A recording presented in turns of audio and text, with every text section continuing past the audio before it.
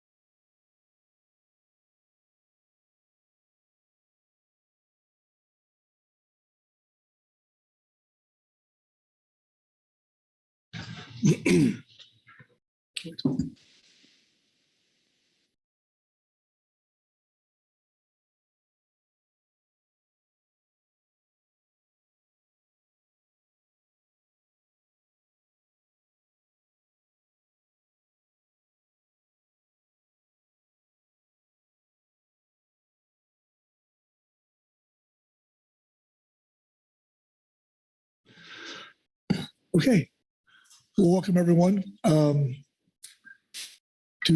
our third day here at the PFMC meeting.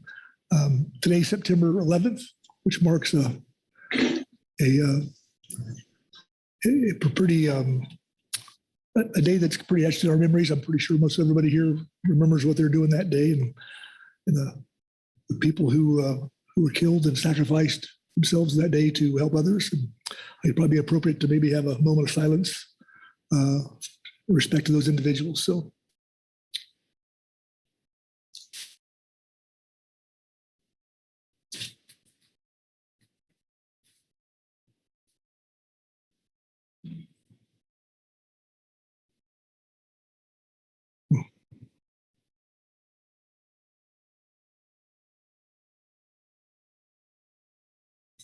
Okay. Anyway, good morning, everyone. I don't think there's any announcements this morning. We do have a busy day. I would like to thank Chris German and the EC for the last 2 days donuts that have been in the back of the room. So please just enjoy that and start your day off. And with that, I'm going to turn to Carrie to start us off on H1. Carrie. Thank you, Mr. Chair. This is agenda item H1, the Chumas Heritage National Marine Sanctuary designation. The Chumas Sanctuary was nominated to the National Marine Sanctuary Program in 2015, and it was in the inventory for several years. And then in 2021, it was moved forward in the process as a proposed sanctuary. There was an initial notice and comment period in 2022, and then later in 2022, there was a letter exchange from Bill Duros, the Pacific Region Director of the Sanctuary Program, to the council. The council considered this in September and November, and then sent a letter back to the Sanctuary Program in early December. And that was following the National Marine Sanctuary Act requirement to come to the councils and ask them if they saw a need for fishing regulations in the proposed sanctuary. So the council wrote back in December and said, no, we do not see a need for regulations. So that was what happened last year. And now fast forward to this year, we knew that the official announcement was coming. We weren't quite sure when. The announcement came after the advanced briefing book deadline for the September meeting materials. So that's why this situation summary is a little out of date. But we did then receive all the information in August, and all those materials are in your briefing book. That includes the press release and the draft management plan and the draft environmental impact statement and the proposed rule, some maps showing the boundaries and the alternatives that were considered, and a couple of other items in the package. So there's an open comment period right now that's open through October 16th. And you'll hear more about that in a couple of minutes from our sanctuary representatives. Your action is to consider the draft Chumash National Marine Sanctuary designation documents and draft regulations. As I mentioned, after my overview, we will turn to Bill Duros and Laura Inglesrud from the Sanctuary Program. They'll be online and they'll give a presentation. They have several slides to show. We have a couple of advisory body reports and there's some public comment. So, and then again, your council action is to discuss the designation documents and comment as appropriate. Questions for Kerry on his overview? Okay. And with that, we'll turn to Bill Duros and Laura Inglesrud from the National Sanctuary. Bill, are you there? Yes, I'm here. Can you hear me? Yes, we can. Welcome. Great. Thank you, Mr. Chair and members of the council. Kerry, thanks for that summary, that introduction. This, as Kerry alluded to, has been a bit of time coming, but we're very happy to have released a set of draft designation materials for the proposed new sanctuary, the Chumash Heritage Sanctuary. And the meeting today is part of an outreach effort we're doing and have been for the last couple of weeks and are doing this week to get information out to the public or to specific user groups. From the Pacific Fishery Management Council and fishermen for sure count in that regard. And so that's why we're doing this presentation for you today. If by chance the council wanted to take action today or over the course of the next few days and give us comments, that's fine. But we understand you may want to take an action on comments in November. And while that will fall after the close of the comment period through our consultation requirements and collaboration with the council, we'll accept comments from the Pacific Fishery Management Council that may come after that comment period close. And I'll talk more about that in a minute, but I just wanted to start with that up front. So yeah, we do have about a dozen or so slides and I'll move through those quickly. Again, this is meant to orient everybody, not necessarily to anticipate on our end and answer questions in advance, but we're happy to answer questions afterwards. Next slide, please. So in the immediate context where we're at right now, the designation proposal was released on August 24th. The comment period closes October 25th. And as I mentioned, comments could come today if you wanted to, but certainly after the comment period closes in November, that would be fine, given our collaboration relationship. We're doing workshops today, tomorrow, and on Friday virtually. Today and tomorrow are in person. Again, these are meant to just share information to the public and answer questions as we're doing with you today about the proposed sanctuary.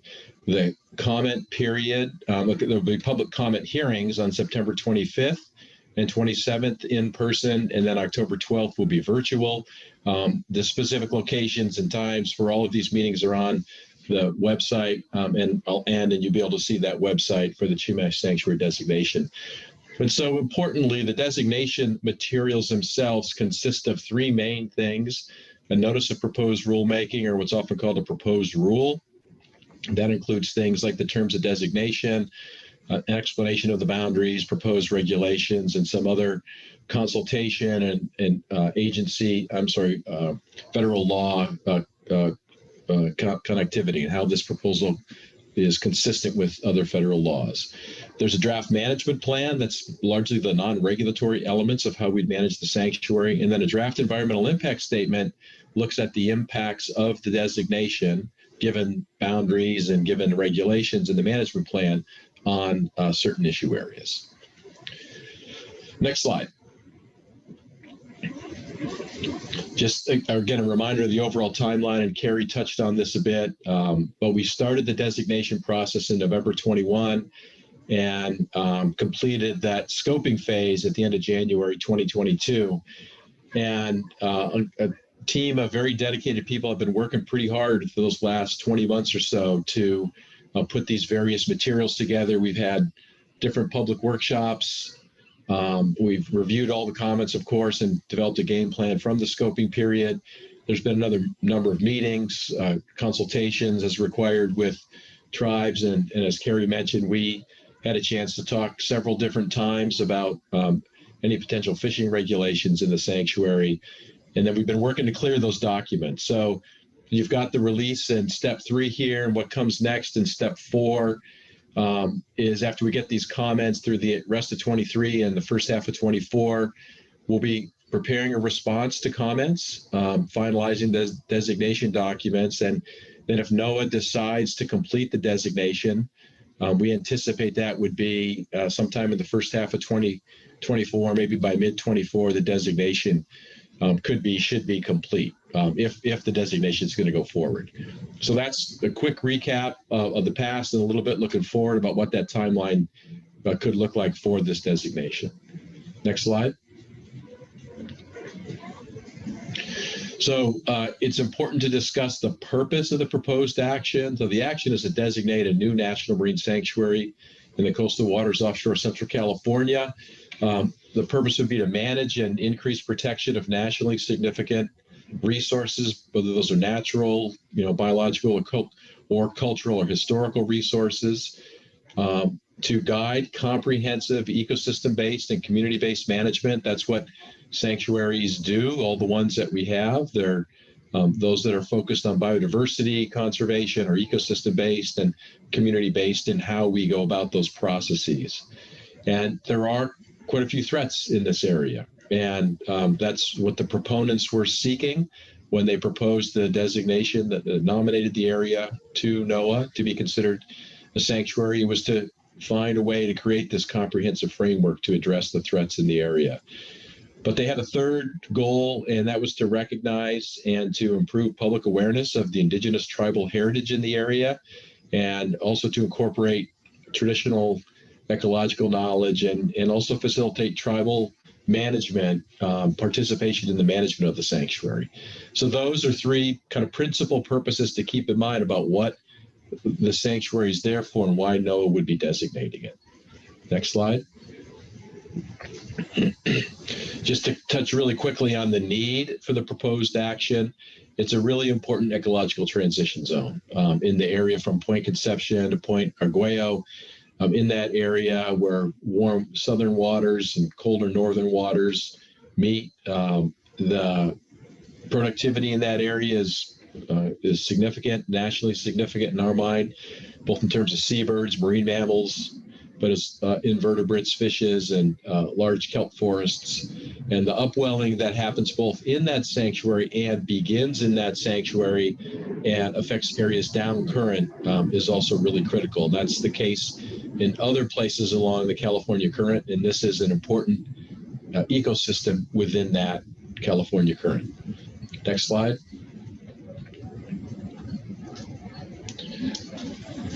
This area contains hundreds of shipwrecks that are known or expected to be in the area. Some of these are nationally significant and are on the National Register of Historic Places, some that we've worked on in the sanctuary program, and some that others, like our partners at the Coast Guard, have worked together with us on.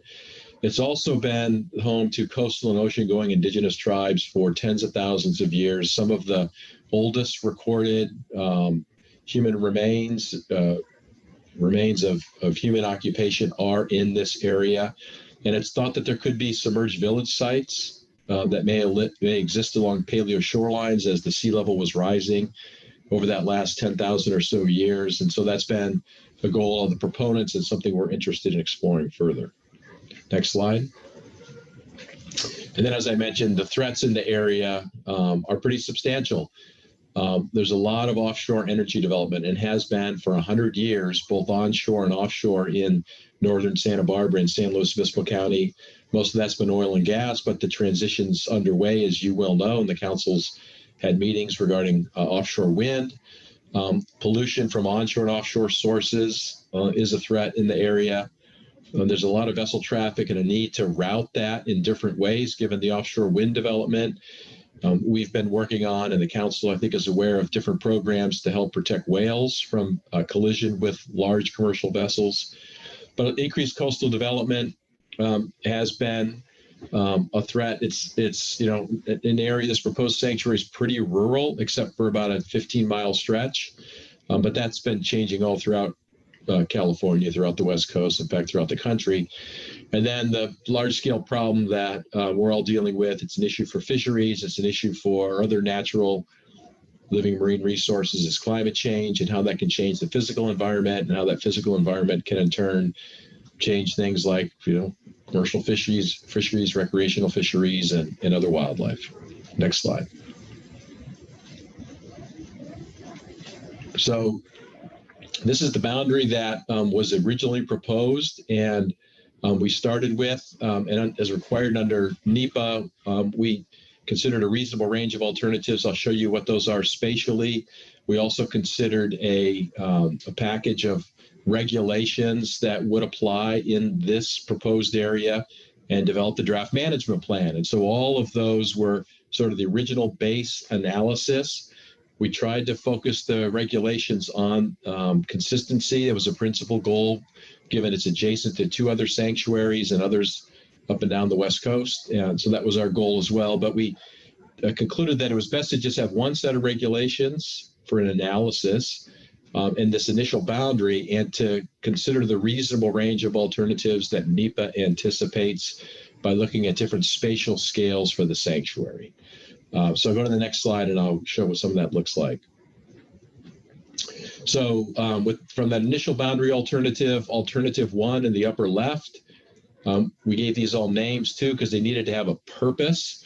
And alternative 1 is would protect the area from the Santa Lucia Bank to the coast. Santa Lucia Bank is a very important and productive area for fishing, for upwelling, whales and seabirds aggregate in this area. But this boundary would maintain other important offshore features like the Arguello Canyon and Rodriguez Seamount, but it does remove the deeper water portions, around 1,500 square miles, that are in the deeper water portions of the sanctuary from that alternative. Alternative 2, upper right, is called the cropped bank to coast, where the top part is removed from that, and it was to crop an area that, and I'll touch on it, obviously became part of the boundary that we selected, and I'll touch on the reasons for that in terms of what is gained or lost, if you will, by cropping that top area, but keeps the same offshore boundaries.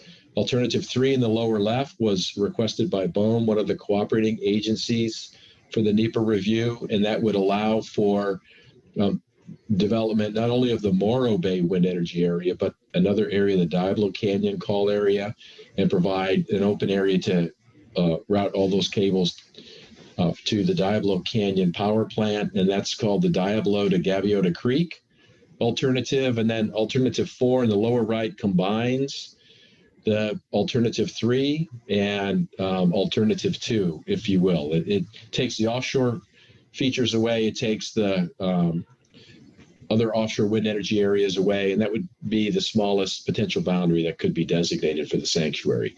So those are alternatives that looked at making it smaller, and we also evaluated, as this would be a reasonable scenario, making it larger. It's pretty big right now, and while we got many different suggestions about how to make it bigger during the scoping phase, we evaluated 2 alternatives. If you go to the next slide, these are sub-alternatives that could be applied to different boundary configurations from the ones I just laid out. The first is alternative 5A, would add the Morro Bay estuary to the sanctuary. That's similar to other sanctuaries on the West Coast like Monterey Bay or Greater Farallones, which have tidally influenced estuaries as part of those sanctuaries. We would not want that to sort of hang alone separate, so that would apply to the initial boundary alternative or alternative 1, so that is contiguous by and large, though it would exclude the Morro Bay Harbor area. And then the other one is the Gaviota Coast Extension in state waters. That's sub-alternative 5B. That could be added to any of the other alternatives, and the purpose for that would be to include some pretty important ecological areas there. All of Cachetayet State Marine Conservation Area, which is bifurcated by the original boundary, all the way to the eastern end of Naples State Marine Conservation Area. And most importantly, it would include the coastal waters off 2 of the most significant Chumash villages at the time of European contact in Dos Pueblos and Tajiguas, as well as a few other smaller villages were along that coast. It was a very important area from a tribal standpoint. So anyway, that alternative would be added to it. Those were the only ones that would have made the boundary bigger. So if you go to the next slide, this shows what NOAA is proposing to designate, and it is that alternative to the crop bank to coast plus the Gaviota to coast extension. And this would be 5,600 square miles and 130 miles of coastline. And so that's where we've settled about what that designation should look like. That comes after, these 18 months of review that I mentioned of the different issue areas in the EIS, the different threats to the sanctuary. It came with input from the cooperating agencies that were part of this review. And this is, my screen went.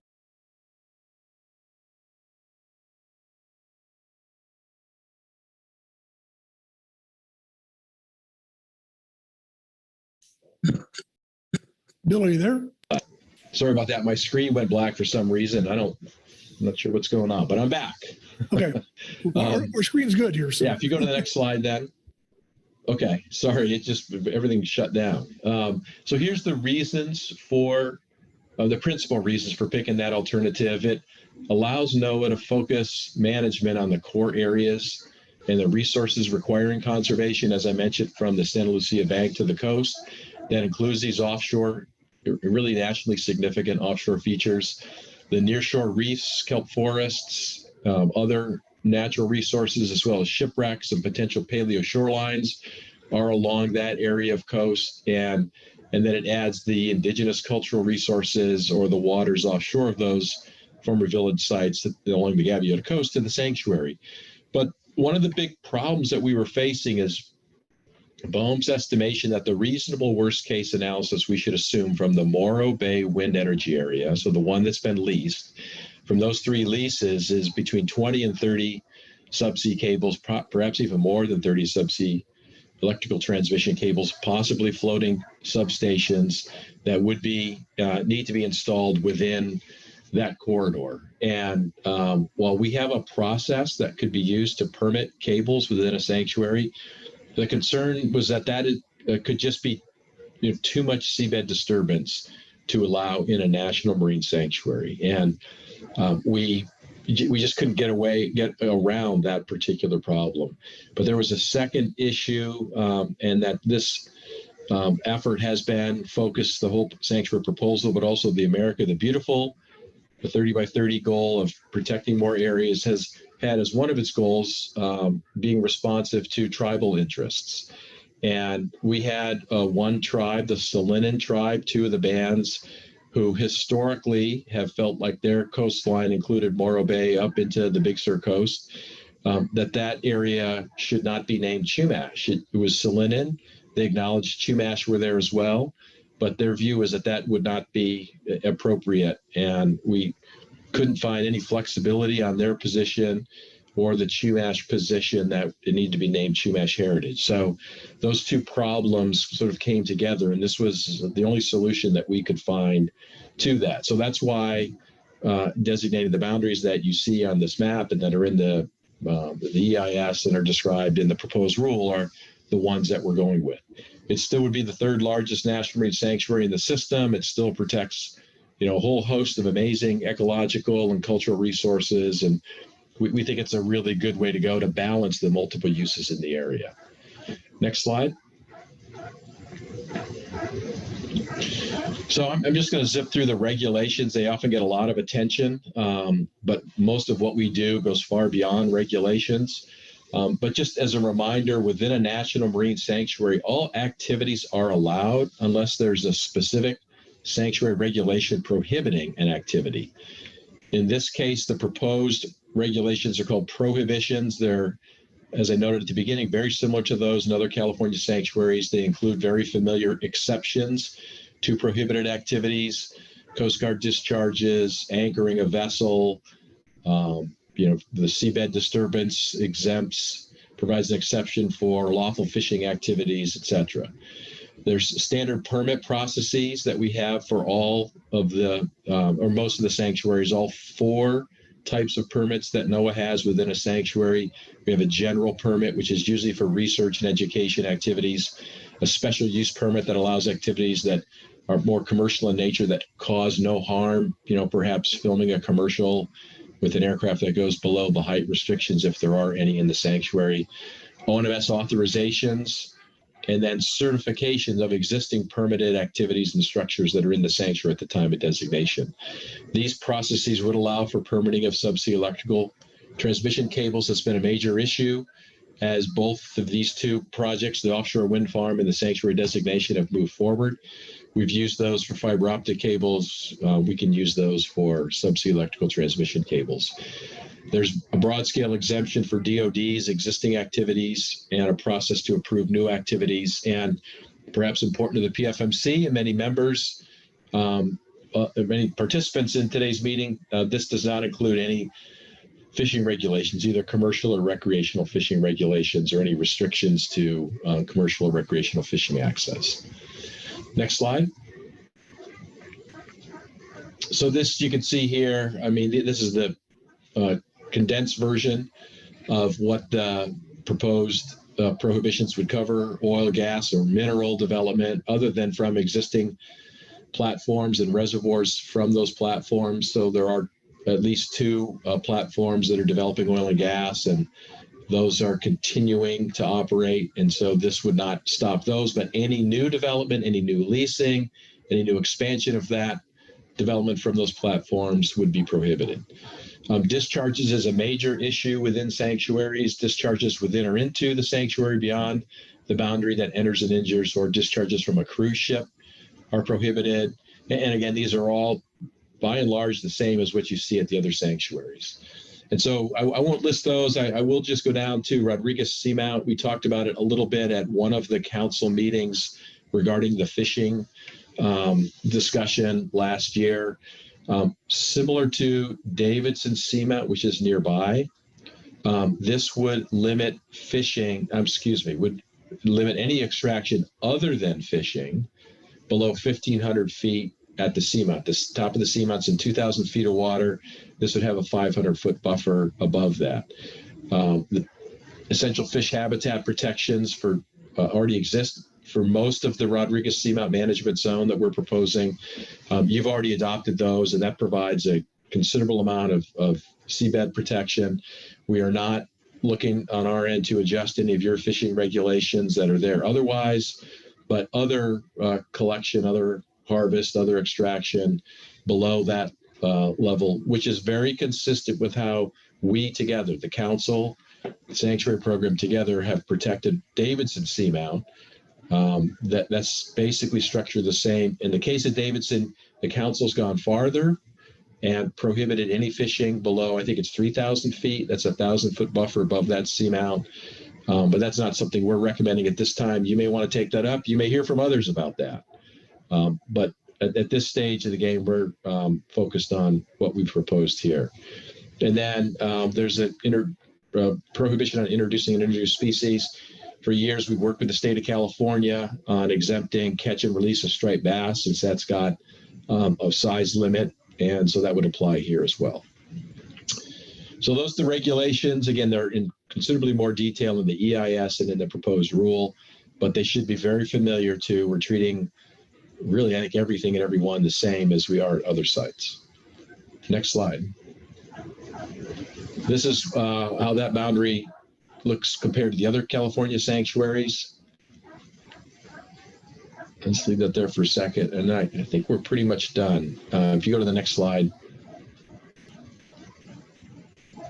Oh, I'm sorry. Yeah, I did want to comment that we did, because it was a very important focus of the original nomination. We spent about 6 months meeting with different tribal groups. There's one federally recognized tribe, the Stanley Nez Band of Chumash Indians, and 7 or 8 other bands of Chumash, 2 bands of the Salinan tribe that have been interested in and have given us advice on how to share in the management of the sanctuary. And after that extensive period of listening, we reviewed papers that they produced for us. We looked at other frameworks that we have in other sanctuaries and that others have adopted for marine protected areas. We came up with this, what we're calling the framework for tribal collaborative management. And while it may look colorful and complex, it's got a lot of familiar elements, but it tries to put in one place how that framework would look. So the green box in the center recognizes that NOAA hires a superintendent, and that the staff have some basic functions that are part of managing the sanctuary that aren't delegatable, like a federal budget and procurements and operating vessels, et cetera. Identifying and working with an advisory council. And then in the upper right box, the pink box, we have also an ongoing obligation for government to government consultation with federally recognized tribes. Right now, that's one. If more tribes gain federal recognition in this area, that would expand to those other federal tribes. And then, like at Olympic Coast, there's an intergovernmental policy council that has been proposed by the tribes that we're suggested would be good to have. That would include the state of California. And that's, again, modeled after how Olympic Coast has structured their involvement with the tribes in the state of Washington. On the left is the Sanctuary Advisory Council that would have tribal representation on it. And then there's also at the bottom an Indigenous Cultures Advisory Panel we're proposing be adopted for the SAC that would allow others, not beyond just the federally recognized tribes, and others who are interested, who have tribal knowledge, in participating in and providing advice on, on different practices, on different concepts for education programs, on signage, et cetera. And in the middle, like we have for other national marine sanctuaries, we recognize there could be a lot of value in one or several nonprofit foundations participating through joint project authority, raising some of their own funds with federal funds that help move important projects and initiatives forward. So all of this taken together, we are, feeling is a pretty substantial step towards involving tribes in a collaborative management program for the sanctuary. This was, as I said, developed over an extensive period of time. We held meetings a year ago with all the tribes that were interested in this. We had public workshops, and we've gotten a lot of positive feedback, but it's in the management plan. If anyone listening today wants to comment on this or has suggestions to make it better, look in the management plan. It's in the beginning of that, the introductory section. But there's a lot more description than what I've just provided about how that framework would work. And now I think we're done. I think that's the last main substantive slide. Go to the next one, please. Yeah.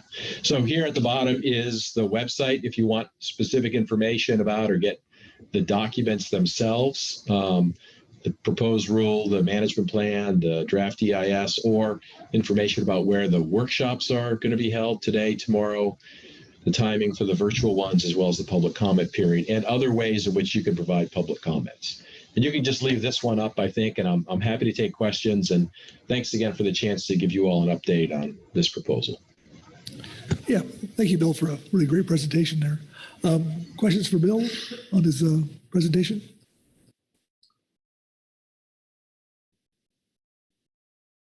Okay, I'm not seeing any hands, Bill, but thank you again. That was really good.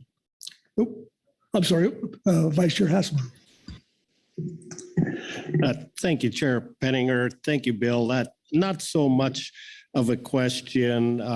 Maybe I'll have other things in council discussion, but I just wanted to acknowledge part of the documents, this dates back to 2015, and the early documents we had to look at were primarily, I think, the application that was submitted for the sanctuary. And, in the past, I've highlighted that one of the goals of the sanctuary stated in the application, and I'll read goal 9 in its entirety, was to protect the economic health of the area, including commercial and recreational fisheries, whose viability depends on the health of the marine resources.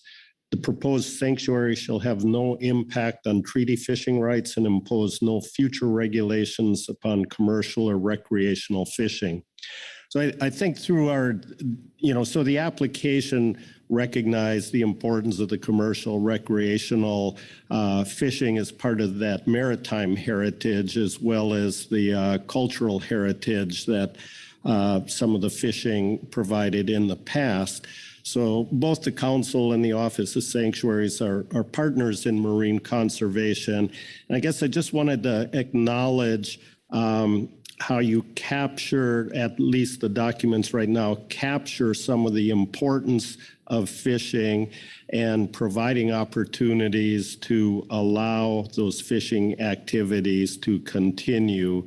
I've been reading through a number of the proposed regulations, and there are prohibitions except for legal or lawful fishing activities. So I think that's a very good step forward in working with the council and recognizing, the council's authority, as some of these documents talk about, is providing the fishing regulations for those areas. I don't know if this is something you could answer now, but one area that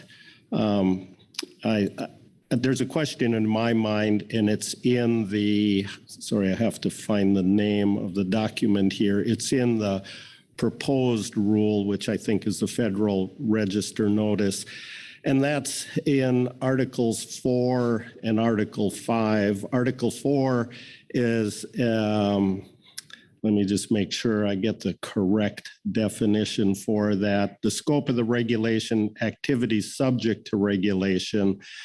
But there's a section in Article 5 that references Article 4, and it says, under Article 5, it says, Article 4 does not authorize direct regulation of lawful fishing activities, and there's some other things there.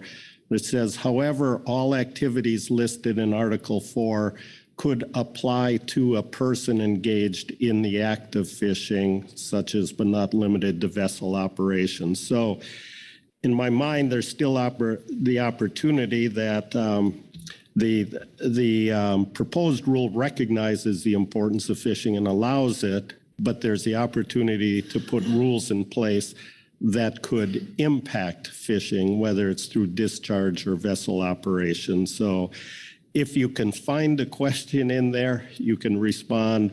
We might come back to that in the council discussion, but I'm just wondering about the potential to impact lawful fishing activities through other regulations that are allowed in Article 4. Thank you.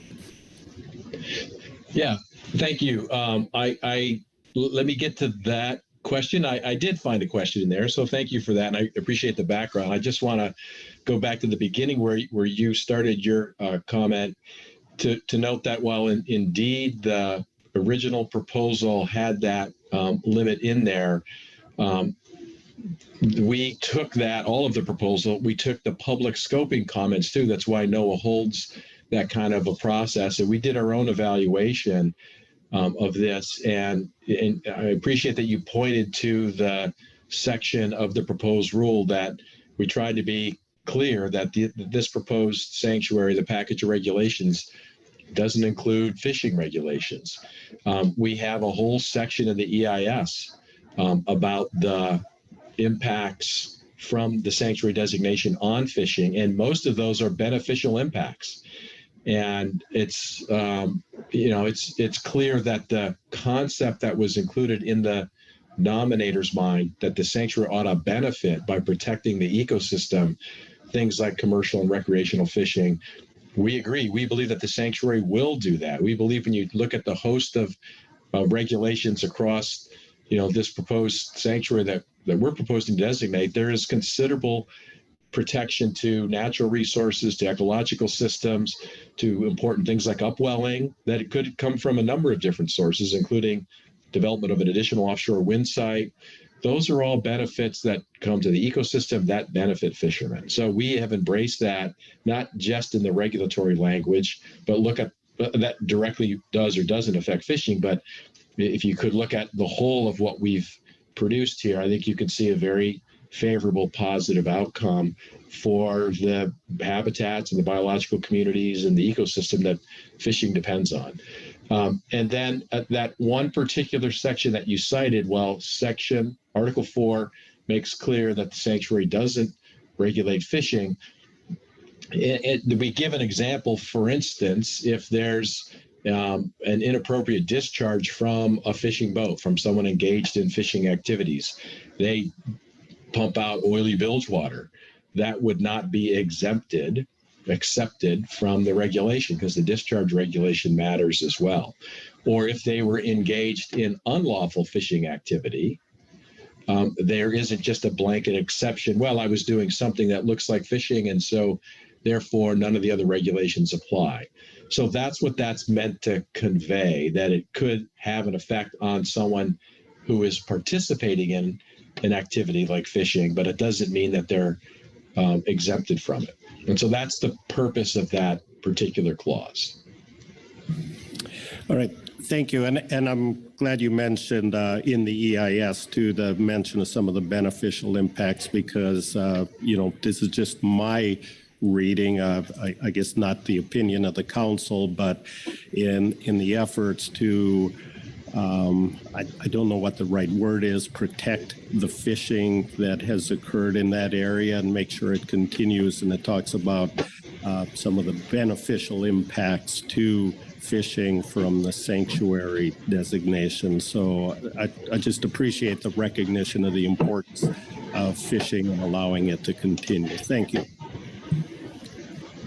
Thank you, Pete. I guess we have a few more questions here, Bill. Start with Butch Smith. Butch? Thank you, Mr. Chair.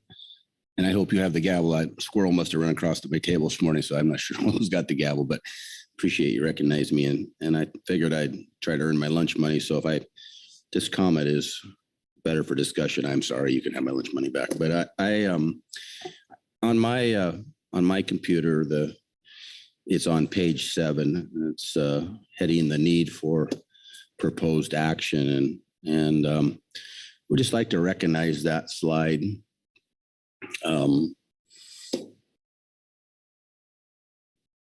Until they get there, so everybody go underneath the one with the tribal canoe.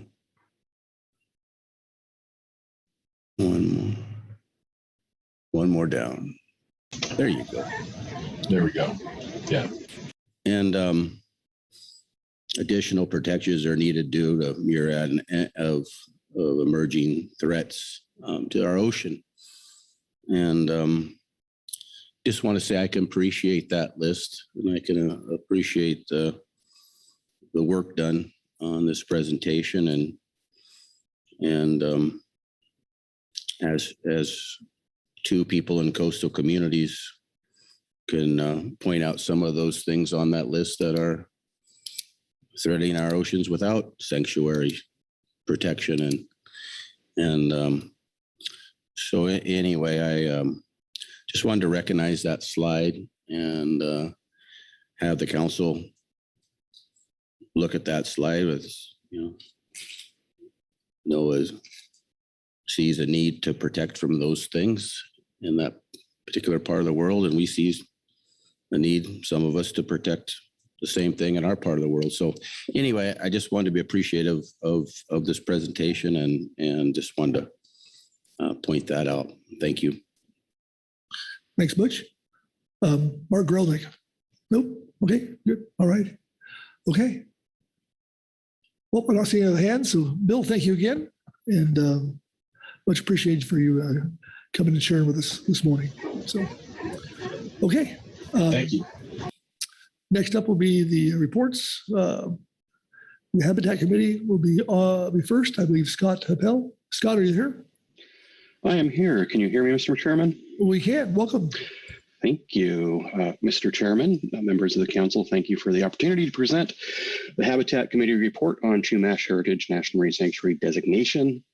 The Habitat Committee received a briefing from Habitat Committee member Laura Inglesrud from the Office of National Marine Sanctuaries on the proposed heritage Chumash Heritage National Marine Sanctuary draft designation documents and has the following couple of comments. The sanctuary designation would enhance protection of certain habitat types identified as essential for fish habitat and habitat areas of particular concern, such as seagrass, kelp, and rocky reef habitats. The Habitat Committee supports the activities and strategies outlined in the draft management plan, which is supplemental attachment number 4, that include mapping these habitat types, mapping areas of potential restoration of these habitat types, and assessing the impact of both climate change and non-climate stressors on the capacity of these habitats to continue sequestering carbon. The Habitat Committee recommends the Office of National Marine Sanctuary consult with the Habitat Committee on potential habitat impacts from future proposed activities, including aquaculture within the proposed sanctuary. And that ends the Habitat Committee report on agenda item H1. All right. Thank you, Scott. Questions for the Habitat Committee report? I'm not seeing any. Thanks again, Scott. Thank you. Next up will be the Coastal Pelagic Advisory Committee. Mark Fina. Mark. Yeah, this is Mark. Can you hear me? You're a little weak, but yes. Okay. I'll just make sure I talk louder. Perfect. We understand the interest in designating the CPS understands the interest in designating the Chumash Heritage National Marine Sanctuary. We believe that possible conservation benefits arising from the sanctuary could benefit fisheries operating within the sanctuary, as long as ongoing management of fisheries within the proposed sanctuary remains within the authority of the council or state. We are concerned that the extent of marine sanctuaries that would result from the proposed designation. Sanctuaries would extend along almost the entire coastline from the northern Channel Islands to San Francisco. Although the sanctuaries have all stated an intention to bring proposed regulations to the council, we are concerned that in the future, sanctuaries could implement fishing regulations. We believe that the existing regional management has proven effective for overseeing management of our nation's fisheries and must be maintained. The market squid fisheries fleet of purse seine and light boats are highly dependent on portions of the area proposed for designation. We further believe that the fisheries within the proposed sanctuary are consistent with the environmental and cultural purpose and goals of the sanctuary. With that in mind, we strongly support maintaining council or state management of fisheries without additional or revised direct or ancillary regulation of fishing activities. And that concludes the statement. Thank you, Mark. Questions for Mark on the CPSAS report? Okay, I'm not seeing any. Thanks, Mark. Thanks. And finally, be Louis Zim for the GAP. Louis, welcome.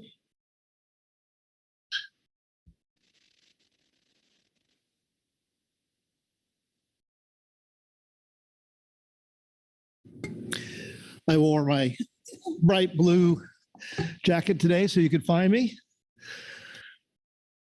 My name is Louis Zim.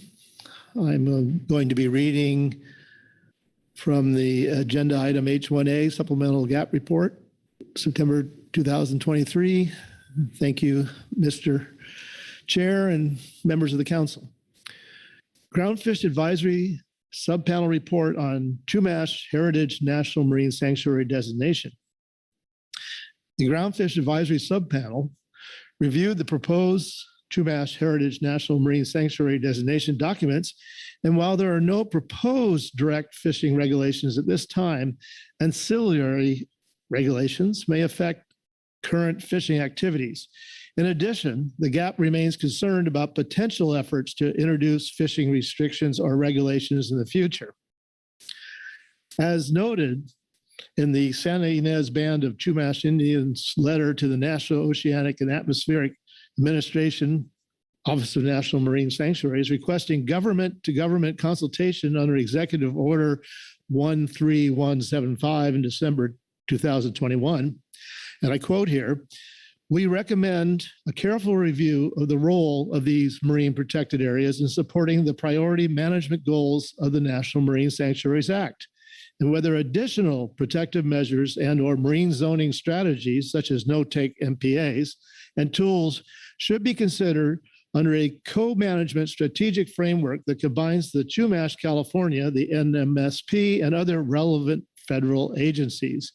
External reviews of the document of the NMSP note that a clear legal authority should be considered for the designation document that will allow the establishment of no-take marine zones. National Academy of Public Administration 2021-51, and the development of marine zoning strategies to offset impacts to marine life from climate disturbance, unquote. The emphasis is I've added on the clear legal authority, et cetera. Therefore, until OMMS has demonstrated an actual hands-off policy with respect to fisheries, the fishing community cannot support additional sanctuary designation. The GAP notes that OMMS has demonstrated a hands-off approach with respect to proposed industrial wind energy projects, and the difference in the treatment of fisheries and offshore winds is troubling. However paradoxical, the GAP does not support expanding the scope of sanctuary management on the West Coast. The National Marine Sanctuaries Act identifies the importance of protecting special areas of its public domain, and a federal program which establishes areas of the marine environment which have special conservation, recreational, ecological, historical, cultural, archaeological, scientific, educational, or aesthetic qualities as national marine sanctuaries managed by the National Marine Sanctuary System will improve the conservation, understanding, management, and wise and sustainable use of marine resources, enhance public awareness, understanding, and appreciation of the marine environment, and maintain for future generations the habitat, ecological services of the natural assemblage of living resources that inhabit these areas. Early established sanctuaries, like the Channel Islands National Marine Sanctuary, promised not to manage fisheries and to leave fisheries management to the existing state and federal authorities, such as the Federal Magnuson-Stevens Fishery Conservation and Management Act and appropriate state regulations. This promise was expressly included in their designation document. The fishing community endorsed designation, which promised to defend traditional uses from industrial development, then impacting and threatening to further detract from public access for fishing.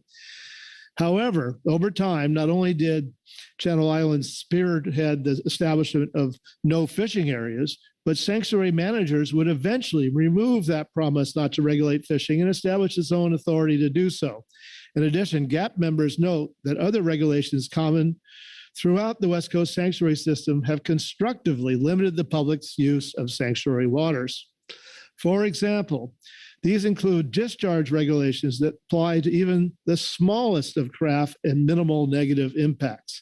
Enforcement of these are commonly so impractical that expectation is that they will not be enforced. Establishing rules putting people on the wrong side of the law that are not expected to be enforced is simply bad public policy. It puts people at risk of being cited on the basis of their appearance or any other subjective quality. The proposed Channel Chumas Heritage National Marine Sanctuary regulations prohibit discharge, providing exemption for U.S. Coast Guard vessels, but not for vessels engaged in lawful fishing activities. Therefore, the GAP recommends providing an exemption for small craft similar to what is provided to the U.S. Coast Guard in the proposed sanctuary. Other regulations duplicate existing ones, adding the prospect of civil penalties to punishments under existing laws that would impose criminal penalties. Once again, these were cast as, quote, tools in the tool chest, unquote, not intended to be enforced in conjunction with the criminal, but instead chosen between. Today, we see under agenda item H2, sanctuaries are pursuing additional fishing restrictions within the greater Farallones and Monterey Bay National Marine Sanctuaries. And they have garnered millions of dollars from insurers for the loss of a large vessel barely within sanctuary boundaries. The additional economic risk inherent in sailing those waters is now clear. In sum, this history has fostered a fear of additional sanctuary designation among mariners and fishermen, a dominant fraction of the users of our marine waters. With respect to the proposed Chumas Sanctuary, an initial boundary alternative encompassed waters that would be subject to power cable installation from a proposed wind development. Subsequently, sanctuaries removed that area from the preferred project, avoiding potential conflict. So it appears sanctuaries have implemented an actual hands-off practice with respect to that type of industrial development. As for the special nature of the waters of the proposed Chumash Heritage National Marine Sanctuary, its designation would create an almost continuous swath of sanctuary designation covering roughly 400 nautical miles of California's coastline and islands, or over half. The GAP questions, by what metric is this half substantially more special than the rest? While the GAP recognizes designation of a sanctuary is all but assured, the GAP does not support it. However, if sanctuaries did eventually demonstrate an actual hands-off policy with respect to fishing and other traditional artisanal maritime uses, modify the regulations so as not to make accepted practices and those that target common fishing practices illegal while protecting waters from industrialization, offshore wind, the GAP would consider supporting the designation. The GAP encourages the council to draft a quick response comment letter that addresses GAP's concerns described in this report. And that completes my statement. Are there any questions from the council? Thank you, Louis. Questions on the GAP report?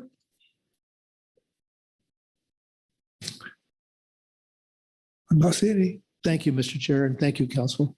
Thank you, Louis. Okay. That finishes our management and advisory reports. Takes us to public comment. And we have one person, that'd be Jamie Diamond. Welcome, Jamie.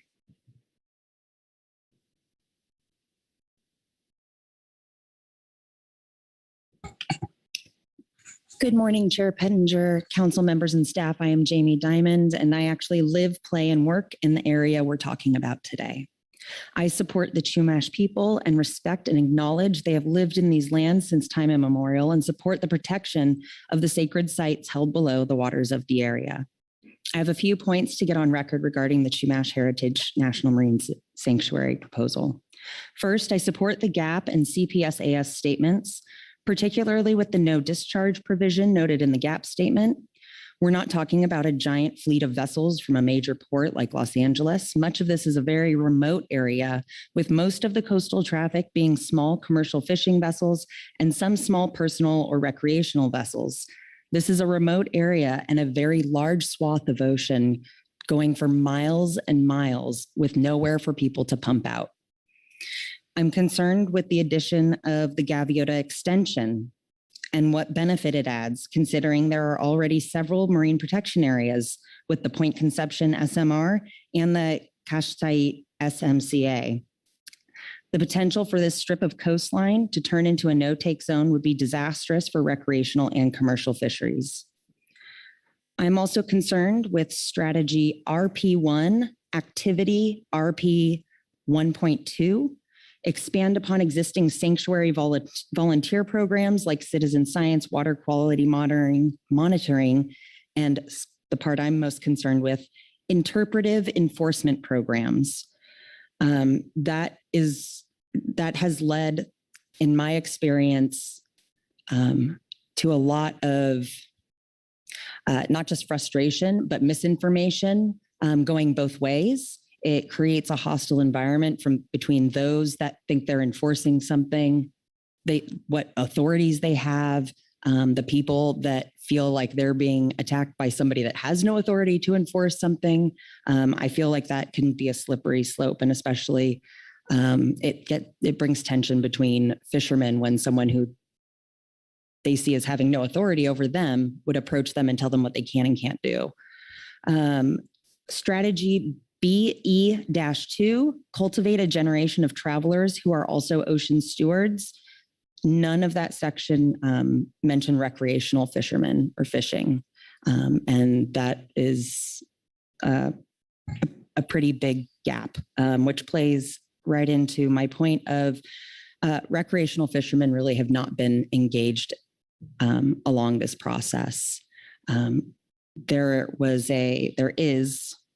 are 2 meetings, one today and one tomorrow in person in our area specifically for this during the time where all the fisheries representatives are here. It is an informational meeting, I was clarified on by earlier today, but it's being held at a time where the fisheries representatives are here. And no one knew that this meeting was happening. It's been on the books for a while. We knew that this was going to be on the agenda. and it's and it seems deliberate. Sanctuaries also have the authority to dictate what vessels may transit within their waters. The large area proposed reaches from the California coastline and connects to the Channel Islands Sanctuary, creating a wall of sanctuary blockading the northern end of the Santa Barbara Channel. I'm concerned with how this could potentially impose restrictions or access on marine commerce by restricting what types of vessels may transit through the sanctuary and therefore our Santa Barbara Channel. And I know that that isn't necessarily in your purview, but it's something that I wanted to point out. It's concerning being there, that's my area and where I do business and where many others do. So thank you for your time, and I'll take any questions. Thank you, Jamie. Questions for Jamie on her testimony?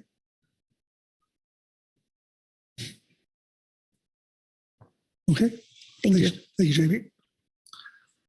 Okay. That takes care of our public comment. And so I'll open the floor for discussion.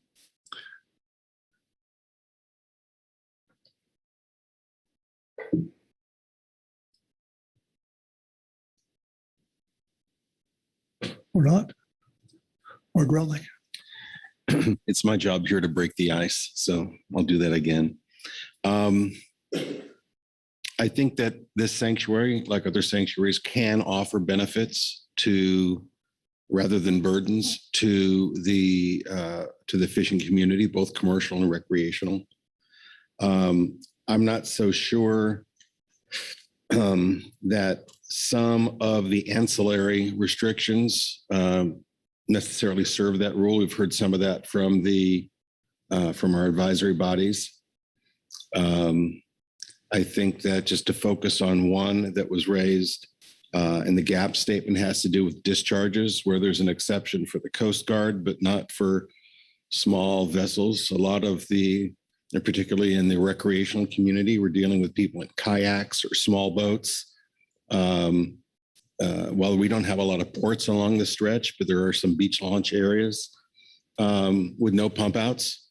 And even for ports, I think there's Morro Bay is not even in the sanctuary, not even in the proposed. I'm not sure. I didn't see in detail whether Port St. Louis is, which is another port, which does not have pump out facilities. So we have a restriction that will be imposed that is at odds with the Clean Water Act, the Federal Clean Water Act, which does allow discharges outside 3 miles. We don't have any adequate alternative. And that concerns me. I would like to see, if it's available, some analysis for this restriction, at least for smaller vessels. I think larger vessels that have holding tanks and whatnot, they can be expected to, when if they have the capacity, they can hold and return. But a lot of smaller boats don't have those facilities because it's generally not required in the United States. So I guess that's one concern I have. I also, and this is something I've raised in the past, introduced species.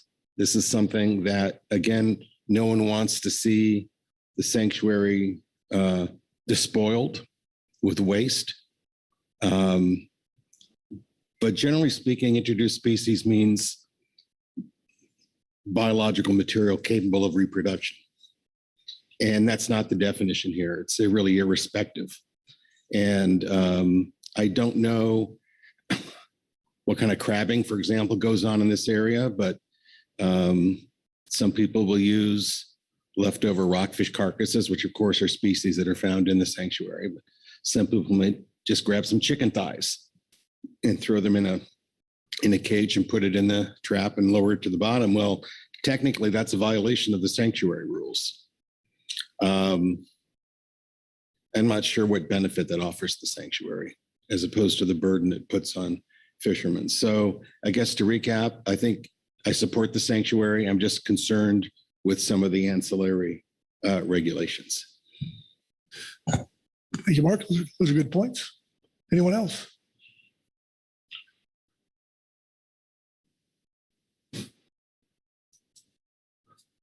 Vice Chair Hasseman. Thank you, Chair Pettinger. I agree with what Mr. Gurelnik said, concerns about the ancillary regulations. I'm just trying to think, this comment period is open. It closes before our November meeting, but they would accept, the sanctuaries would accept comments that we develop in November. I don't know that we need to wait that long. Considering it, I'll just reiterate some of my discussion with Mr. Duros in terms of not, it's difficult to characterize that, but I think as I read this, the EIS and the proposed rules or regulations do accommodate the fishing, the commercial and recreational fishing, and do not put restrictions on that. And I think that's a very good thing. I think they treat fishing very respectfully and accommodate that in there. There is a concern about the ancillary regulations. A comment letter, should we decide to provide one, I should continue to highlight our shared partnership in marine conservation and highlight what the role of the council was. One of these things, maybe I'm being too sensitive about reading it, but in the EIS, where it talks about fishing regulations, if anybody wants to look at it, page 51, it says, consistent with section 304A5 of the NMSA, NOAA provided the Pacific Fishery Management Council the opportunity to recommend any fishing regulations that the PFMC deemed necessary to implement the proposed designation, and it declined to recommend or request any fishing regulations. The fact that we declined, that the language says we declined that, I guess irks me a little bit, but I'm not faulting the sanctuaries. That might be our fault. It might be my fault because I went through, I did not take the time to listen to the audio transcript of what was discussed at the November meeting, but I read the typed transcript available to us, and I read the two letters that are part of the sanctuary documents that the council sent. And, we did say regulations were not necessary, but I'm hoping if I listen to the audio part of that discussion is we thought about our regulation process. We have biennial processes, we have annual processes that look at what regulations are needed there. And I felt that our discussions were that the existing regulations were consistent with the sanctuary, at least with respect to the documents that were available to us at that time. That we provide these regulations, we protect those resources.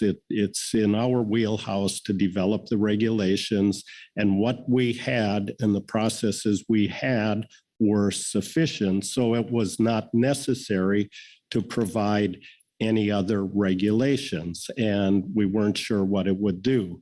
So, that's why the wording that we declined to do that, I'm not sure we necessarily declined. We are in a good place with the regulations. So the comment letter, I think, should address that, our role, our process, so it's clear. If we did not do that in the past, we should take the opportunity to do that now in a comment letter and reinforce the role of the council and the sanctuary, because on this coast, we have a very good relationship, I believe, with the Office of National Marine Sanctuaries and working with them. And we need to reinforce that and continue that good working relationship. So I'm not scolding the sanctuary. Again, I say that their use of that language may be a result of what we said. I don't know, but I think it's important to comment. I don't think we have to wait till November. I think we can capture some of this concerns about ancillary regulations that Mr. Gorelnik mentioned and really focus on the future and working together and how the council process works and how we might make changes, but to continue to protect that maritime heritage of commercial recreational fishing in that area. So thank you. Thank you for those comments, Pete. Anyone else? Virgil Moore. So having listened to this discussion quite a bit over the years relative to that, we're trying to develop the necessary trust for the management of this piece of real estate. And language like the vice chair just pointed out continues to concern me about how do we deal with the perception that regulatory authority over that real estate includes the fishing activities that the council has responsibility for. And it's those minor statements like that that create my concern relative to not being clear. Yes, it does not include fishing regulations. They're very clear in that, and I appreciate the gains we've made in this discussion with the marine sanctuary folks. But I think it needs to go one step further, and I think we may need to ask for that in a letter, and that is simply put, if and when the sanctuary feels there is a need for fishery regulation, they will propose that to the council as the authority for that. It's not clearly stated. That's what we want. That's what we've asked for, but they keep nibbling around that. I know there's tensions within NOAA over the way this is done, but given the comments we have from our advisory groups, some of the public testimony we had, our own experiences with how to properly do this, we need some of the language acknowledged, and I would recommend that we look at the vice chair's comments relative to that and seeing if we can't correct that record and ask specifically for that activity in our communication with them. Thank you. Thank you, Virgil. Anyone else? Phil Anderson. Thanks, Mr. Chair. I wanted to express my support for Vice Chair Hassemer's comments. I think there was a time some number of years ago when there was a lot of tension regarding fishery regulations within sanctuaries. And I'm not saying that all of that tension is gone, but I want to acknowledge the approach that the sanctuary, Office of Marine Sanctuaries, and particularly Bill Duros, has brought to this council when issues have come up relative to fishing or other issues concerning sanctuaries, and how open and transparent and proactive they have been in coming to the council with their hat in hand, if that's a term that I use to describe someone who's coming forward in a collaborative approach to problem solving. And the leadership at the federal level between NOAA and Sanctuary debated long and hard over who had the ultimate authority, and where we ended up was this collaborative approach that when and if regulations associated with fishing in a sanctuary were necessary, that we would work together. And I think Bill Duros and his staff have honored that. And I think that I support the vice chair's suggestion that we write a letter and address the concerns that were expressed by the GAP and the other concerns around this table. And do it in a manner that is consistent with the spirit of cooperation that the council has had with the Office of Marine Sanctuary over time. Thank you, Phil. Anyone else? I would notice that the Mr. Smith's comment on that slide showing the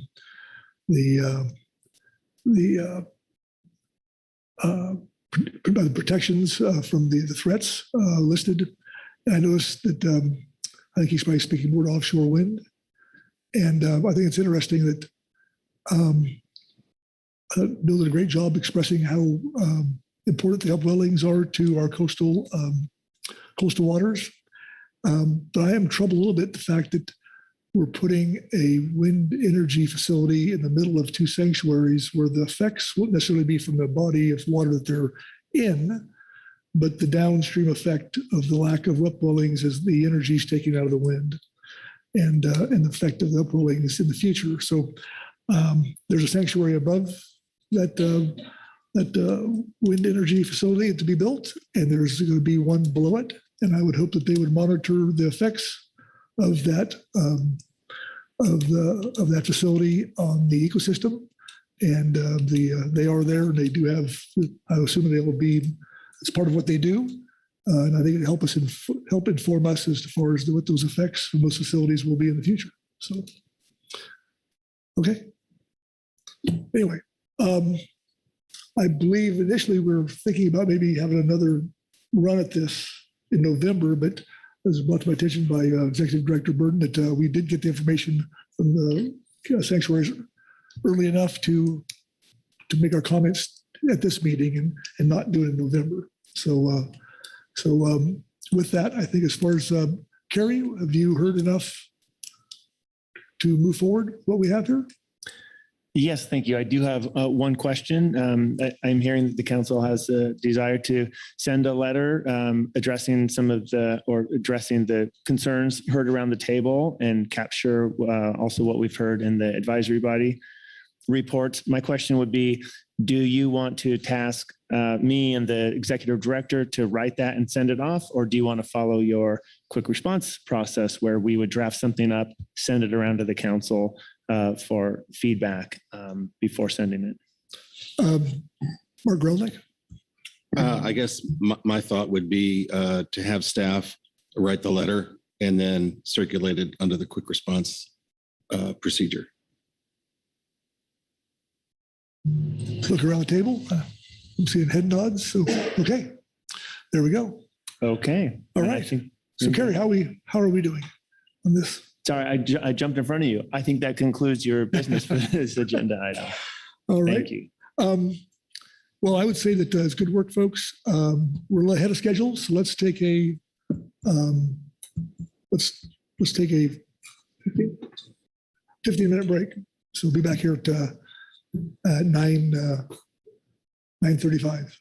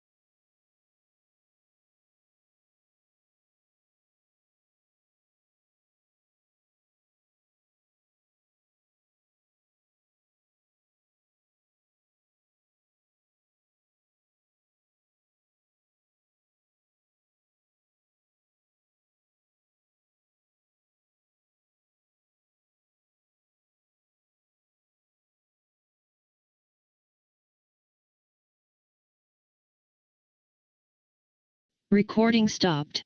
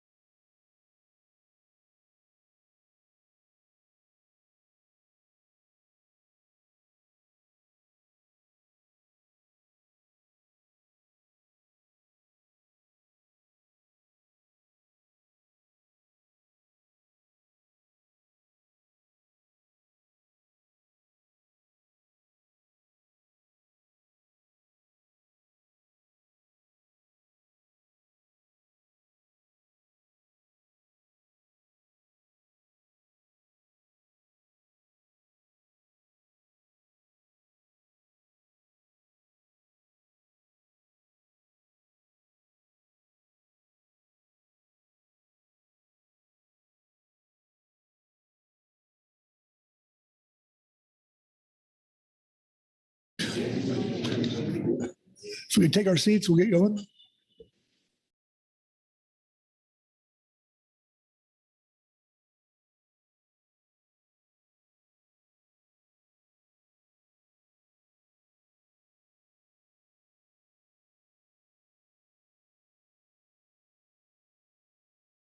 Recording in progress.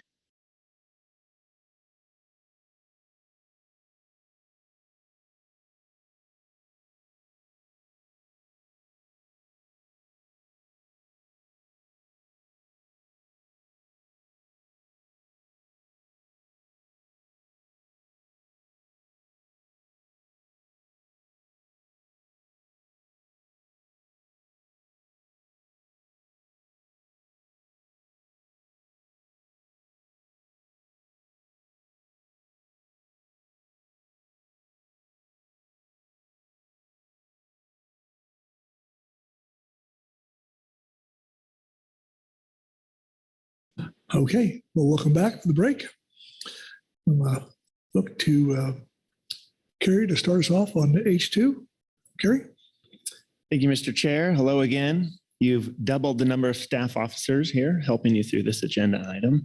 Jesse and I will tag team this. I'll kick off this situation summary and then turn it over to her to finish it off. This is agenda item H2. It's the Greater Farallones and Monterey Bay National Marine Sanctuaries Coral Restoration and Research Plan. This is a scoping action. And if you recall, earlier this year, the sanctuary programs came to the council in March and brought forward their proposal to do coral restoration and research at several locations in Monterey Bay and Greater Farallones National Marine Sanctuaries.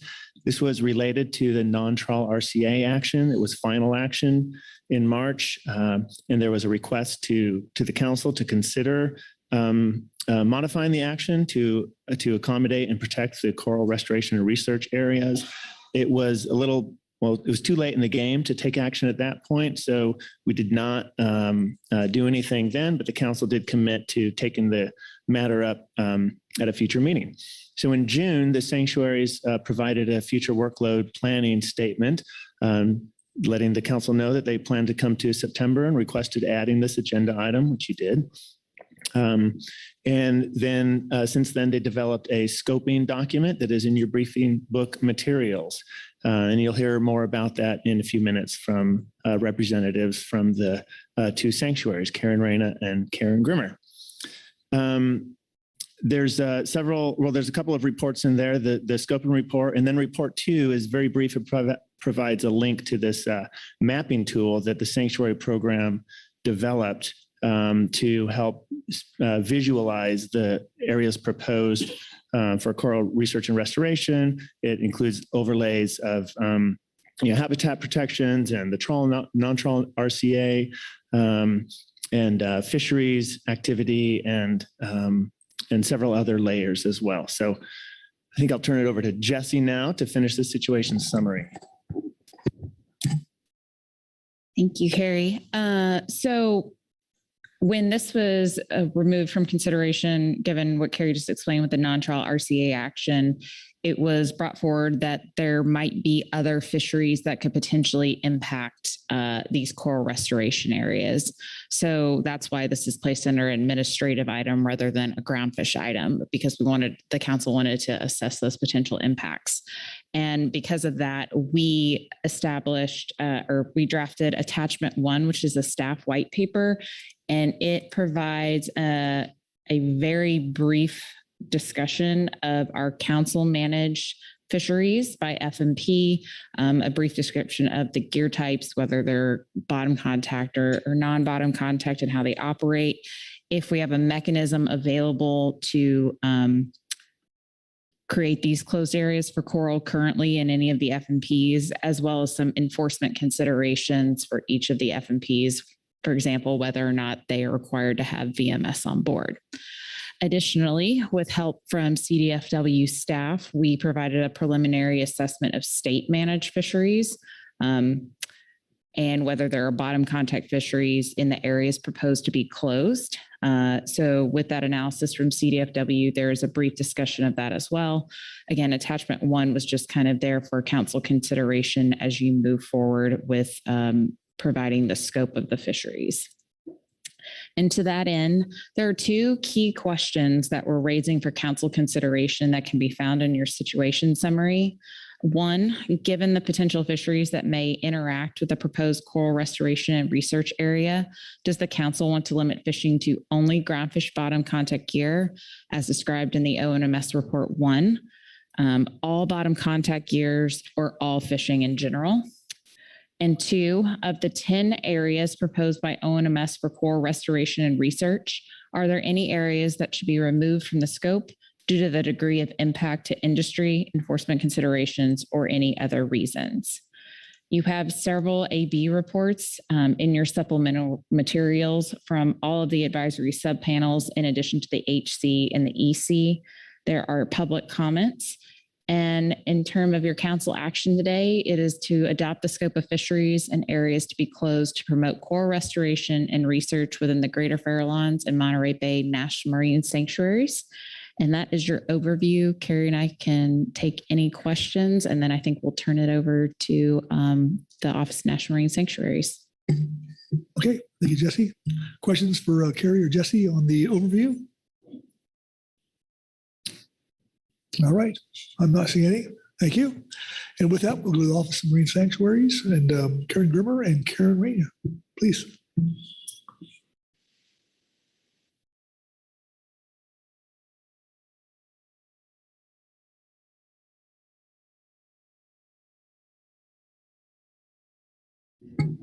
Welcome. Hello, good morning. Good morning. All right, can you hear me? Great. So hello, I'm Karen Raina. I work for the Greater Farallones and Cordell Bank National Marine Sanctuaries, and Karen Grimmer with Monterey Bay National Marine Sanctuary is here with me today. And we are speaking on behalf of both the Greater Farallones and Monterey Bay Sanctuaries regarding the scoping document that the Office of National Marine Sanctuaries has submitted for your consideration. So here is a brief overview of what we are going to cover. We will start with the context behind why we are here today. Then we'll provide a high-level overview of the scoping document, followed by the criteria used to select suitable areas, and then provide an overview of the 5 locations and 10 areas. So first, you can go, okay, yeah, there we go. First, we are presenting the context behind what initially brought us here and the hope that we can alleviate any confusion. So in March, we shared with the council a draft restoration plan to address damages from a large sunken dry dock, the YFD 70. And the sinking of the YFD 70 dry dock resulted in substantial, persistent, and ongoing impacts to the seafloor. And it's resulted in permanent loss of habitat and ecosystem functions. Removal of the YFD 70 is not feasible, and therefore restoration actions at the location are not viable. There's no anticipated recovery time for the biota from that were crushed from the incident. Next slide. So the scoping document is not part of the YFD 70 restoration plan, meaning that it's not tied specifically to the YFD 70 plan, except insofar as ONMS was put on notice that portions of the location suitable specifically for restoration were opening through the NTRCA action. So, however, the draft restoration plan and scoping document both identify the Save 5 locations for restoration. And when we use the term location, we are talking about the 5 large locations. The scoping document provides areas for deep sea coral research and restoration within those 5 locations, given the current technological feasibility of those deep sea coral restoration capabilities. The scoping document is based on a broader long-term need for both sanctuaries that is aligned with the National Marine Sanctuaries Act mandates. The next slide. So therefore, the Office of National Marine Sanctuaries is coming to the council to initiate a process for establishing areas where deep sea coral research and restoration may occur without intentional impacts to the seafloor from bottom contact fishing gear. This process would allow for the implementation of resequent protections in areas suitable for long-term deep sea coral research and restoration activities. It allows for additional restoration projects in the future. And it would also allow for the draft YFD 70 restoration plan to be finalized because we would know the areas available for deep sea coral restoration. Next slide. So the scoping document has to do with benefits of better ocean management within these two large sanctuaries. And what we're seeking is to restore and enhance deep sea coral communities and the ecosystem functions they provide, to enhance our understanding, such as fish associations with deep sea coral or effects of ocean acidification on deep sea coral, to respond to future research and restoration needs, and to meet our mandates, including the deep sea coral mandates in the Magnuson-Stevens Act, and our shared interests and desired outcomes. Our intent is to partner and collaborate. We have a mandate, but we are here to find solutions that allow us to meet our mandate and provide benefits to the fish and their habitats that you are charged with managing. So earlier this year, the Office of National Marine Sanctuaries hosted workshops with 15 deep sea coral research and restoration experts from around the country. And we received input on the identification of suitable areas within the 5 locations for both research and restoration. And the following criteria were used: an appropriate range of depths. And the depth range is critical to meet multiple elements of the purpose that is described in the scoping document. It is important as it speaks to the minimum and maximum depths for both research and restoration. And the details are in the scoping document, and table 2 is a good place to look. It has appropriate hard or mixed substrate, known coral locations, meaning that there are corals in the areas chosen, and the proximity to source corals for outplanting, meaning that there are coral pieces that can be taken from a feasible nearby location, and are sufficient in size for both research and restoration to occur. Great. And now there are 5 potential locations, and there are 10 potential areas within those 5 locations, and they're all protected by National Marine Sanctuary regulations, and they all overlap with the EFH conservation areas that prohibit bottom trawling. And we use the word areas to describe the precise places with specific boundaries. And those areas are based on those 5 locations. And they're based on the scientific criteria. And here they are. So we have offshore South Point Arena, the football, Cochrane Bank Fanny Shoals, Ano Nuevo Ascension Canyon Complex, and Sur Ridge. And there they all are on the map. So I'll now just really quickly, I'm going to go through the Greater Farallones National Marine Sanctuary areas. And in the interest of time, we're not going to read all the details on the size, the depth range, or the target species for outplanting, which is written on the slides. Again, this is table 2. That information is provided there, and you can just see what's available in table 2. And let's see, that includes the places also where we can source corals. So there were 3 locations identified within Greater Farallones National Marine Sanctuary. These maps can be found in the scoping document. Each location in that sanctuary has areas that are nested, meaning that only one area per location could be selected. And so to be very clear, we've provided options that are different in size and configuration. And I will provide some information on why and what may differ between these different configurations. Next slide.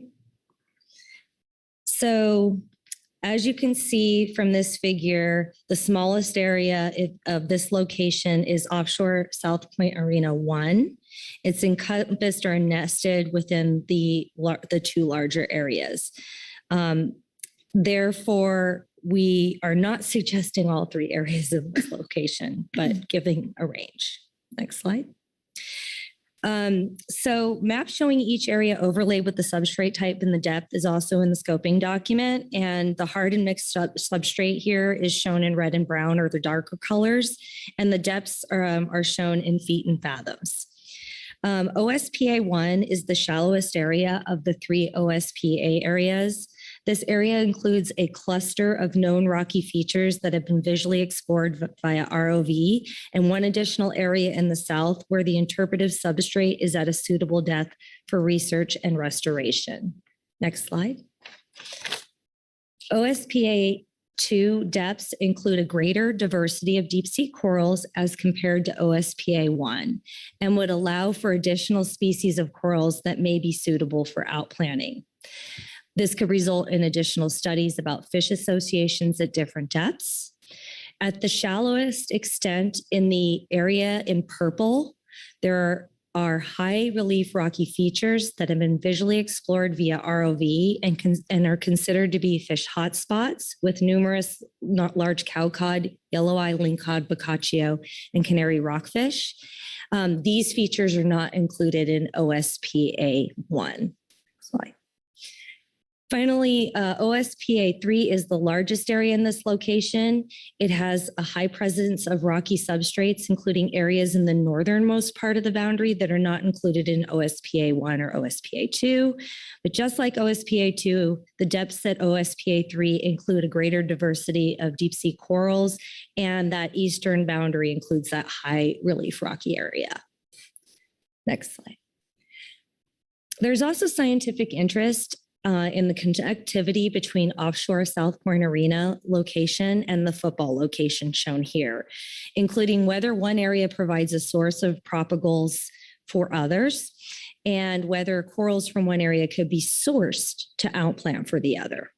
This is because the substrate types within the shallower extent of the depth range of offshore South Point Arena location are similar to those observed at the football. And the substrate at the football is particularly unique because of its low relief hard substrate and layered rock that can be ideal for deep sea coral outplanting, given the consistency of habitat for adding structure forming habitat.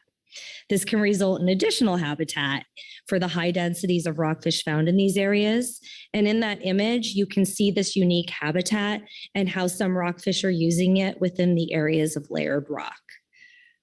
So for F1, so for the F1 area, it's the core of where high densities of rockfish were observed in areas of layer rock. And it's important to note that all of this area except 0.79 square miles on the west is included in the current NTRCA. That will change in 2024. Next slide. F2. The F2 area includes more rocky and mixed substrate that may be suitable for coral restoration. The F2 area has more available low relief substrate like the one in the photo. Also, it is likely that the additional predicted habitat in F2 will provide more suitable places for deep sea coral restoration, given the unique habitat in the entire location of the football. Next slide. The Cochrane Bank Fanny Shoals location is the shallowest of all the locations. It provides unique opportunities for deep sea coral research at shallower depths and restoration of deep sea coral species such as the red gorgonian that's unique to these depths. That's the photo on the right. And a unique finding at this particular CB area was the collection of Christmas tree coral, which is the image on the left. Although it's not a coral that would be outplanted, this observation represents the northernmost occurrence to date. And the reason this may be occurring may be related to the California current and the unique underwater archipelago, which is explained more in the scoping document.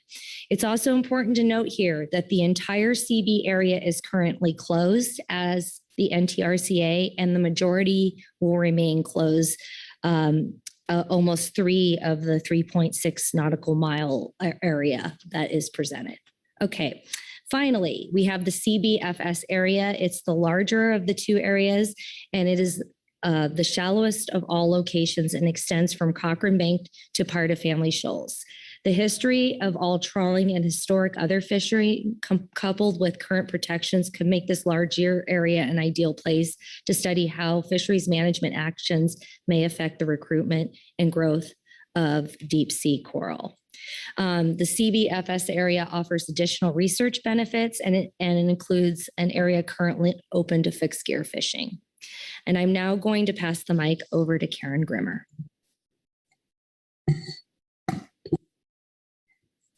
Good morning, council members. I'm Karen Grimmer. I'm Resource Protection Coordinator from Monterey Bay National Marine Sanctuary. Happy to be here this morning. So I'll be providing information on sanctuary ecologically significant areas, which contributed to the selected deep sea coral research and restoration areas in our sanctuary, which you can see here in the 2 maps. So back in 2013, we worked with a number of scientists, fishermen, NGOs, and other agencies to identify remarkable, representative, and/or sensitive marine habitats, communities, and ecological processes. So we compiled over 150 GIS data layers and ultimately identified these CISAs, as we call them for short, as you can see in the map. And the data from that process fed into the data review for the Año Nuevo Ascension Canyon Complex and Sur Ridge proposed deep sea coral restoration and research areas. So let's take a look at the 2 proposed areas at the Año Nuevo Ascension Canyon Complex. These are 2 separate areas here that could both be considered for research and restoration areas. The Canyon Complex, as many of you know, is a highly productive area based on the upwelling originating from Año Nuevo. It has high densities of krill and rockfishes associated with corals in the shallower areas. The corals live on rock outcrops surrounded by fine sediment habitat, and bamboo corals are particularly abundant here in the rocky red area. And after discussions among deep sea coral experts in the workshops, it was concluded that there are research needs in the upper canyon areas, but that outplanting deep sea corals should be focused in the deeper areas of the canyons. And you can see, as I mentioned, the red hard bottom areas here in the Año Nuevo Canyon map. Please take a quick look at the stats on the slide. Sur Ridge is approximately 28 miles away and could be used as a potential source for corals to outplant at this location. And as Karen mentioned, proximity between source and outplanting locations is important, as less distance will minimize time in transport. Next slide, please. Okay. So the proposed area in Ascension Canyon is about half the size of the Año Nuevo Canyon area at just under 3 square nautical miles. You can see the stats on the slide and the types of corals found in this area. It has similar habitat to the Año Nuevo Canyon. Lastly, we have Sur Ridge, which is a feature where a lot of the techniques for deep sea coral outplanting have been developed in Monterey Bay Sanctuary, working with Monterey Bay Aquarium Research Institute and the Sanctuary Research Team since 2013. Next slide. This is the site of an MBARI-led deep sea coral observatory. And so far, 8 cohorts of corals have been successfully translocated in the northern portion of Sur Ridge. Sur Ridge is spectacular for its diversity and abundance of deep sea coral species, with bamboo corals numbered in the thousands of individuals. It's the deepest of all 10 proposed areas. So to prepare for the subsequent council process, Greater Farallones and Monterey Bay Sanctuaries developed a publicly available geospatial tool so that stakeholders and interested parties can see the locations and areas that are in the scoping document, along with the relevant data. So this tool accompanies the Deep Sea Coral Research and Restoration scoping document. And the link is in the lower part of the slide. Basically, it will take you right to it. No login needed. Next one. So there are over 60 layers of data, including bathymetry, deep sea corals, seafloor habitat, groundfish fishing data, essential fish habitat conservation areas, and the current and future planned non-trawl RCA, as well as explored transects and deployed gear and observations and habitat suitability of relevant fish species. So the tool can be updated with new tools, with new data as needed, so it's dynamic. And we think it's going to be really helpful for this process and for folks to use. So thank you for considering the scoping document, and we're now happy to answer any questions. Okay, thank you. Questions on the National Marine Sanctuaries presentation? Corey Ridings. Thank you, Mr. Chair. Thank you both for being here. My question is in regards to sort of, in reading the report and hearing your presentation, I'm still a little bit confused about the sanctuary's purpose and need. I'm hearing a combination of both responding legally to the sinking of the dry dock, as well as responding to some larger authorities that the National Marine Sanctuaries have. And thinking about the options that you've presented, and thank you very much for the work that went into presenting the options. It's clear that the sanctuaries did put a lot of effort into that. It says the 5 in your report, I think it's on page 10. The 5 locations selected meet this initial set of criteria. So I'm curious as we move forward, all these 5 locations meet your purpose and need.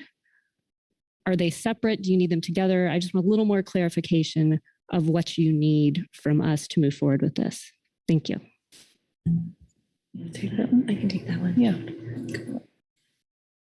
I appreciate the question. And the way we were thinking about this document is that we wanted to provide through 2 different sanctuaries, the locations that are feasible for deep sea coral, both research and restoration.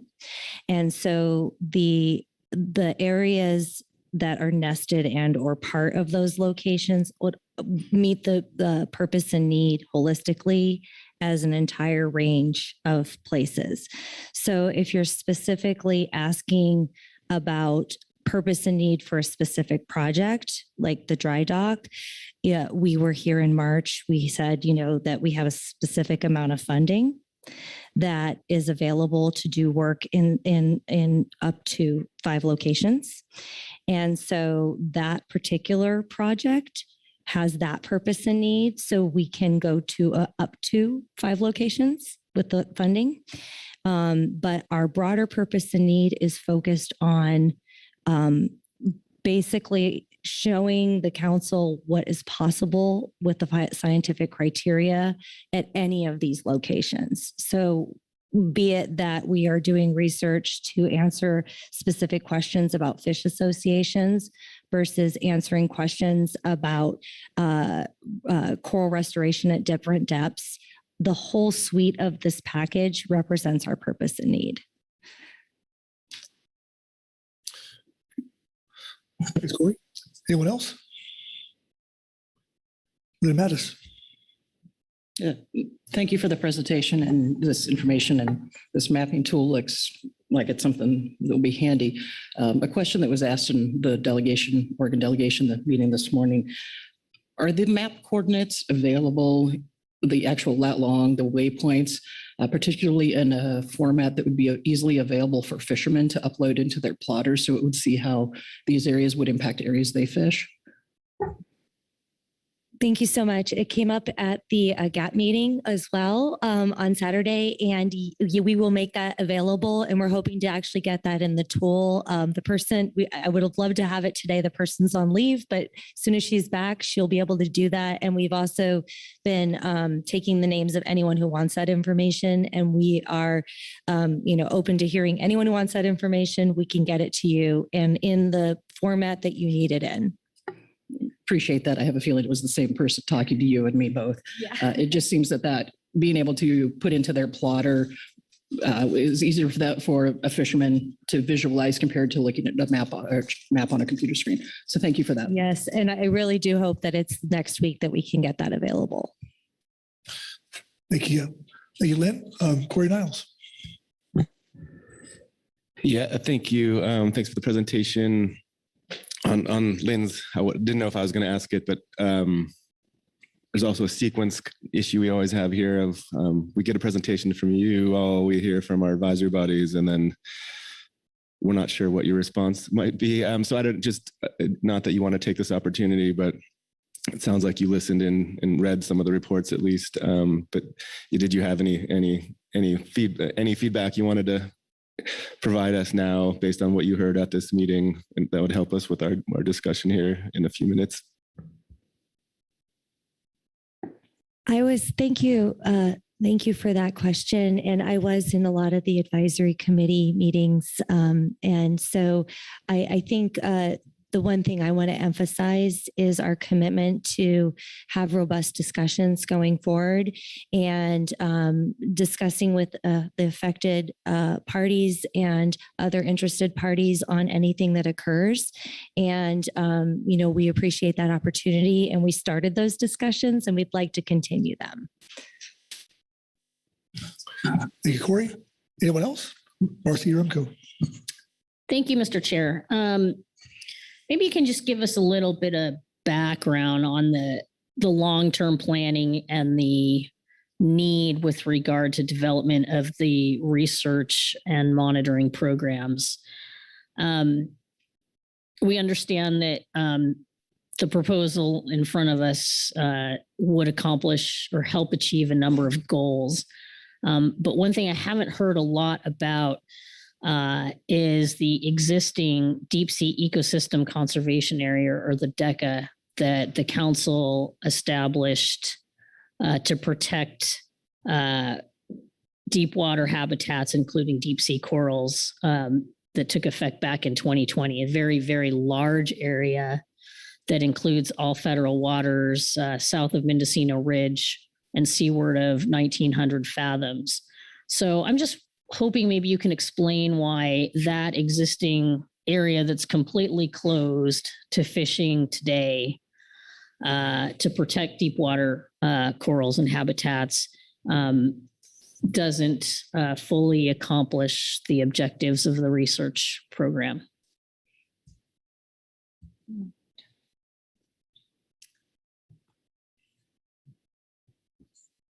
So I can say I am not as familiar as I should be with DECA, and I will look into that.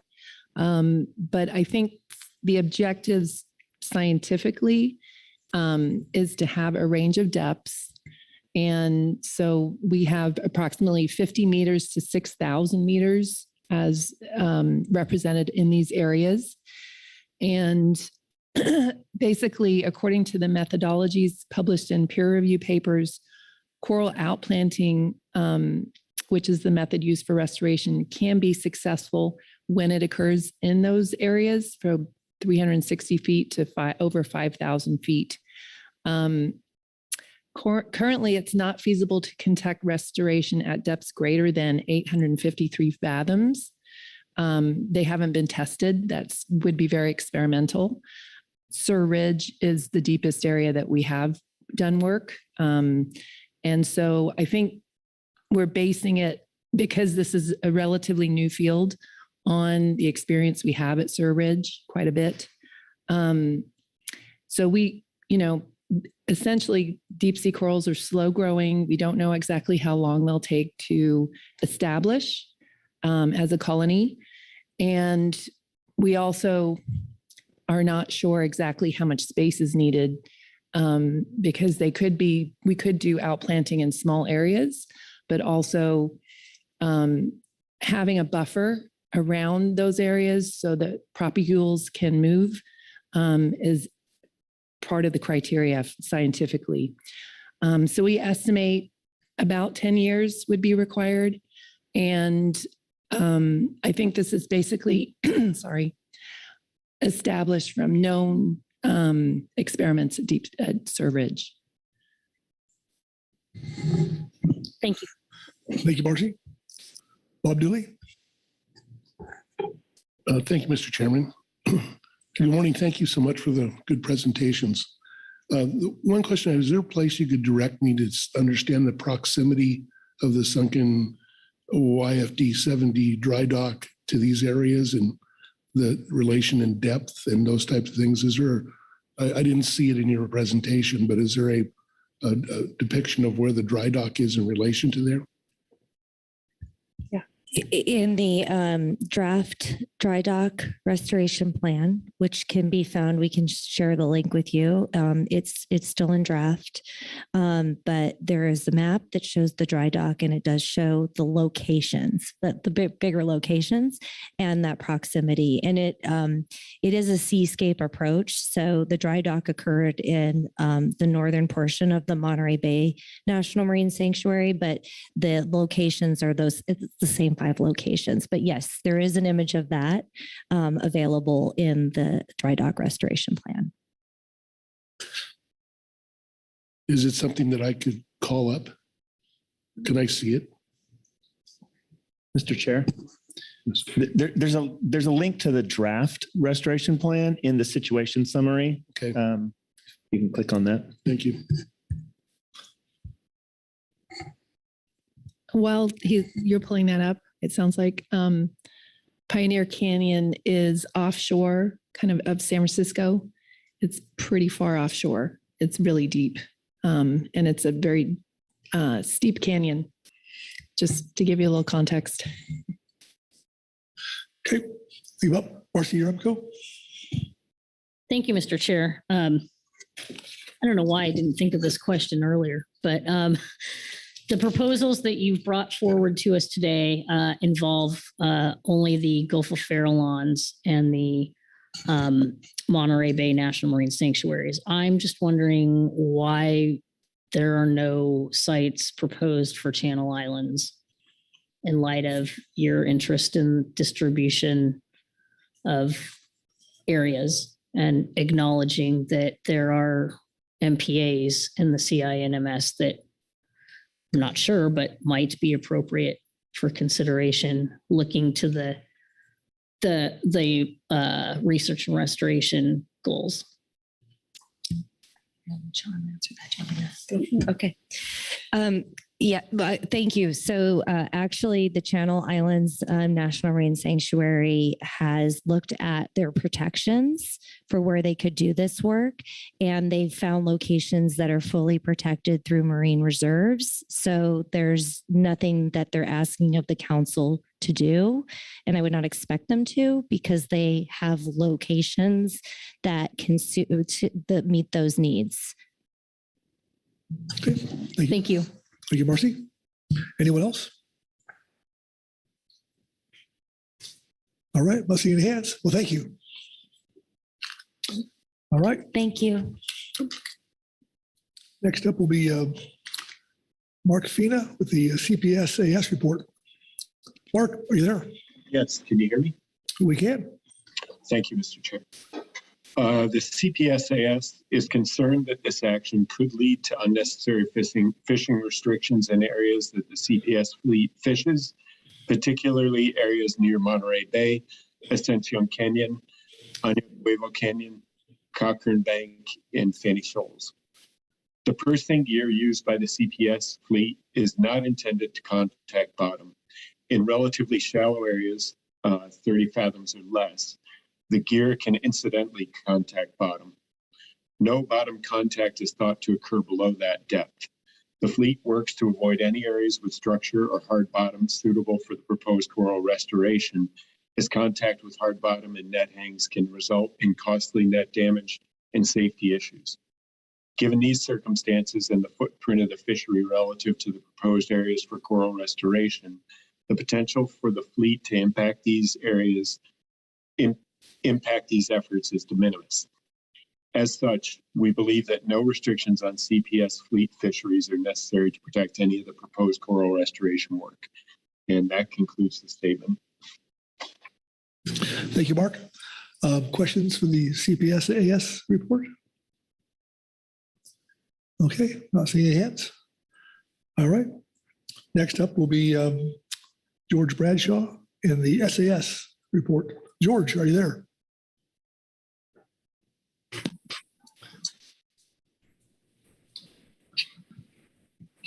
George there? Yeah, you got me, Chair? We do.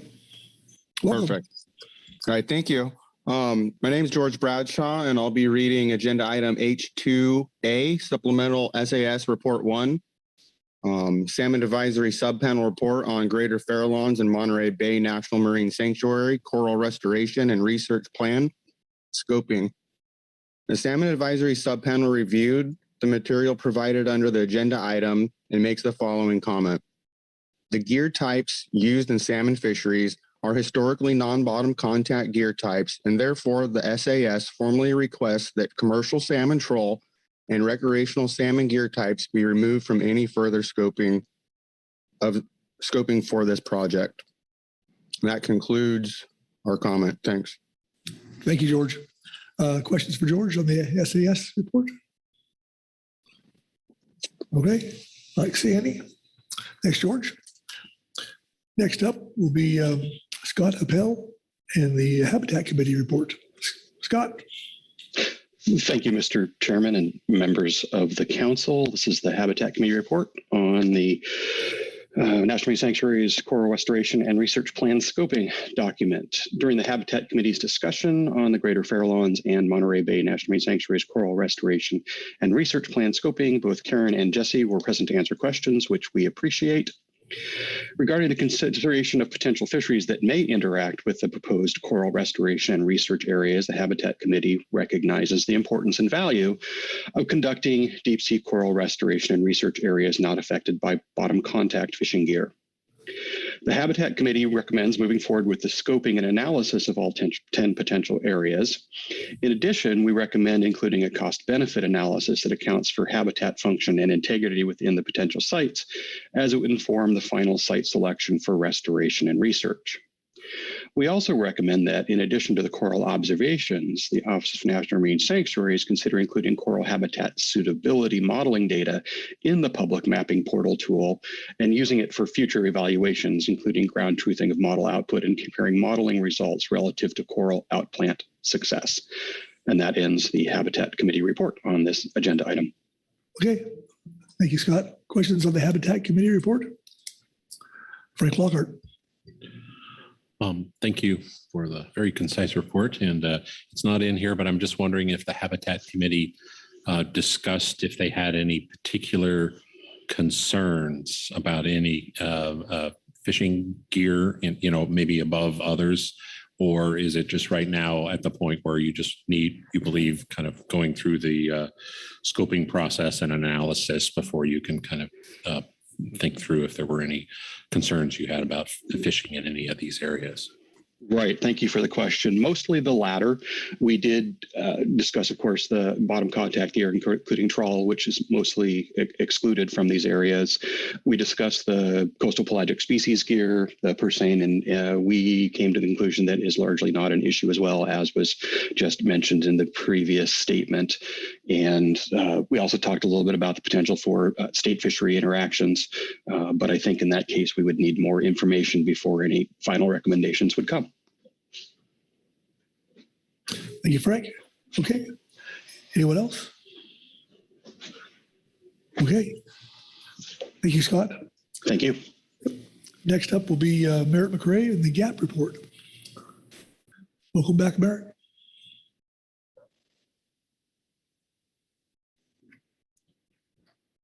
Good morning, Chair Pettinger and commissioners, council members, excuse me. I will be reading from Agenda Item H2A, Supplemental Gap Report 1. The Groundfish Advisory Subpanel has considered the proposal of the Greater Farallones and Monterey Bay National Marine Sanctuaries for coral restoration and research areas. We recognize sanctuaries have pushed to reduce public access for fishing by proposing additional closed areas. We appreciate the geographic analysis and deep sea coral research and restoration scoping tool that sanctuaries have provided. The GAP would like other sanctuary proposals to continue to come through the council process for review and comment.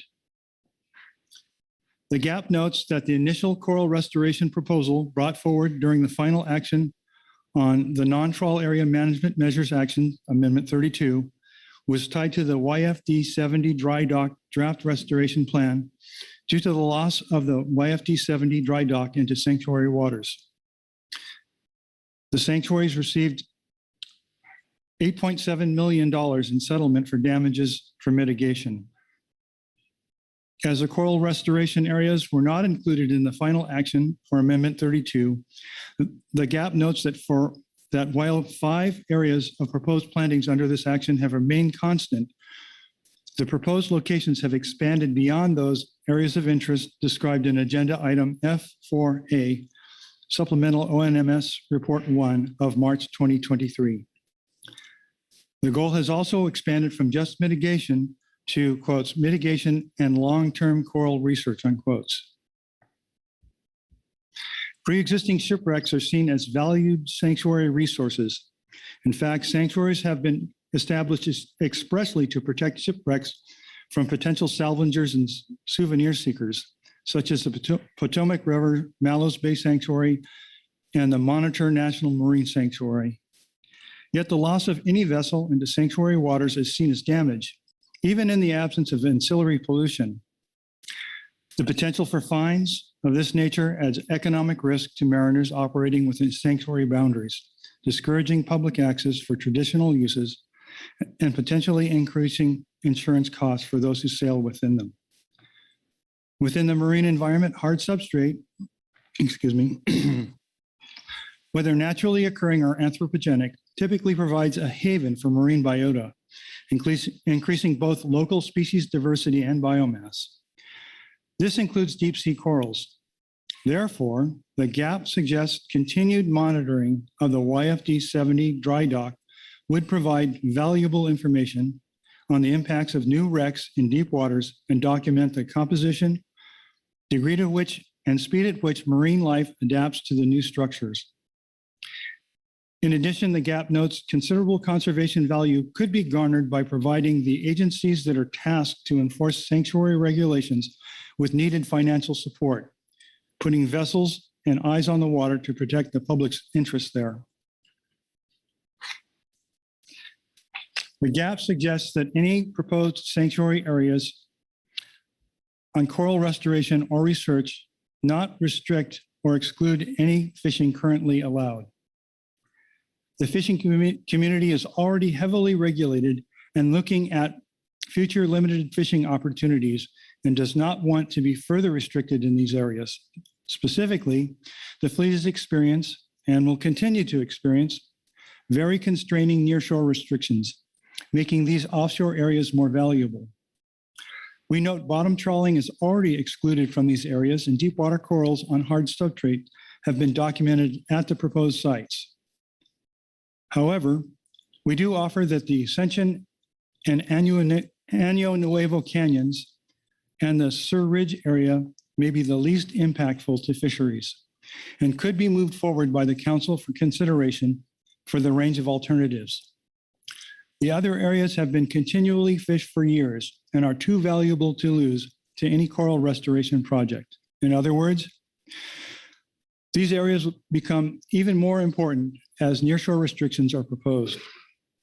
Additionally, if the council moves forward with a proposal to develop new closed areas, the GAP suggests that only groundfish bottom contact gear, that is pots and long lanes, be restricted. And non-bottom contact gear types, for example, stationary and vertical jig gear, should be permitted. Overall, we strongly suggest the project areas should encompass in total areas in size that are no more than the size of the YFD 70 dry dock itself, plus a no bottom contact buffer no greater than a quarter mile around them. While the GAP offers the above comments and suggestions, unanswered questions remain, which make it difficult to comment in full. For example, 1, GAP members know that other bottom contact GAP members know that other bottom contact state fisheries exist in these proposed closed areas. We ask, will these be considered through the state process? And 2, how much area will be planted within the closed areas? The GAP suggests that sanctuaries should do a quantitative review of the program every 5 years to determine the effectiveness of the measures and to what degree. Furthermore, if they are not working, the areas should reopen to fishing. Thank you, and that concludes our statement. And I'd be glad to take any questions. Thank you, Merritt. Questions for Merritt on the GAP report? Corey Ridings. Thank you, Mr. Chair. Thank you, Merritt, and thanks to the GAP for this comprehensive report. You offer that there are 2 areas that you suggest and could be moved forward, effectively suggesting the other 3 should be removed. And you note that these other areas have been continually fished for years and are too valuable to lose to any coral restoration project. Council staff did a really nice job of setting us up with the document. But I'm wondering if you could provide a little more information for the council about those 5 areas and what fishing that are too valuable to lose. Thank you for the question. Our northern representatives, I'm a southern representative on the GAP. Our northern representatives indicated that quite a bit of hook and line fishing occurs in these areas. And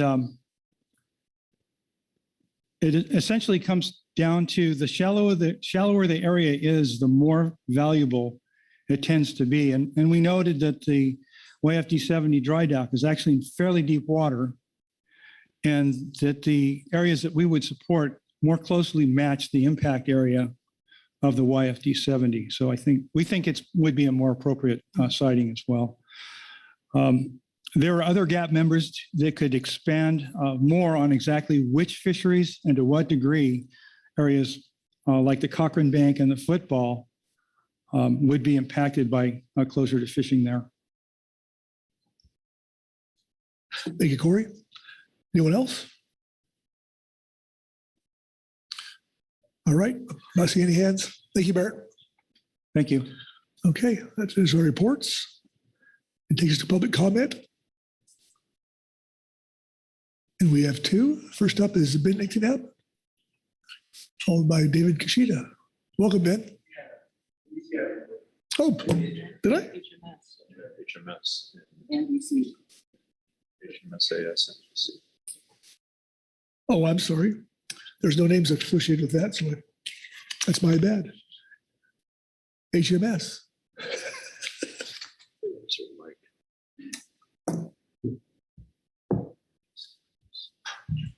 Thank you, Mr. Chair. Mike Conroy on behalf of the Highly Migratory Advisory Subpanel offering our report on this agenda item.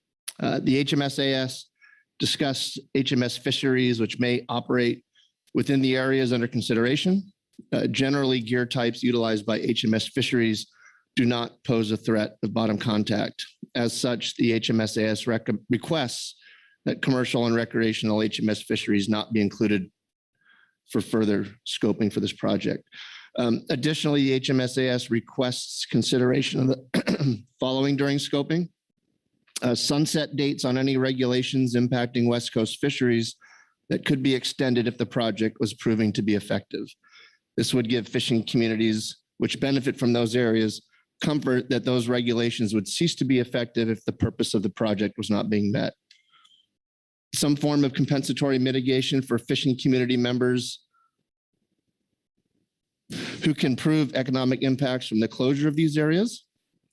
Potential impacts to other fishery operations operating from, potential impacts to other fishing operations resulting from effort shift as displaced harvesters relocate their operations.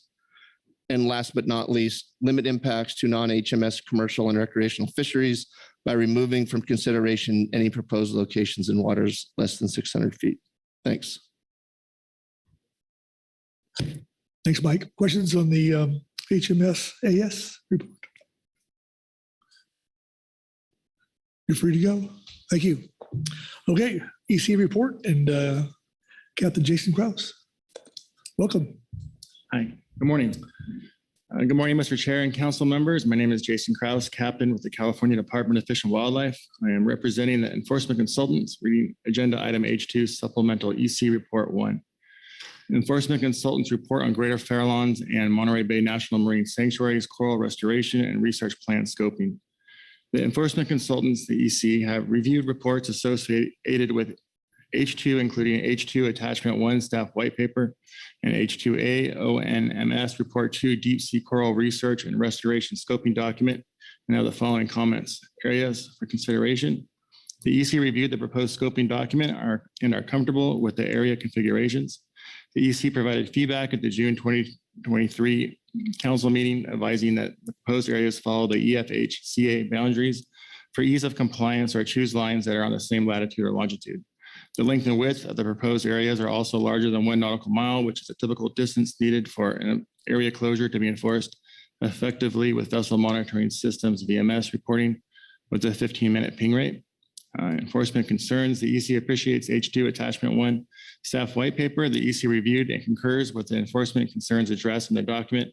For each fishery, the EC does not see significant barrier to enforcing the closing of the proposed areas to fisheries that require VMS due to the remote location of the proposed areas.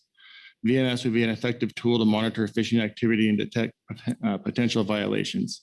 Any fishery that does not require VMS would be difficult to enforce since these fisheries could only be monitored with on-sea air or surface assets. That concludes the EC report, and I'd be happy to answer any questions. Okay, thanks, Jason. Questions for the EC report? Oh, Frank Lockhart. Just on your very last sentence, did you identify any fisheries that you would potentially be worried about? To the chair, thank you for the question. No, we did not. We were just stating with VMS, it's easier for us to monitor because we can see it not on the water. Okay, thanks, Frank. All right, not seeing any hands. Thanks, Jason. Thank you. Okay. Now I think it takes the public comment. Welcome, Ben. Thank you, Mr. Chair, members of the council. I'm Ben Enticknap representing Oceana. I just want to say this is one of my favorite topics, deep sea corals, and I'm happy to be speaking with you about it today. I also want to acknowledge the excellent presentation from the National Marine Sanctuaries and to say that Oceana supports the Habitat Committee statement, which is to retain all 5 locations and 10 areas within the scope for now, so that there could be a more fuller analysis and dialogue about deep sea coral restoration and research in these areas going forward. Next slide, please. As you know, deep sea coral ecosystems are extremely important ecologically. These organisms form unique colonies that are very long-lived. They could be hundreds, even thousands of years old. They're extremely sensitive to disturbance. They're very slow growing, and they create living habitats for a number of other marine organisms, including fish in our ocean ecosystem. And the council has identified deep sea corals and as well as sponges as priority habitat features for essential fish habitat conservation. And then this issue is really kind of getting started because of the sinking of the dry dock in Pioneer Canyon. It was estimated, over 3,000 fish and vertebrates were displaced, crushed, and killed with the sinking of this dry dock, including up to 1,300 coral colonies that were likely killed because of this impact inside the National Marine Sanctuary. Next slide. And so to further the coral research, restoration, and research, the sanctuaries have identified these 5 locations, which together make up 10 different areas as they've described in their reports. And these were very carefully identified areas across a range of depths and a range of the region off of California. And I think just really important to emphasize that range of depths is really important because it allows research and restoration of specific coral species. If you don't include those shallower depths, you're losing options for restoration and research depending on the species that inhabit those depths. So these were very carefully selected sites, and they would really go a long ways to furthering the important restoration goals, as well as enhancing scientific understanding, conservation, and management of these unique deep sea coral habitats in these ecosystems. Next slide. So all of these areas are currently within the essential fish habitat conservation areas. And what I'm showing here is the offshore South Point Arena and the football sites. When we were working on protecting these habitats from bottom trawling, there was not a whole lot of information actually on these as far as the presence of corals and the extent of the reefs in these habitats. Since then, there's been a lot of new information generated by the Greater Farallon National Marine Sanctuaries about both offshore South Point Arena and the football, which is what they're now showing you in those side scan sonar mappings of the rocky reefs, ROV surveys showing, cow cod, yellow eye rockfish in these areas, as well as new species of corals that have never before been identified. But I also want to make sure that you're aware that these areas are currently within the non-trawl rockfish conservation area. Oceana requested that the football and the Point Arena South area that overlaps the non-trawl RCA remain closed because, not just because of coral research and restoration, but because these are really important habitat areas. And we believe that they should remain protected from all bottom contact fishing gears. And no one has been fishing inside these areas for a very long time, at least for groundfish, because of the non-trawl rockfish conservation areas. Next slide, please. And this will show you just some of this little video here shows some of the unique habitats at the football that the Farallones have identified in research going back to 2014. So these complex rocky ledges that are home to a variety of invertebrates and as well as rockfish that seek shelter in these habitats. It's a really unique habitat in this area and at this depth.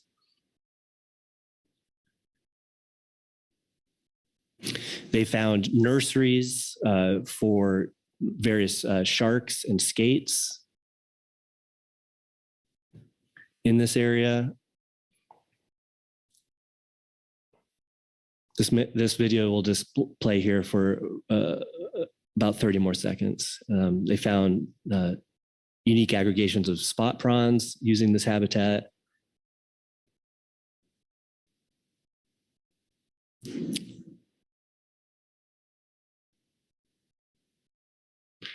And here are skate egg cases.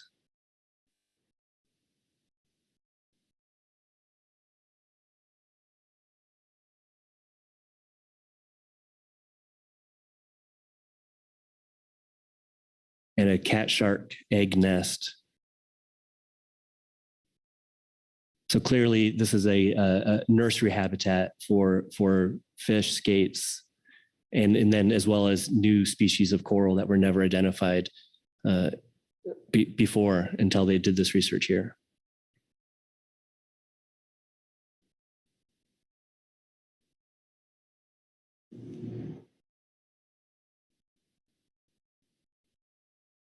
Okay, next slide, please. And then here, this is the Cochrane Bank in the Fanny Shoal area. The Cochrane Bank area, some of it is going to be opened up with the opening of the non-trawl RCA, but most of it will stay closed within the non-trawl RCA. So there really isn't groundfish, fishing happening in that area. This is a really good site for the restoration activities. It's also an area where this large black coral colony has been identified. There's a lot of sponge habitat in this area. This is a really unique, important habitat site that I think would really benefit from this research and should be included in the range. Next slide. And then Ascension Canyon and Ano Nuevo, we support including both of these areas in this really important canyon habitat where there's identification of a variety of coral species. And as the Monterey Bay Sanctuary pointed out, this is an identified sanctuary ecologically significant area and has a lot of rocky substrate. Now these are getting to be, deeper habitats, deeper than what you found at Cochrane Bank, Fanny Shoals, and the football. Next slide. And the last location is Sur Ridge. This place is really phenomenal. I think as the sanctuary pointed out, there's thousands of coral observations here, a whole number of different species. I was really enjoying learning about this, and Monterey Bay Research Institute had this, live from Sur Ridge episode that you can go watch online, where they're live streaming a survey on this habitat, and you just see these beautiful pictures of just amazing Gorgonian corals. I highly recommend checking out. It's really interesting. And certainly this is a fascinating spot that should be included in the research and restoration activities. Next slide. And I just want to conclude here to say that, the sanctuary, that NIMS and the council have a broad suite of authorities to do this under the Magnuson Act. We encourage you to use your authorities under essential fish habitat. Clearly, these are essential fish habitats that should be protected, but also your discretionary authorities under the Magnuson Act to protect habitats and ecosystems. And then I want to remind that the council's in the Magnuson Act, the definition of conservation and management includes restoring the marine environment. And so here, I think there's a really direct link to this program that the sanctuaries are wanting to move forward with. And we highly support this. All 5 locations, 10 areas should go forward for further review and public consideration. Thank you. Okay. Thank you, Ben. Presentation. Questions for Ben? Okay. Thank you, Ben. Okay. Next up, I believe, is Dave Kashida. Welcome back, Dave.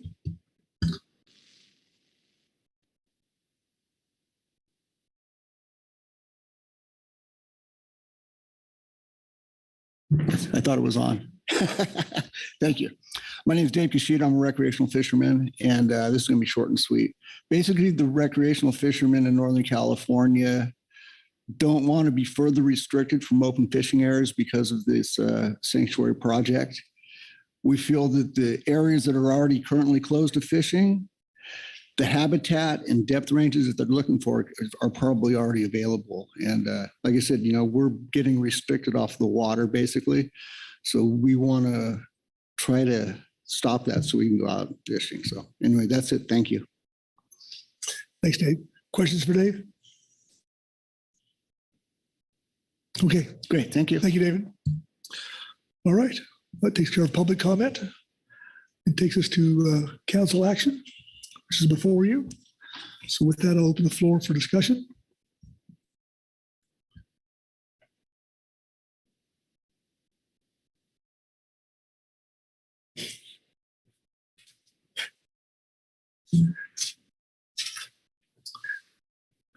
Okay, well, I'm open for a motion, even if we're not getting discussion here, just to get the discussion going. So,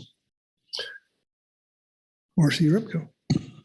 Thank you, Mr. Chair. I do have a motion prepared, but I need just a few minutes to get it to its destination. Thank you. Well, I'll keep the invitation for someone to speak in the meantime. So we'll just stand down here, and if someone wants to contribute, I'll be looking for a hand. So in the meantime, Mark Relnick. I'll bite. I appreciate the sanctuary coming here and working in a cooperative manner, as Mr. Anderson had mentioned earlier. I do notice a bit of a goalpost moving. Initially, this came as an effort to mitigate for damage caused by the sinking of the dry dock. And it has grown into research, and research is important. I'm not trying to denigrate it, but it is a significant change of scope compared to how this action first came to us. I think that there was some concern when this came to us in March that it was sort of out of cycle, because normally we would consider these restrictions as part of the spec cycle. And there was an indication that because of the confidentiality of the settlement agreement, that the sanctuary simply couldn't address to us the need for some areas for mitigation. And that I understood. I'm not sure that equally applies to additional areas that are for purposes of research. I think that to the extent we need to consider those, I would kind of prefer to do that in cycle.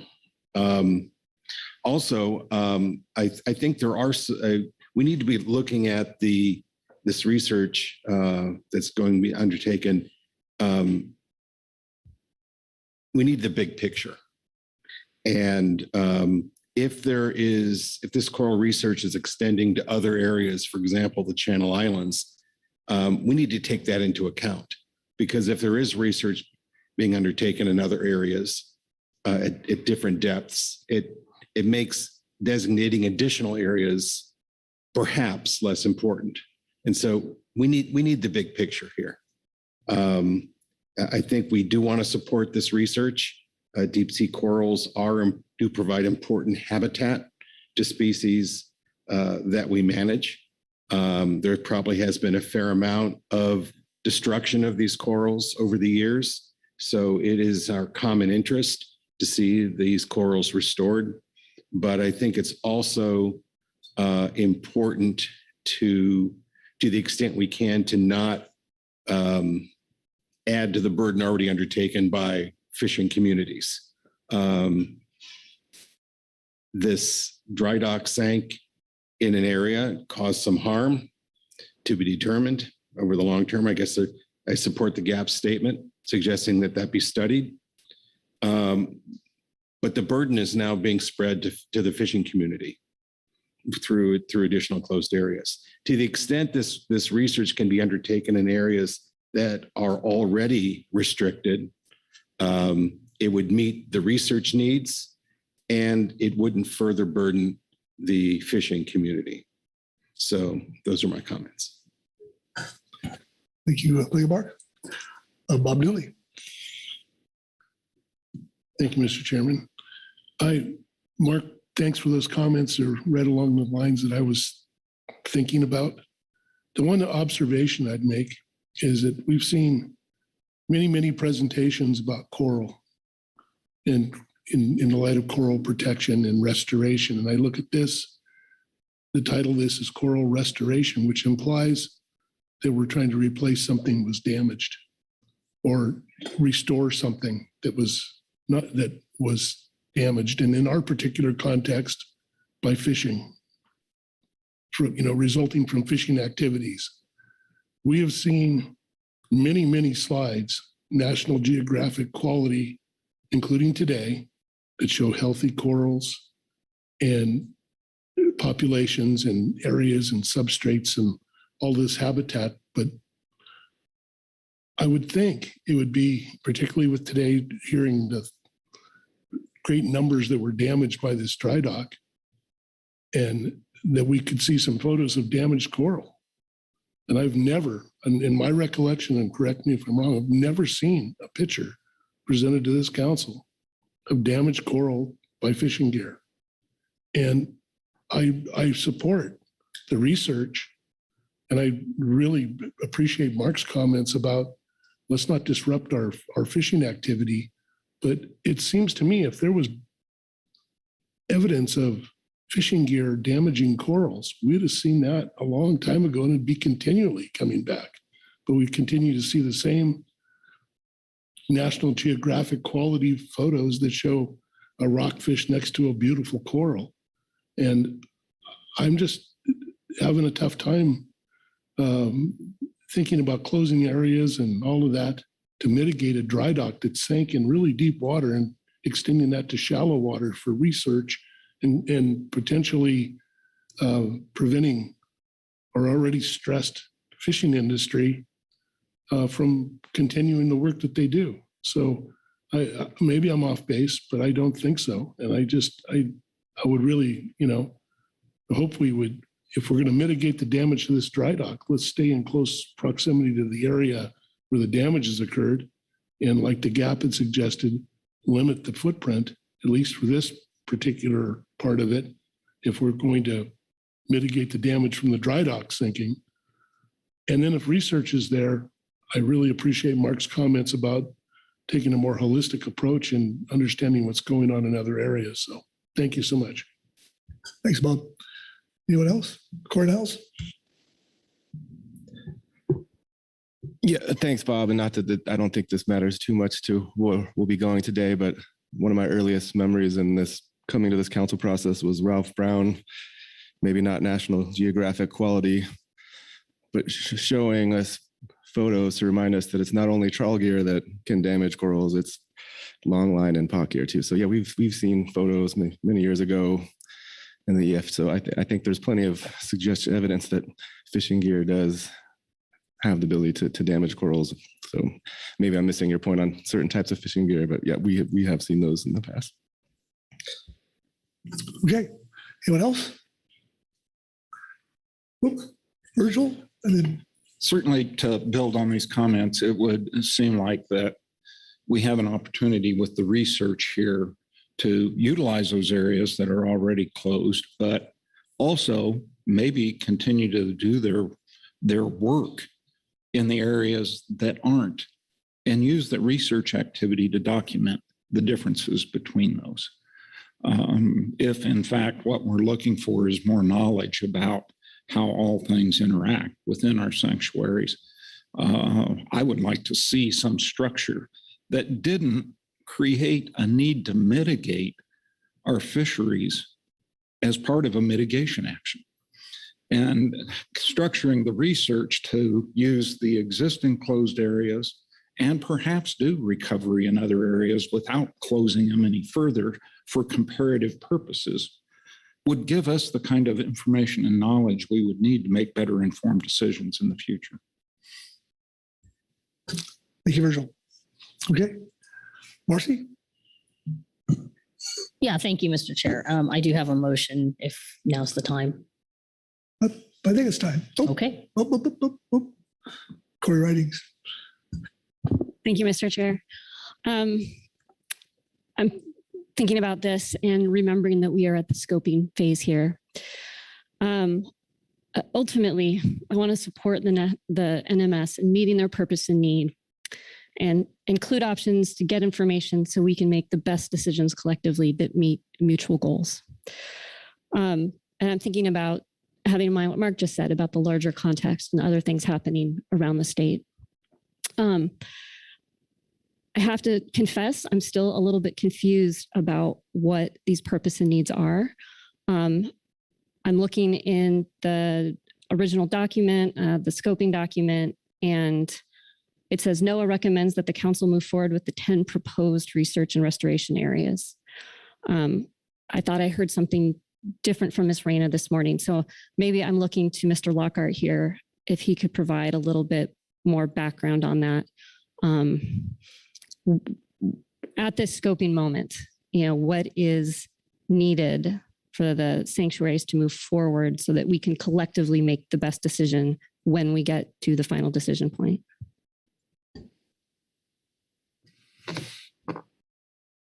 Frank Lockhart? So I think they basically did say that in their presentation. I think the best thing for them would be to scope all of the areas that they mentioned and go forward with the analysis. Seems like some other council members kind of mentioned that, knowing kind of what we're dealing with. So moving forward with all of the areas at this scoping phase, like that is, we're just scoping at this point in time, would be the best path forward. Thank you, Frank. Okay. Thank you, Corey. Marcy? Yeah, thank you, Mr. Chair. I don't know that I agree with that, but I will offer a motion and speak to it. There you go. Please. Thank you. I move the council proceed with developing the possible closure of the Año Nuevo and Ascension Canyon complex sites and the Sur Ridge site as shown in agenda item H2A ONMS Report 1 scoping document to promote deep sea coral restoration and research within the Monterey Bay National Marine Sanctuary. Ask National Marine Fisheries Service to explore use of its discretionary regulatory authority to ensure fisheries closures would be applicable to all bottom contact gears. Okay, thank you, Marcy. Is the language on the screen accurate? Yes, it is. Okay, looking for a second. Second by Mark Gorelnik. Thank you, Mark. Please speak to your motion. Yeah, thank you, Mr. Chair. This motion reflects the intent of the action today, which was to identify areas that meet the original proposed scope and purpose and need of the project, which was to mitigate the dry dock sinking. The 3 areas of the 10 that we reviewed in the scoping document were specifically selected because they pose to be the least impactful to fisheries activities and as supported by the GAP's input. It should be noted, however, that these 3 sites are still expected to have some impact to fishing activity, and want to acknowledge that the deep water sites were preferred both because of this reality that the fishing activities in the deeper water are fewer, and acknowledging again back to the original intent of this action, which was to mitigate for the dry dock sinking, which occurred in very deep water, which is what we should be looking to protect or mitigate for as the purpose here today. It's difficult to reconcile that mitigation for an accident in deep water that's far from fishing activity should then displace fishing activity at a distant site. The proposed areas that were selected for review in the document were picked by coral scientists based on the best known parameters for successful planting outcomes. Appreciate the dialogue we had with the sanctuaries on uncertainty associated with the success of coral planting activities due to a number of uncontrollable environmental factors. And I think a number of folks around the table spoke to, I think, our collective interest in ensuring that coral planting activities are successful, and we can't precisely say which environments are likely to be the most effective for these actions. The GAP report speaks to what seems to be a bit of mission creep from the original identified need, and I think we've heard a lot about that in council discussion. I'd emphasize that sites are available right now, both in the DECA and in the Channel Islands Sanctuary, that could have been included for our consideration here as part of this proposal. So I'm concerned that the scoping document did not acknowledge the availability of existing closed areas to fulfill the goals of deep sea coral monitoring and research. So as scoping and analysis proceeds on this topic, I'd like the council to receive more information on the actual need to close these areas and precisely why no other existing closed areas can fulfill the needs for future research and restoration. We've heard over the last several months that the sanctuaries, they've indicated the scope of coral restoration and research. The needs may change over time, and that additional sites or areas may need to be considered in the future. I think that's fair enough. But at this point, with what we have in front of us and the need, which we understood to be for mitigation, moving forward with these 3 site proposals only seems reasonable.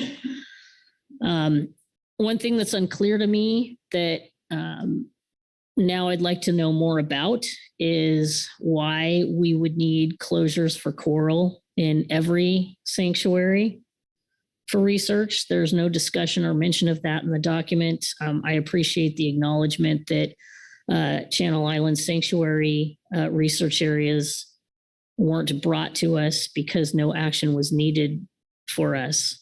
But the omission of those sites fails to help us understand the full context and the full need for additional closed areas that are being proposed here to fully accommodate the research and the research activities that are going to be undertaken into the future. I'd also encourage the sanctuaries to consider the deeper water areas. They've mentioned there's no evidence of success yet for outplanting in deeper water areas. I would expect that the deeper the water is, the might see greater chance of success with less ocean currents and potentially, more hospitable environment.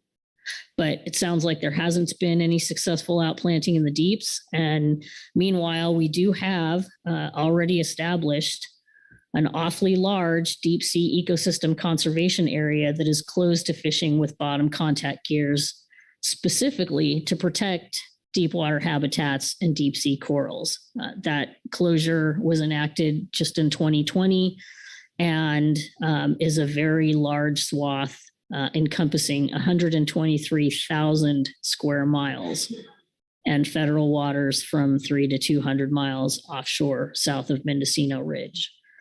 So that very deep water area combined with very shallow water area that likely exists in the Channel Islands, National Marine Sanctuaries, MPAs, coupled with these three sites kind of medium depth, I might describe them, in Año Nuevo and Ascension Canyon, plus Sur Ridge, should allow quite a wide range of opportunity in various habitats, various depths to accomplish and promote the goals of coral restoration and research.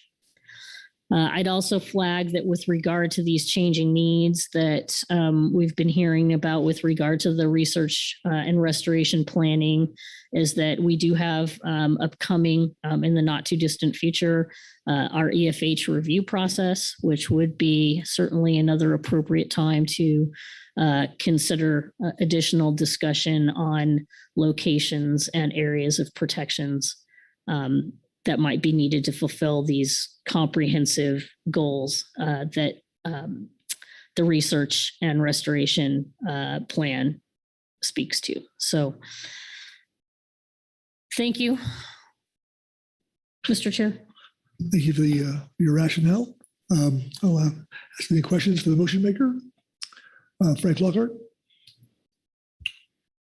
Thanks, Mr. Chair, and thanks, Marcy, for the motion and also the expansive support. And I guess in listening to a lot of your support, you mentioned things along like wanting to know more information and, let's see how all these things fit together. I'm paraphrasing, but so I'm don't quite understand, kind of given that, why you excluded,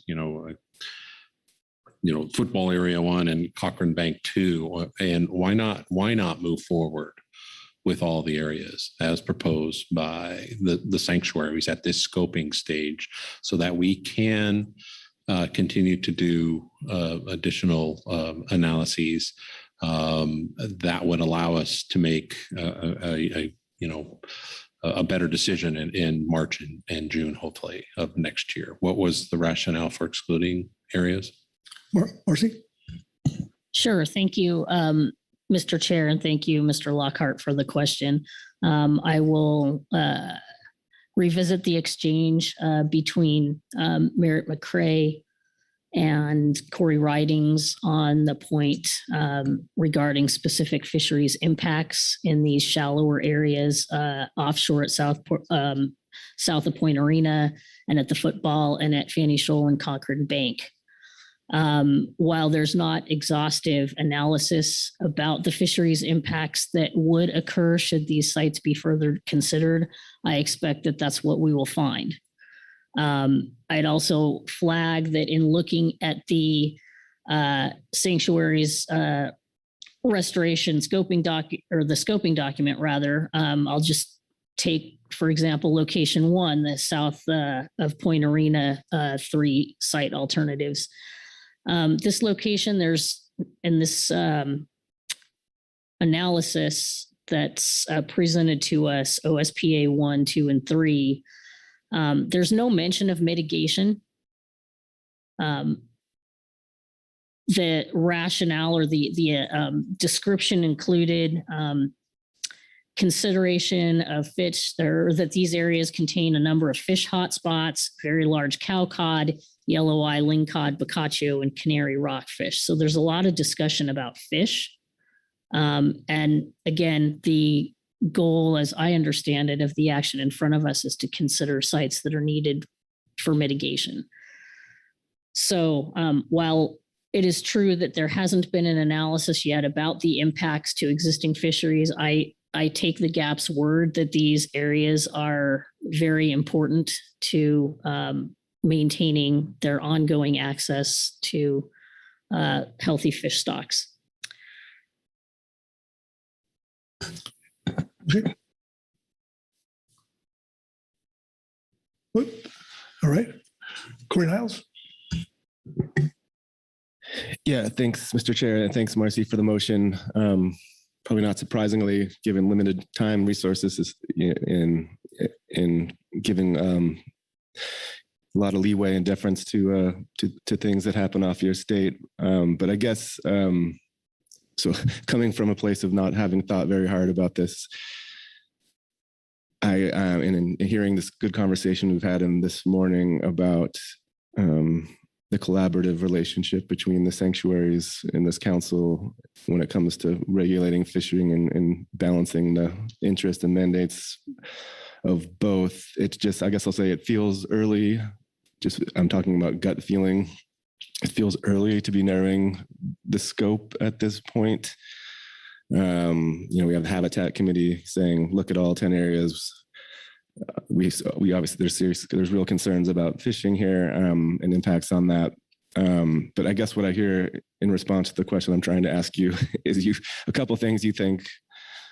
Principle of mitigation is that it should happen close to where the damage was caused. Number one.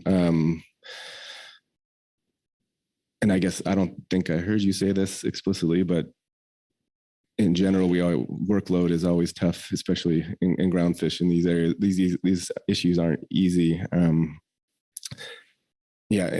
I guess I'll just stop there and see if you had, just given that I kind of think Mr. Lockhart was maybe getting at, I'm sensing there was, a sense that this is very early and this was just the start of the conversation. And there's more information to be brought forward, but I'll stop there and see if you had a response. Marcy? Thank you, Mr. Vice Chair. Thank you, Corey. I think I would point back to the purpose and need, and now not really understanding the full suite of areas that are available for a research and monitoring program. I'm feeling like we only have a subset of areas presented to us in the scoping document that might be appropriate to accommodate all of the current and future needs for research and outplanning activities, but I'm uncertain about that. What I do know is that these shallower areas at Fanny Shoal and Cochrane Bank and the football and south of Point Arena are areas that are important to a number of our fisheries, both our council managed fisheries and our state managed fisheries. They're also shallower sites, and the shallower sites are going to involve more interaction with currently active fisheries in the area. We did not do an exhaustive analysis of that because we understood that from our discussions and from the webinar with sanctuary staff that we did not need to consider all of the sites that were proposed in the scoping document to move forward, that the objectives could be fully met with 2 of the 5 sites that were proposed. So that's why we propose to remove those additional sites at this time. Thank you, Marcy. Vice Chair Asmer. Thank you, Chair Bettinger, and thank you, Marcy, for the motion. Really appreciate your speaking to it and giving the rationale. This question, if you explained it and I missed it, I tried to listen hard, please scold me, but it refers to the duration of a possible closure. Did you consider that? Because it's restoration and research, very often those things have some endpoints, whether it's research dollars or research findings or recovery. So instead of proceed with developing a possible closure, something like the possible closure and subsequent reopening. So there's some idea of how long this would take. So thank you.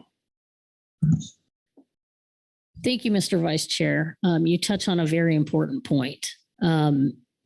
Originally, when the proposal was brought to us regarding the need to mitigate for the sinking of the dry dock, I think we all had a reasonable expectation that closures to allow for restoration would involve kind of a finite duration. And that once that restoration activity was completed, we'd be able to consider the necessity of maintaining the closure areas. But as the plan was further developed and the rationale further provided, and it became clear that really the proposed closed areas were also to achieve the parallel goal of developing a research and restoration plan, that the finite duration of the proposals changed. And our understanding was that they would need to be permanent in nature. So that's why you don't see anything in the motion regarding a time certain element. But our discussion here today is also about scoping, and certainly we aren't at the point of developing a range of alternatives or putting any sideboards on what might come with some of these additional closed areas that we might consider are needed. But anyway, that's the reasoning behind there not being a time element at this stage with regard to these sites, is kind of expecting that they are to serve for the long term as fulfilling the needs of the restoration and research plan. Okay. Executive Director Burton. Yes, thank you, Mr. Chairman. Let's see, thinking of time, we do have a fairly ambitious timeline in front of us if we were to want to address the sanctuary's request in time for their desired coral propagation activity. And I wonder if Jesse or Carrie could speak to the timeline that's in front of the council and the milestones we would need to hit in order to make that mark.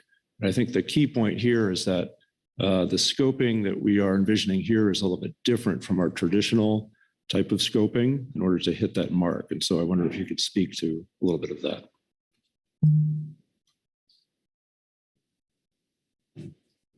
Jesse? Mr. Chair, Mr. Burden. Yes, so right now we are scheduled to adopt an ROA and a PPA in March with final action in June of 2024, with the expectation that we can have these in place for 2025, which is the hopeful planning time that's been explained by the sanctuaries. So we definitely are on a compressed timeline in terms of the analytical package that we would need to develop for the council to fully consider a range of alternatives in a PPA in March. Thank you, Jesse. Okay. All right, Phil Anderson. Yeah, I'll be brief. I just want to express strong support for the motion. I think it's well thought out. I do think that specifically on the narrowing of the number of areas that we would move forward, I think Marcy's reasoning is very sound in how she selected these that are in the motions and in the motion and why she excluded others.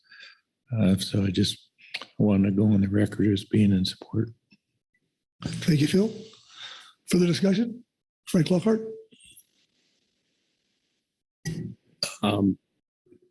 Been listening to all the comments, and I do think a lot of good points are being made, but I still, I think that the question is, do we need to make this decision now to narrow it, or could we do it at the proposed stage in March and perhaps even come to the same sort of decision?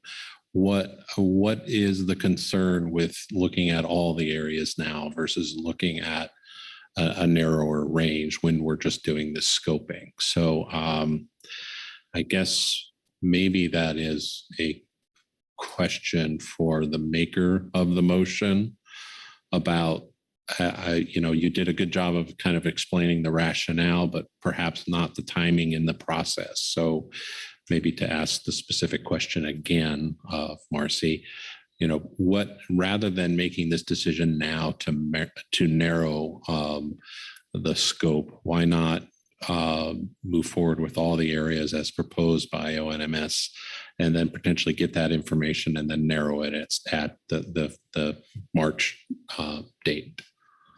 Marcy. Thank you, Mr. Chair. Thank you, Mr. Lockhart. I would flag the aggressive timeline that we are on with the goal of having any needed closures in place by the time that the restoration activities are slated to begin in 2025. I think there is a need to limit our scoping to only those areas that we think will, how do I say this? Cause the least amount of disruption and require the least amount of analysis with regard to impacts. Including that full range of other areas will require that we spend more time analyzing the impacts and accounting for the economic concerns and the variety of fisheries that could be involved in those areas. And so in order to proceed efficiently, I think it's important that we do narrow the scope at this stage so that we stay on track and ensure that our timeline is met. Okay, thank you. Good. Thank you, Marcy. Executive Director Burton. Thank you, Mr. Chairman, and thank you, Marcy, for those remarks. I'm also sitting here thinking about workload. Maybe some context of what we're doing here, which is also a bit different. I describe it as a baton handoff, that the sanctuaries have begun this scoping process, and now they're handing the baton to us. And so us as staff, we've been internally scoping out our workload and what it would take to do this. We do have, of course, the expertise to analyze our federal fisheries. We have questions about state fisheries. And so one question for you, Ms. Uremko, is whether we could expect some assistance from state staff to help evaluate the state fishery portion of this motion if it were to pass. And then I guess I would just pause and look to my fellow staff here and see if they wanted to add any additional flavor on the workload timeline that's in front of us if this were to pass. Good. Jesse? Mr. Vice Chair, Mr. Burden. Yes, obviously with the number of sites or locations that are in front of us, that creates, more potential alternative packages that we would need to put forward. As Karen mentioned, some of these are nested, so you wouldn't be picking the same site in the same area. But given the motion that is in front of us now, if we are talking bottom contact gears, you know, in deeper areas, that's probably, if we're just speaking federal fisheries, which is where Mr. Burton spoke to, like that's kind of where we would come in. That's groundfish, but shallower areas could have incidental bottom contact with other fisheries that we'd have to assess those potential impacts. So that does broaden our scope of fisheries potentially that we would have to look at depending on council direction on that. So there is that workload to consider in the scope of who we would be looking at, and the data and information that we could even provide on what these closed areas might mean. Some of it might be a lot more qualitative assessment, given that the data, for example, that's in the portal that y'all have access to, that's from the West Coast Groundfish Observer Program and the Groundfish fixed year data, but we have, you know, lower observer coverage on this. So that's why, you know, it's going to be a lot of qualitative assessment of potential impacts as well. And we need to think through those considerations on potential impacts in that description. Thank you, Jesse. Marcy, do you want to speak to the? Yeah, thank you, Mr. Chair. I would just reference the staff white paper and our initial look at the impacts to state and federal fisheries in these sites offshore California, and noting that while we did not get very specific in this analysis, we note, you know, for example, there could be some HMS fishery activity in the Point Arena or football locations.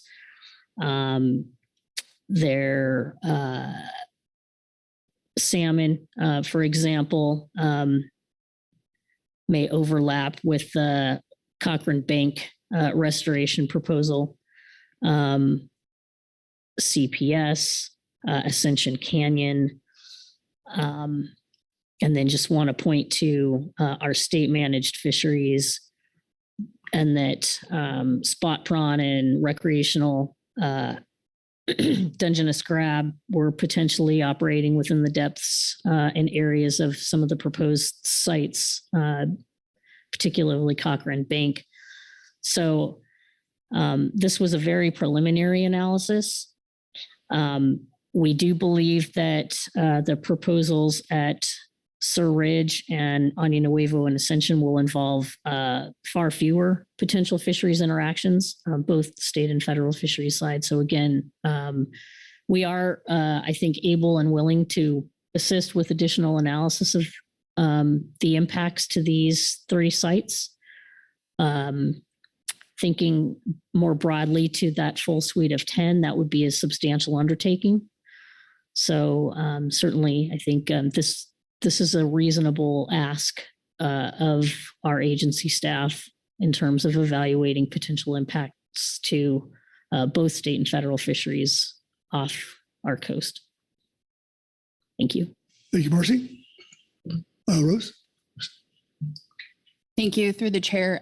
So with respect to the state fisheries piece of this, MSA discretionary provisions under section 303B give the council the authority to designate zones where and periods when fishing may be restricted in order to protect deep sea corals. Coral areas may be a nexus to a fishery managed by the council under a fishery management plan. Thus, whether those protections can be applied to state managed fisheries that occur in federal waters is a question that we are looking into. Whereas other MSA provisions are linked to the fishery to which an FMP applies or the resources that are subject to the plan, the Deep Sea Coral Authority is not. This means that measures may be included in an FMP solely on the basis that they are needed to protect deep sea corals. However, the provision could also be interpreted as applying either only to the fishery for which it is adopted or only to federal fisheries. If the council wishes to include state fisheries in the scope of this action, we will continue to evaluate this issue and can advise the council between now and March. In answering this question, it would be helpful for us to know exactly what fisheries the state would intend to include. Thank you. Thank you, Rose. Okay. Further discussion? Moore. Thank you, Mr. Chair. I think this is a question to the maker of the motion, Marcy, and that is, in your mind, I mean, well, what I'm reading here is the motion says this is what we're going to do. It doesn't constrain how I said the refuge, but the marine protected area there, the sanctuary area could proceed with mitigation and research short of us taking these actions in those other areas, most of which are already closed to trawl. And so I can support this because I think it gets at what I believe is a good way of looking at doing things, testing some full closures in the deeper areas with the least impact, and then looking at those other areas. If they want to proceed with research and management actions there, they're not constrained other than we're not taking a closure action. And so I like what you've done here. I'm trying to interpret some of the words, but certainly the last comment from Noah on the closures helped me understand a bit more. So I'm supportive of this motion. Thank you, Virgil. Frank?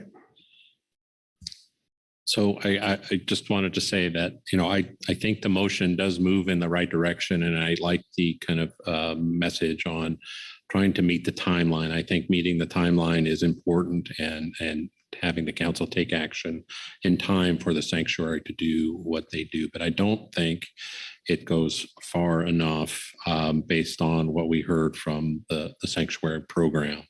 So like I said, it goes most of the way, but not all the way. So at this point in time, I plan to abstain on the motion. So thank you. Okay. Thank you, Frank. Corey Niles. Yeah, thanks, Mr. Chair. I'm putting a lot of deference and trust into the folks around here. The rationale sounds good to me. I guess with reservation, though, that I don't know what the sanctuary's response to this would be. I mentioned abbreviated dialogues and sequencing here, and this process would maybe look a lot different up in Washington, and go through our IPC with the tribes. But yeah, we've had this process here. I don't know what the sanctuary would say to this. And we have the agency that's usually telling us we're going too fast, asking us, maybe it's okay to look for more information. So I guess what I hear from Marcy, though, is that this would not be, this is what we think we can accomplish on the timeline, and there's good rationale for that, but it's not the end of the discussion. It's if there's more you want to ask us for, there will be other opportunities to do that in these other areas. It's not a closing of the dialogue, but just expressing some reservations here, and pardon me, that's just maybe a lot of us not being directly involved, but I understand the rationale for picking these areas as being relatively low-hanging fruit, so to speak.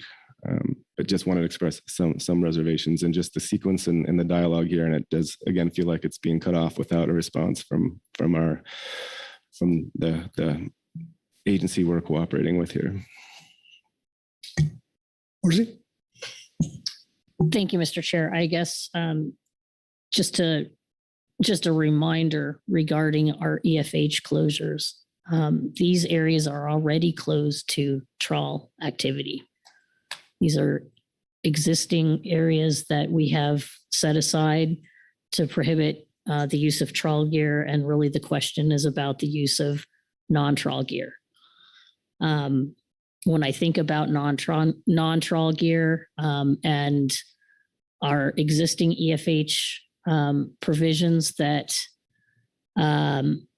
close areas to all bottom contact gears, we've had some sidebar discussions with NOAA GC about that language and how, because that's EFH authority and that may not be what we're looking to use here, which is why I have the last sentence in the motion that indicates our interest in National Marine Fisheries Service exploring its use of discretionary regulatory authority to ensure that fisheries closures would be applicable to all bottom contact gears. So we look forward to those discussions as the scoping proceeds.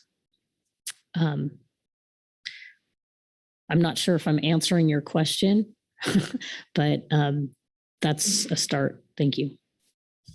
Thanks, Marcy. Corey? Sorry, Marcy, and with just lack of articulation. That wasn't a question, just expressing reservations, but I heard in your original rationale that there might, and I think as Virgil has said, the sanctuary is not stopping them from continuing to look at other areas and bringing them back to us at some point in the future. But Marcy? Yes, thank you. And in speaking to the motion, I did indicate I am hoping that we do hear more about the comprehensive plan for monitoring and outplanning and research, because as indicated, we heard from only Monterey and Gulf of Farallones, and certainly there's active work in the Channel Islands National Marine Sanctuary, and there are closed areas available for additional research and restoration activities in those sanctuary sites. But we have not been presented with any information along those lines at this stage. So we also have the upcoming EFH review that's not, is what, 2027, that we would expect that if there's unfinished business, once we proceed with this particular agenda item and the task at hand, that we could take up the need for additional research and restoration sites at that time. But it was our understanding that we needed to move fast in response to the need to get the work underway right away and on the timeline that was presented to us. So again, I think we will have a chance to consider all of the work holistically into the future under various agenda items. Thank you, Marcy.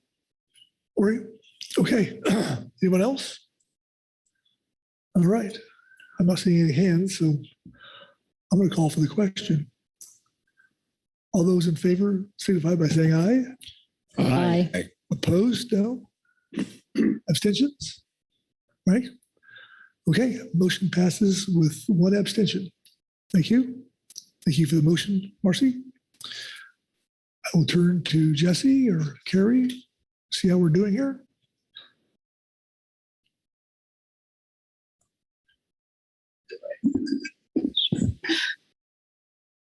Mr. Chair, sorry, we're rock, paper, scissoring over here to see who was going to give a summary. You have completed your council action for today. You've adopted your scope of fisheries to look at bottom contact gears for the two proposed areas, and we are expected to bring something back to you in March for a range of alternatives in PPA. Or CDFW. Okay, thank you, Jesse. All right, that takes care of H2.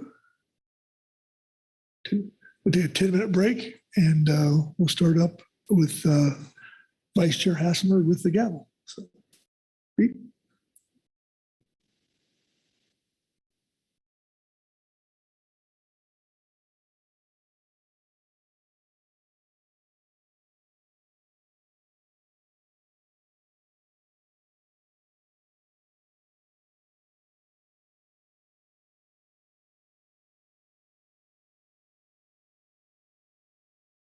Recording stopped.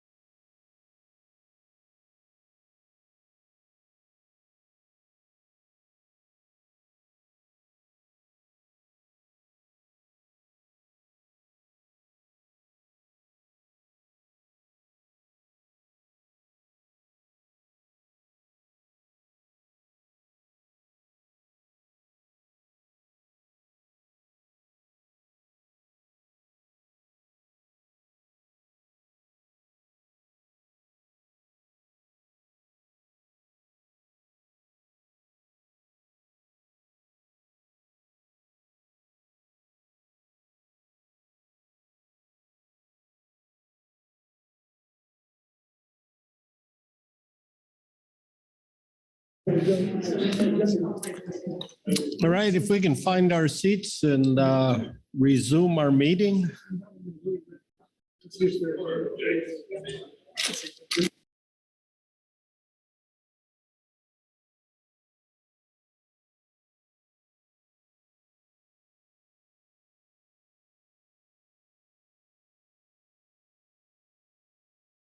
Recording in progress.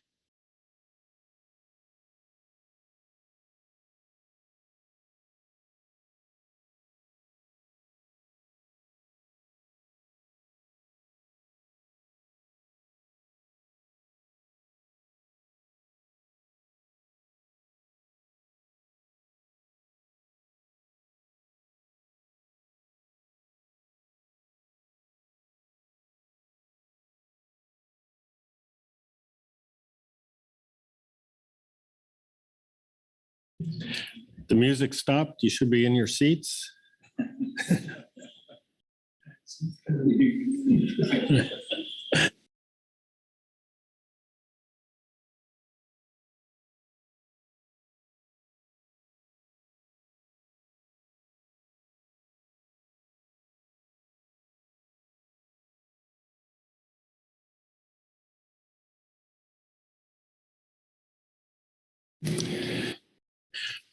All right, thank you. We are on to agenda item G5, Groundfish Management, Cordell Bank Conservation Area revisions. I will turn to Jesse for an overview.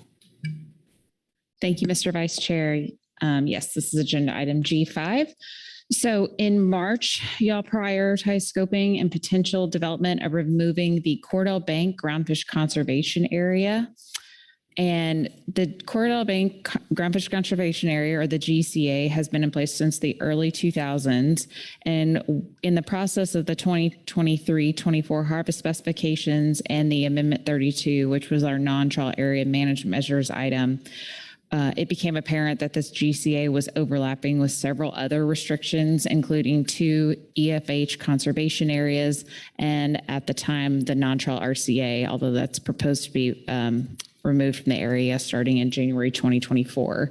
And this is raising the question of it may no longer be necessary and is resulting in a lot of regulatory confusion for stakeholders. So agenda item G5A CDFW report 1 provides background on the GCA and the proposal from CDFW to remove the GCA. And Andre Klein will be here to provide a presentation to y'all after my overview on that report. Your council action at this time is to adopt the scope of revisions under consideration and discuss next steps. I did want to note, in addition to the CDFW report 1 in the presentation, you have 3 reports: the GMT report, the GAP report, and the Habitat Committee all have a report. And I'll be happy to take any questions before you could look to Andre for his presentation. Thank you, Jesse. Any questions on the overview? And I don't see any. So first up, the CDFW report is in your briefing book, but Andre Klein is online. So Andre, please go ahead. Hello, Vice Chair and Council members. Andre Klein of CDFW. I'll be providing supplemental CDFW presentation 1 on the California Department of Fish and Wildlife report on Cordell Bank Conservation Area revisions. Next slide, please. As you can see in this map, there are multiple overlapping conservation areas around Cordell Bank, which is located northwest off San Francisco, California. The Groundfish Conservation Area, or GCA, was established in 2004 for the recreational sector. Then during the 2005-06 biennial cycle, it received its own coordinates and applied to the trawl and non-trawl commercial sectors as well. It was put into place to protect 7 overfish species and prohibits retention of groundfish except for non-trawl commercial retention of other flatfish and recreational retention of other flatfish, petrale sole, and starry flounder. There's the Bottom Trawl Essential Fish Habitat Conservation Area, or EFHCA, which is shown in the map as the stippled polygon. It protects habitat, was first established in 2009 and subsequently modified in 2020, including expansions on the northeast around the top of the bank and southwest around the left bottom of the bank. It prohibits use of bottom trawl gear except for demersals. Same. Then we have the red polygon in the map, which is the bottom contact EFHCA. It protects habitat as well and was established in 2009. It prohibits the use of bottom contact gear of any type, including by both federal and state managed fisheries. As mentioned, each area has its own differing regulations, and you'll also note the boundaries do not align with one another. Next slide, please. So Jesse spoke to this briefly, but why is this an issue now? Cordell Bank had been within the non-trawl commercial and recreational RCAs. However, beginning with the 2023-24 biennial cycle, the recreational fishery in the San Francisco groundfish management area operates seaward of the 50-fathom RCA boundary line or at all depth during certain months of the year. Additionally, the council recommended Amendment 32, which is anticipated to be implemented in 2024. And that includes modifying the seaward boundary of the non-trawl RCA to the 75-fathom line, which is shown here as the nautical hashed line. So therefore, Cordell Bank is currently exposed to the recreational sector and is anticipated to be exposed for the non-trawl commercial sector as well. Having these multiple conservation areas is confusing and overly complex, leading to unneeded regulatory complexity. For example, the retention regulations vary by sector and stakeholders are uncertain about permissible activities where these areas overlap, in addition to the gaps where the boundaries of these areas do not align. Next slide, please. Of the previously overfished species, all have rebuilt except for yellow eye rockfish. Given this, the GCA is no longer needed or warranted, and its continued existence adds regulatory complexity that is confusing stakeholders, difficult to enforce, and requires department resources to educate the angling public on permissible activities. Therefore, CDFW's scoping proposal is to remove the GCA in its entirety and create a new groundfish exclusion area, which is shown here as the black barred polygon. In this map, you'll see the GCA is gone and the new groundfish exclusion area is overlaid with the bottom contact EFHCA. This new groundfish exclusion area would prohibit groundfish fishing while still allowing for continuous transit with groundfish aboard. No modifications to the other two EFHCAs are proposed, and by overlaying this new groundfish exclusion area with bottom contact EFHCA, protection to sensitive environments are maintained and slightly expanded. Next slide, please. Taking a bit of a closer look at the new groundfish exclusion area, it precisely aligns with the bottom contact EFHCA and would prohibit groundfish fishing. By doing so, the portion of the bottom contact EFHCA that is within the GCA, shown in the map as a thick black outline polygon, remains closed to groundfish fishing. In the dashed blue outline polygon, you can see the portion of the new groundfish exclusion area that extends outside the GCA, essentially adding enhanced protections to the small portion of that bottom contact EFHCA that was not covered by the GCA. This creates a uniform regulatory regime in which sensitive environments are protected, including shallow pinnacles and over 97% of observed corals and sponges within the GCA. Next slide, please. There are areas of the Cordell Bank GCA that extended beyond the borders of bottom trawl EFHCA. So by removing the GCA, it creates these 3 exposed and truncated areas totaling 16.3 square miles of strangely shaped space that would be exposed to bottom trawl. It's shown here as the purple outline polygon. And next slide, please. So for the non-trawl commercial and recreational sectors, removing the GCA would mean that 64.5 square miles would no longer have differing groundfish retention regulations between the sectors. And this is shown in the green outline polygon.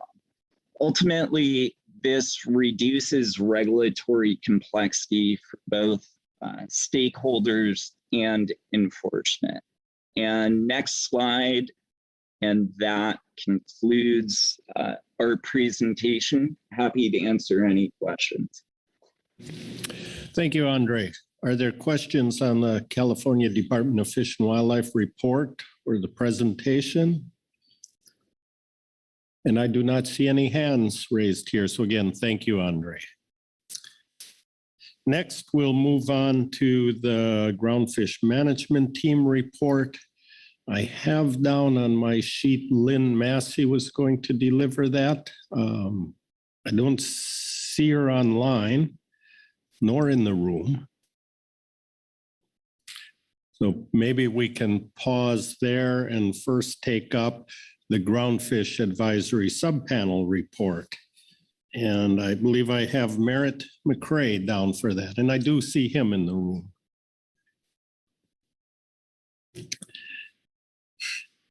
Good morning, Merritt. Still morning? Just barely morning. I'm glad to be back. I will be reading from Agenda Item G5A, Supplemental Gap Report Run 1, the Groundfish Advisory Subpanel Report on Cordell Bank Conservation Area Revisions and Scoping.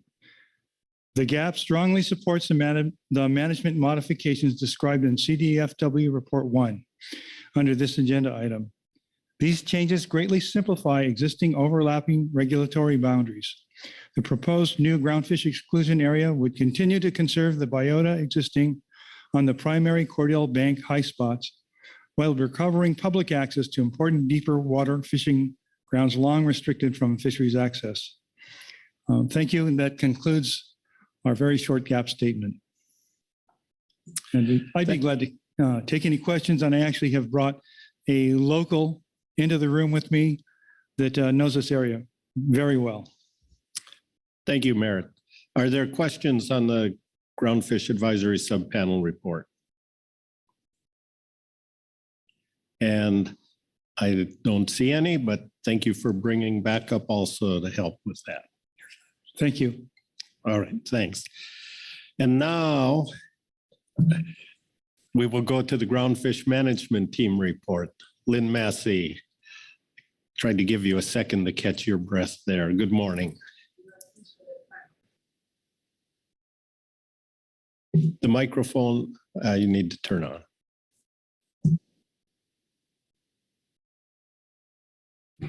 What about now? Perfect. Okay. Give me 1 second while I pull up the report.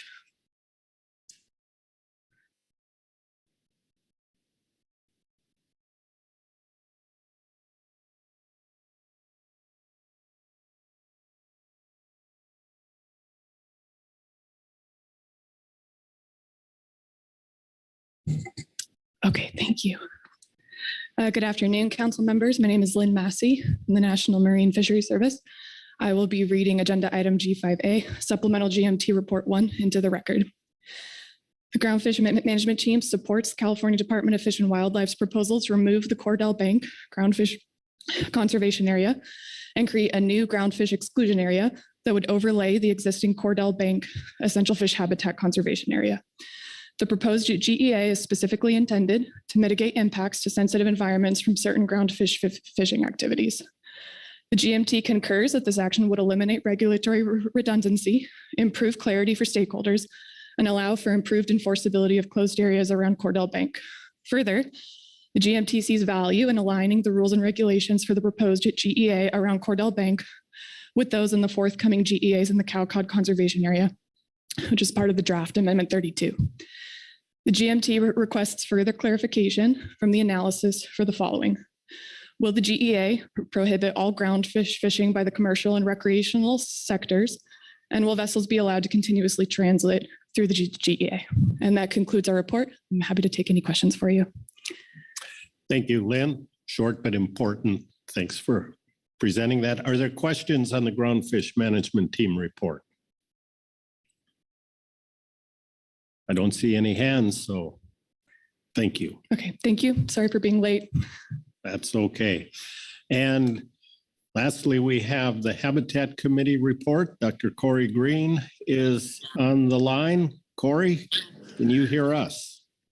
I can hear you. Can you hear me? Yes, we can. Please go ahead. Thank you, Mr. Vice Chair and members of the council. I'll be reading agenda item G5A, Habitat Committee report on Cordell Bank Conservation Area revisions for scoping. The Habitat Committee received a presentation by Andre Klein from the California Department of Fish and Wildlife on the proposal to alter the overlapping conservation areas around Cordell Bank. Currently, 3 conservation areas overlap: the Cordell Bank Biogenic Essential Fish Habitat Conservation Area, the Cordell Bank Groundfish Conservation Area, and the Cordell Bank Isobath Essential Fish Habitat Conservation Area for bottom contact, with differing regulations and boundary edges that do not align. The HC is supportive of the proposed simplification in boundaries and regulations, noting that the reductions in regulatory complexities and enforcement may lead to increased benefits to habitat. The HC also notes, through these simplifications, protections are being expanded. As this proposal moves forward, the HC recommends analysis of this action, investigate changes in potential fishing pressure and habitat impacts in the areas that will now be exposed to both non-trawl and trawl gear. Thank you. Thank you, Corey. Questions for Dr. Green on the Habitat Committee report? And no hands here, so again, thank you, Corey. Thank you very much. That completes our reports. Should take us to public comment. We have one sign up. Richard Powers. Richard, can you hear us? Yes, I'm here. Yes, we can hear you. Go ahead whenever you're ready. Thank you, Mr. Chairman and members of the council. My name is Richard Powers. I own and operate charter boats from Bodega Bay, California. I am probably one of the only charter boat captains still operating who ran trips carrying passengers to Cordell Bank to fish for rock cod and lake cod from multiple harbors and locations in past years. At a young age, I operated out of Berkeley, California, and more recently out of Bodega Bay, fishing Cordell up until the bank closed to recreational anglers over 20 years ago. Cordell Banks is a special place which is only accessible with favorable weather conditions, receiving protection due to its geographical location on the ocean. To see an area which once was one of the most productive, popular reef areas on this coast, accessed by many anglers annually, open back up with protections in place is huge to our sport fishing public, especially when we try and navigate around many closures and limited access at this time. Thank you for your time and consideration. I do have extensive on the water knowledge of this area if anybody has questions. Thank you. Are there questions for Mr. Powers on his testimony? And looking around, there are no hands. So again, thank you, Richard. Thank you. That completes our reports public testimony. Just to update you, your watches and your stomachs might tell you it's lunchtime, but we had a break a very short time ago. For our next agenda item, some of the folks coming, their plane is delayed. So it's our desire to just continue with this.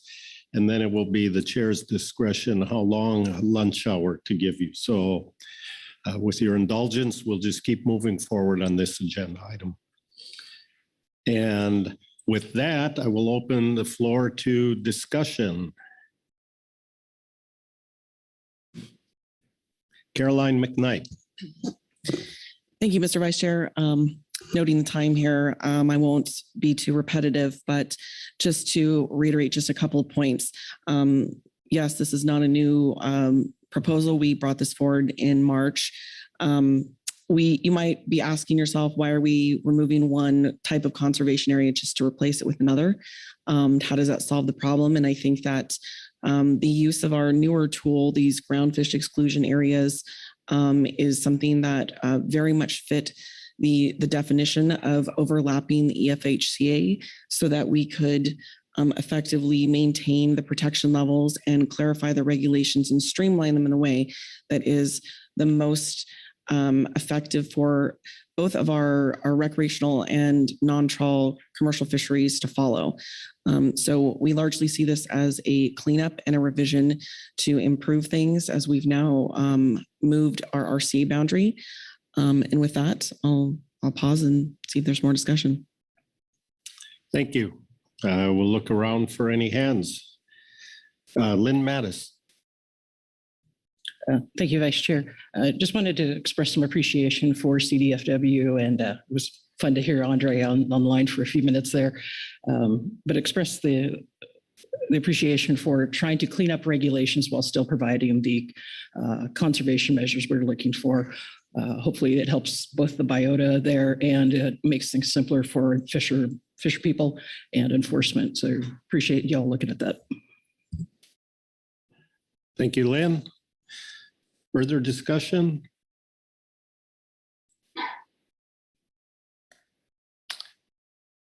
Bob Dooley. Thank you, Mr. Vice Chair. I noted that the GMT asked a couple questions at the end to be for clarification, and I don't know if I assume Caroline might be able to address those, but seemed appropriate to address them. Caroline, would you like to respond? Thank you, Mr. Vice Chair. Mr. Dooley, I think that the questions will inevitably be answered through the analysis. To speak to the first question, the answer would be we would be looking to use the GEA in the same manner that we've used them and applied them in Southern California bight inside the Cal-Cod Conservation Area, which would prohibit all recreational commercial fishing. To the second, I do believe that I'm going to leave that to EC comment to speak specifically to transit, but that would be addressed in the analysis. Thank you. Thank you. Further discussion?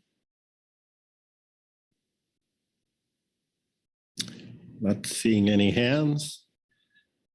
Caroline McKnight. If there's no further, I am prepared with a motion.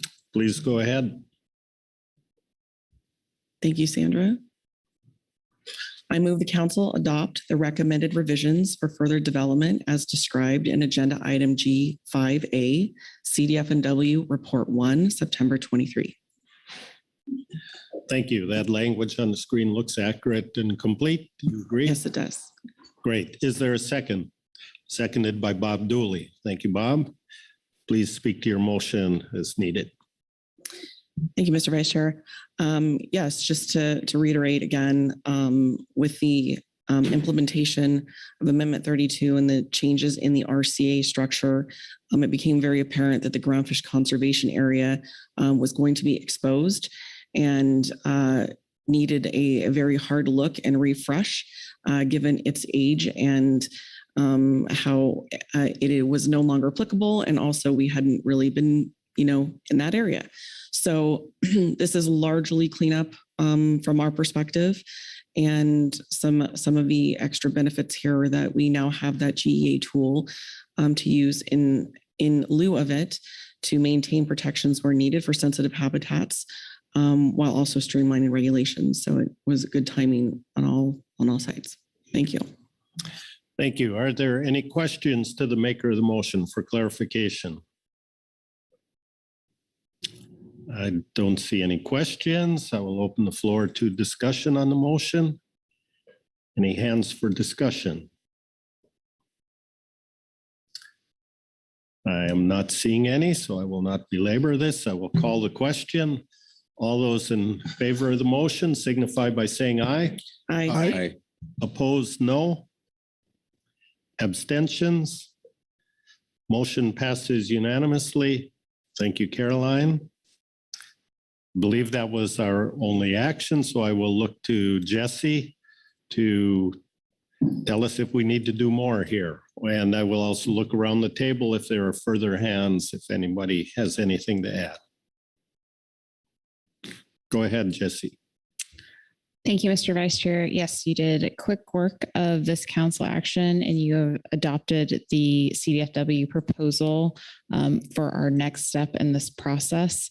When we will take that up, when we discuss that, I'm guessing during workload planning, but if there are any questions on that, I'd look to Director Burden. All right, thank you. And I believe that completes our work here. So we'll close out this agenda item and I will pass the gavel back to our chair. Okay, thank you, Vice Chair Asmer. Great work. Get that quickly through that. The Bowman folks won't be here till 1:45, so you have earned a long lunch. So we'll see you back here at 1:45. And I will give the gavel back to Vice Chair Asmer for to open the meeting back up. All right, enjoy your lunch.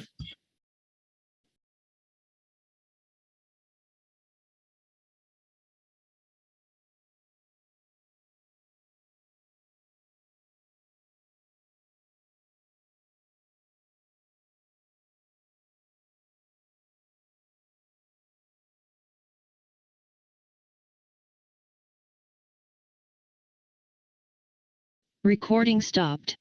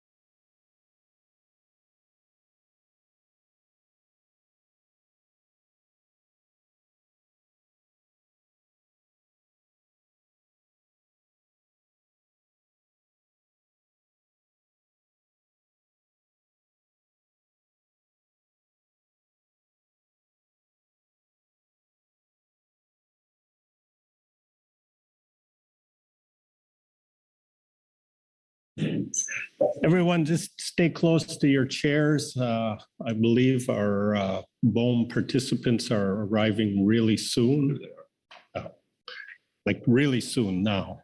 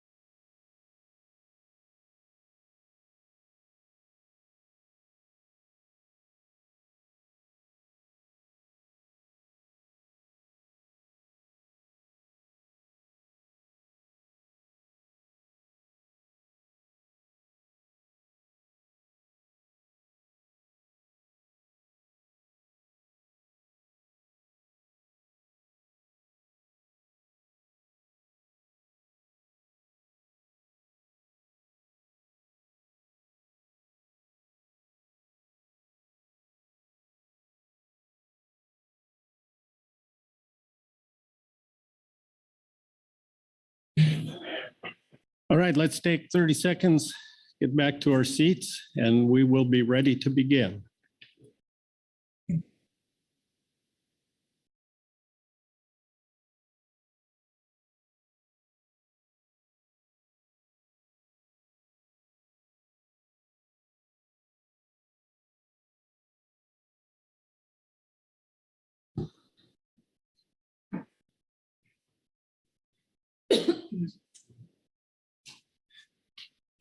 Thank you all. Hope you had a good lunch. We're ready to begin on agenda Recording in item progress. H3, the marine planning update. Before I turn it over to Carrie, I just want to note Mr. John Ugoritz is in the California seat. He's with us virtually. And joining us in the state of Oregon seat is Mike Harrington. So welcome, Mike. Haven't seen you yet this week. Pleased to have you here, and welcome back, John. So I will turn it over to Carrie to give us an overview. Thank you, Mr. Vice Chair. This is agenda item H3. It's a marine planning update.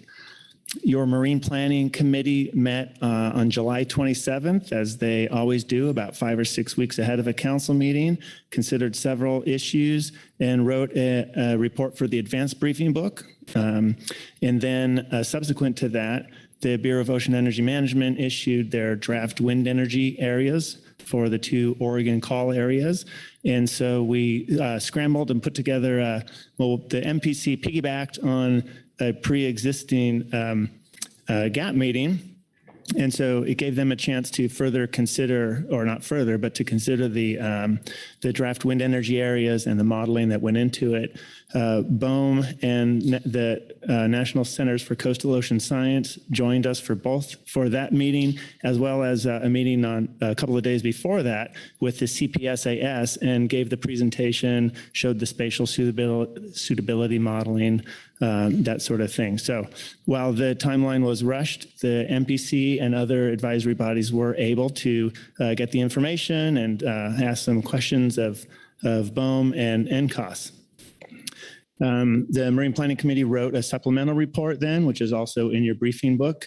And another thing I wanted to mention that happened after the initial July 27th MPC meeting was that the 3 Morro Bay wind energy lessees sent us their draft fisheries communications plans. Those are a requirement of the lease, and they sent them to us and asked for feedback and comment on those. They did ask for feedback by September 15th. And I did note that that is right after our council meeting adjourned. So if we had any feedback, I don't know if we'd be able to make that, but those are in your briefing book as attachments. And speaking of attachments, there are several. The situation summary is a little bit out of date right now. I think it says there are 3 attachments, and I think we have 10 now, 12. There's a couple of the attachments are letters that that most of you, I think, are familiar with from the Oregon governor and part of the Oregon federal congressional delegation, and to and from BOEM as well, all regarding the process of wind energy leasing off of Oregon. And then there's supplemental attachments 4 through 7, which are all part of the BOEM release of the draft wind energy areas. It's the press release, the request for comments. Attachment 6 is the NCOS draft report on Oregon WIAs, and that's the it's the detailed report on the spatial suitability modeling. And then there's maps also, which is attachment 7. The 3 draft fisheries communications plans are attachments 8, 9, and 10. And then there's 2 more letters, which are attachments 11 and 12 from BOEM to Oregon Governor Kotek, and from Kotek to back to BOEM.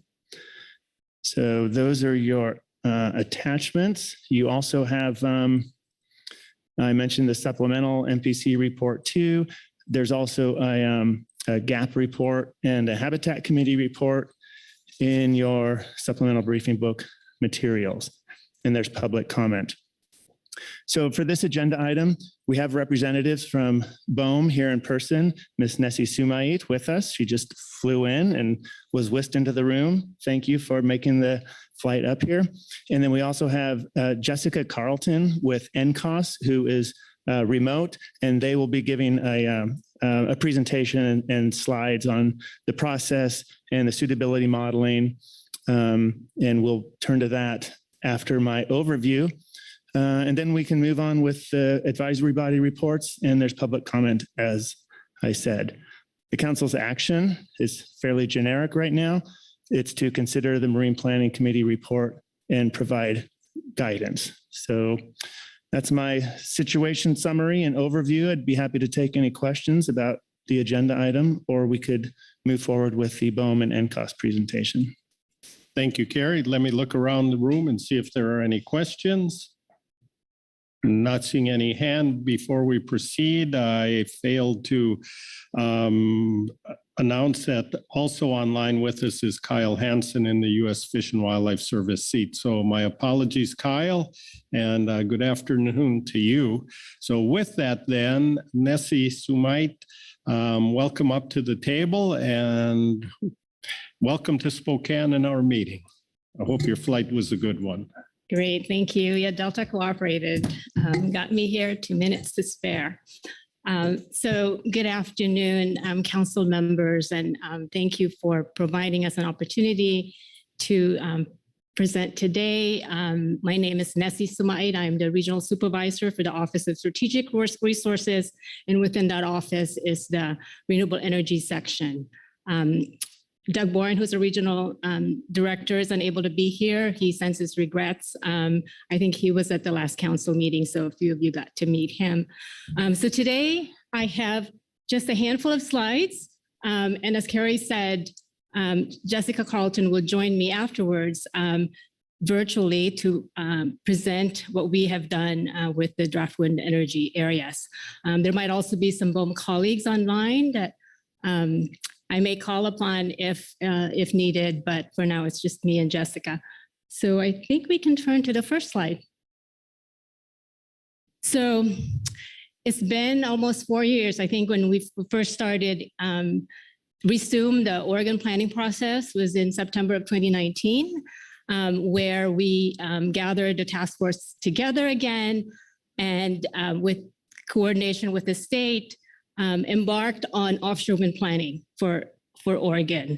That planning process was based on a planning area that was discussed with the state as well as with the Renewable Energy Task Force. We put together a data gathering and engagement plan, and we pursued that plan in terms of data gathering and engagement for about a year, a little over a year. And then we came, and the results of the outcome of that data gathering is found in the OraWind map toolkit, which is a publicly accessible data portal that's on our website. And also the engagement outcomes is also published in the report that's also on our website. So all of that was used to help us to identify the areas for the first step in the leasing process, which is to find the call areas. We did something a little different in that we put out draft call areas first. That was in February of 2022, and discussed that with the task force. We asked for comments, and those 3 draft call areas were whittled down into now to 2 call areas that became the call areas identified in a call that was published in April of 2022. We received a lot of comments, including the need to be more transparent and to basically slow down the process with the call. I think when we put out the call in April, we had projected that the next step, which was the wind energy area, was going to be out fall of 2022. So since the call and based on the feedback of just slowing down, looking at data, and the suggestion that we do suitability modeling that had been used in the Gulf of Mexico, Central Atlantic, and even for the aquaculture, we formed a partnership with NOAA's NCOS group. And we spent a good part of 2022 and early 2023 on spatial modeling analysis in order to come up with wind energy areas. As I said before, this next step would have been a wind energy area. In response to comments, we've added a step in the BOEM process to put out draft wind energy areas. And we added a public comment period. So that is where we are. That is where our work is. And that is really what we are sharing with you today, is just to let you know where we are in the process. We've identified draft wind energy areas, and those are out for public comment during a comment period at 60 days that began in August of 2015, August 15, and it ends on October 15th. Next slide, please. So the draft wind energy areas, there are 2. They're significantly smaller than the call areas and, of course, the original planning area. The draft wind energy area in Coos Bay is roughly 61,000 acres, and the draft wind energy area in Brookings is roughly 158,000 acres. Those 2 call areas are put out there now for public comment. And then if wind energy areas are identified thereafter, those wind energy areas will be subjected to environmental review under NEPA. And before we published the draft wind energy area, we also coordinated with the Oregon Governor's Office, as well as the legislative leaders that have weighed in. And so that's why they felt that we could show our work, and they've requested that we hold a task force meeting as well as 3 public meetings. Next slide, please. And so where we are right now is that on September 18th, we're going to have an intergovernmental renewable energy task force that will be virtual. We asked that the registration be done prior to attending, and that link will be is on our website. In addition to the 3 public comment period, we also are holding a September 21 informational fishing virtual webinar to give an opportunity for groups that can't make it to the in-person another chance. And at the informational fishing webinar, we will present more fishing focused data of the draft wind energy area. And there's a lot of text here, but our NIMS colleagues have suggested that it might be useful prior to the fishing virtual webinar that these links be consulted for the history in terms of presentations that's already been made. So those links are provided there. Some meetings that we've held with the PFMC. And at the informational fishing webinar, we're going to, during the comment period, we're going to provide a court reporter. So folks that are more comfortable doing oral comments, then we will take those down through the court reporter and then upload that to the to regs.gov. Next slide, please. So this is the in-person public meetings that we're holding in Gold Beach, in Coos Bay, and in Brookings. The times are there and the location are there. And so we'll have a lot of SMEs available at during the in-person public meetings. And it's really, more of a way to be one-on-one with some of the SMEs and give folks who are there, excuse me, an opportunity to not only, clarify some information requirements that they need, but we will also have a station there where they can actually access the regulations.gov. And so public comments can be put in during the public comment periods as well. And I believe that is all of my slides. So what Jessica's gonna provide an overview of the spatial modeling that we did and how we arrived at the draft wind energy area. So Jessica, you can take over. Thank you, Nessie. Good afternoon, everyone. My name is Jessica Carlton, and I am the West Coast Geospatial Coordinator for the Coastal and Marine Spatial Planning Team with NOAA's National Centers for Coastal Ocean Science. What we're talking through today is an overview of the spatial model that was used to identify the least conflicted areas within the Oregon call areas to meet BOEM's planning goals. On the right of the screen is the spatial planning workflow that was developed for this model and contains the steps taken in the modeling process. Now, large amounts of spatial data exist, and it can be difficult to try and understand the ocean or identify suitable space by only laying data layers on top of each other. We use spatial modeling because it allows us to better understand the ocean and look at the whole ecosystem by examining a large number of these data sets simultaneously and be able to analyze their interactions. We can also weight and score these different ocean uses and then be able to create heat maps to look at areas that are more suitable or less suitable in relation to wind energy development. By building a suitability model, you're required to set rules and parameters and have documented methods. This aids in transparency. In addition to this approach, it allows us to run scenarios where we can run the model using different weights and scores for the data inputs. Because we use different types of data in the model, we must transform these data sets to a common scale. For this model, we're using a 0-to-1 scale. So you'll see that each data set has either been assigned a score between 0 and 1, or it's been assigned a score by transforming the data set using a mathematical function with values close to 0, meaning least compatible with offshore wind, and 1, meaning more compatible with offshore wind. Next slide, please. Now, this is a look at the framework for the Oregon suitability model. During the data inventory phase, our goal was to acquire all of the relevant spatial data for the entire region. This included mining data that are available to the public, as well as engaging with state and federal agencies to acquire other data that may not be found through public portals such as WinMap. This also provides the opportunity to discuss with these agencies which data are the best and most up-to-date.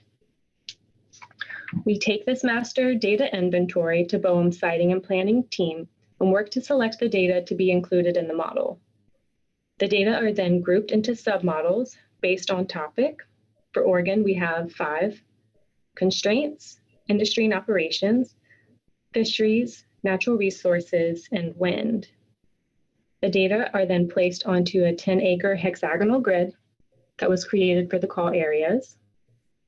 We then work with BOEM to assign scores to each of the data layers, and those scores are used to calculate a final suitability score for each 10-acre grid cell. We can then relate these scores to the other cells and produce a heat map that shows the relative suitability across the call areas. Then, the areas identified in the constraint submodel are eliminated from consideration, and we run a cluster analysis that identifies statistically significant clusters of high-scoring cells to identify the draft wind energy areas. All right, so next, we will go over the results for each of the submodels and how the draft WIAs were identified. Next slide, please. First, I have here the constraint submodel. Now, constraints are data layers for the areas that are likely to limit wind energy development. The submodel contains 2 layers. On the left is the exclusion area that was provided by the Department of Defense as being incompatible with wind energy development due to a conflict with national security. This data layer alone constrained about 50% of the call areas. The next on the right is a proposed fairway zone provided by the U.S. Coast Guard as part of the Pacific Coast Port Access Route Study. This area was considered a navigational constraint due to vessel traffic. The data layer alone constrained about 18% of the call areas. Next slide, please. These are the results for the constraint submodel. The region depicted in red is the area that is constrained by both the DoD and Coast Guard layers. And the suitable areas for wind energy are in blue and can move forward in the suitability analysis. Overall, the constraints resulted in a 57.59% reduction in the call areas. Next slide. These are the results for the industry and operations submodel, which had 2 data inputs.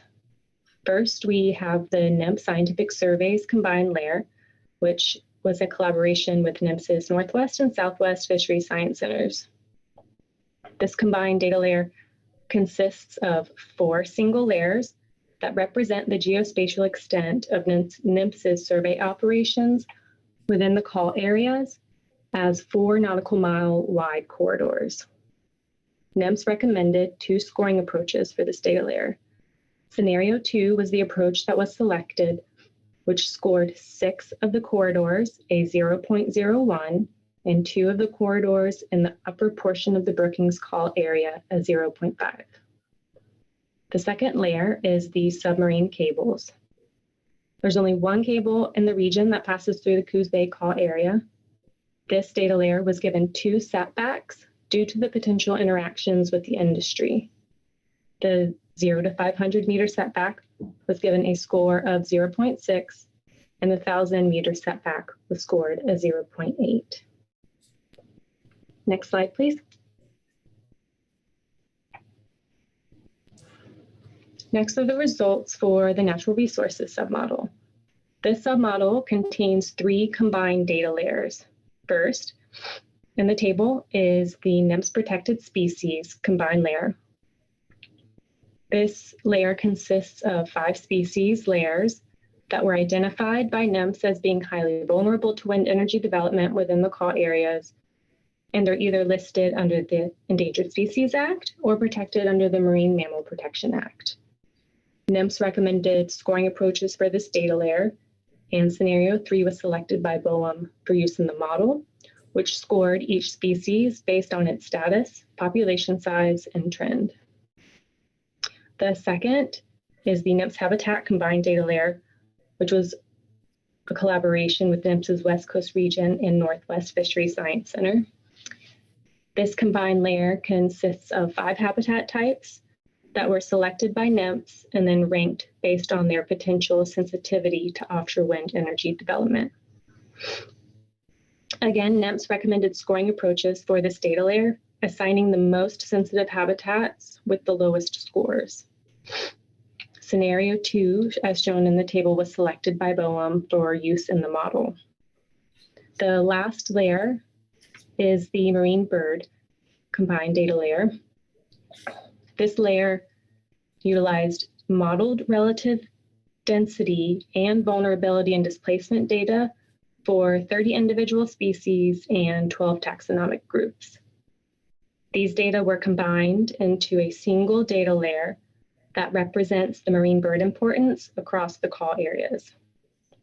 For scoring in the model, these data were transformed using the Z membership function and given scores that ranged from 0.01 to 1.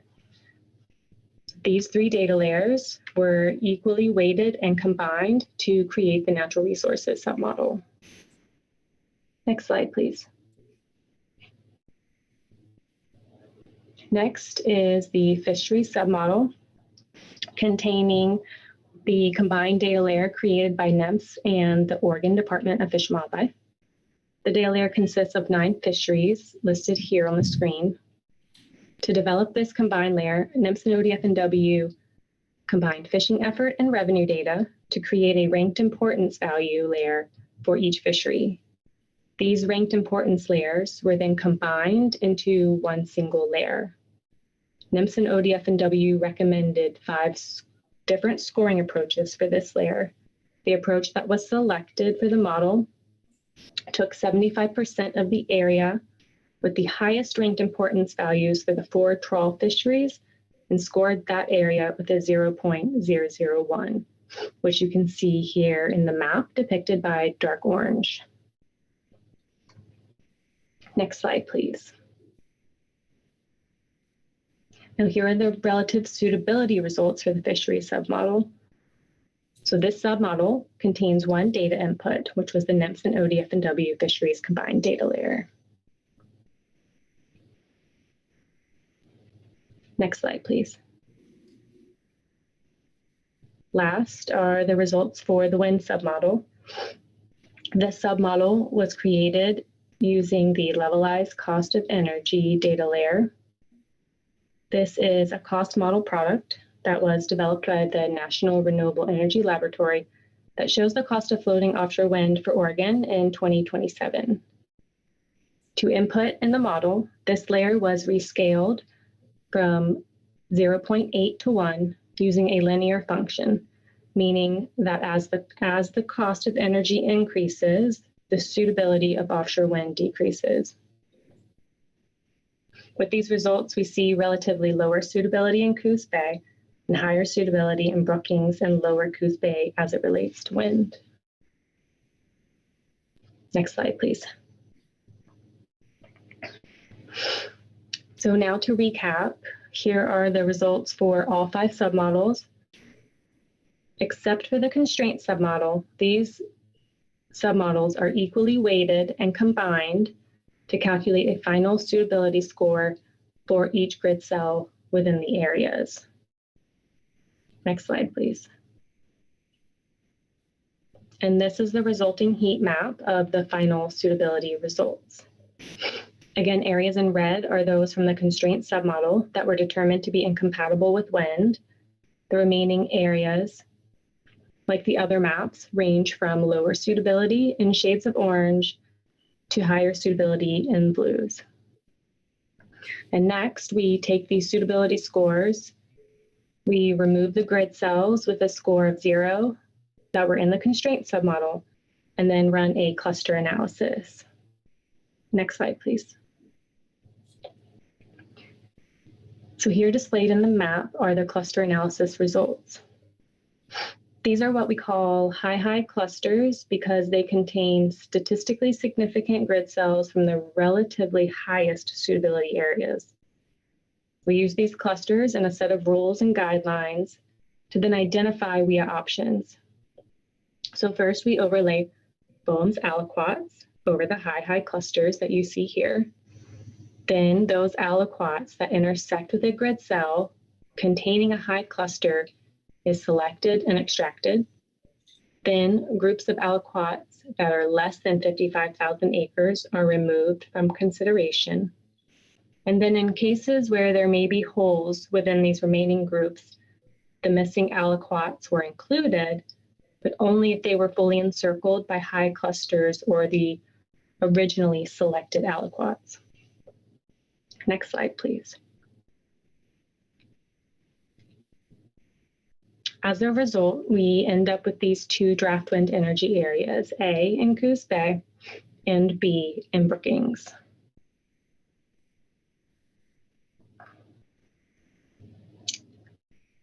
Next slide. And that is all we have. Thank you for everyone's attention and time today. I will hand it back over to Carrie. All right, thank you, Jessica and Nessie. Are there any questions on the presentations that you saw? Mike Harrington. Thank you, Jessica, for the presentation. I just have one quick question for you. Could you please provide the rationale for including multiple natural resource layers in one submodel that are equally weighted with the one wind layer?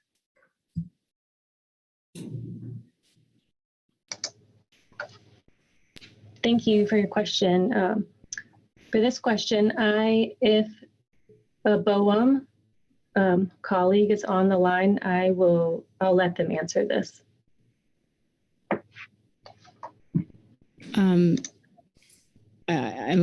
Rick Yard, are you on? If I can jump in, Rick isn't elevated as a panelist, but if he is in the meeting, we have the ability to unmute him. And same with Ingrid Biedron.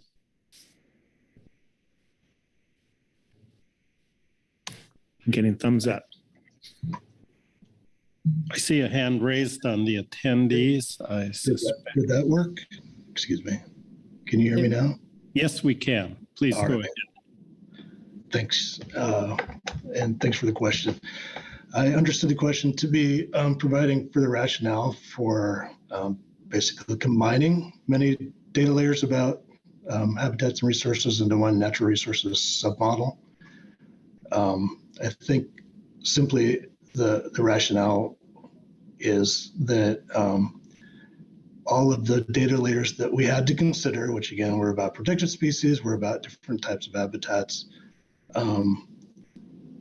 were all important in looking at in the relative suitability submodel, so that we wanted to be able to see how they had an impact, when they were layered on top of each other, to be able to make some judgment about what area is relatively suitable compared to an area next to it. So combining them into one submodel was, I believe, a sensible way to do that. I'm thinking through your question and trying to imagine sort of some of the underlying thoughts that you were having there. And I don't want to make too many guesses, but I think I'll just make one, and that is that I'm imagining that you're concerned that sort of skews perhaps the relative importance of one type of resource over another. And I don't believe that it does, because again, we're looking at a lot of different kinds of resources and uses of the ocean and trying to get a view of what they all look like together as a whole and comparing areas to each other based on how much is going in one spot. I guess I'll stop there again because I don't want to guess too much to dig down too far into what your underlying questions might be. But if there are follow-ups, we can dig in further if you'd like. No, that's good. Thanks for the clarification. Thank you, Mike. Further questions for our presenters?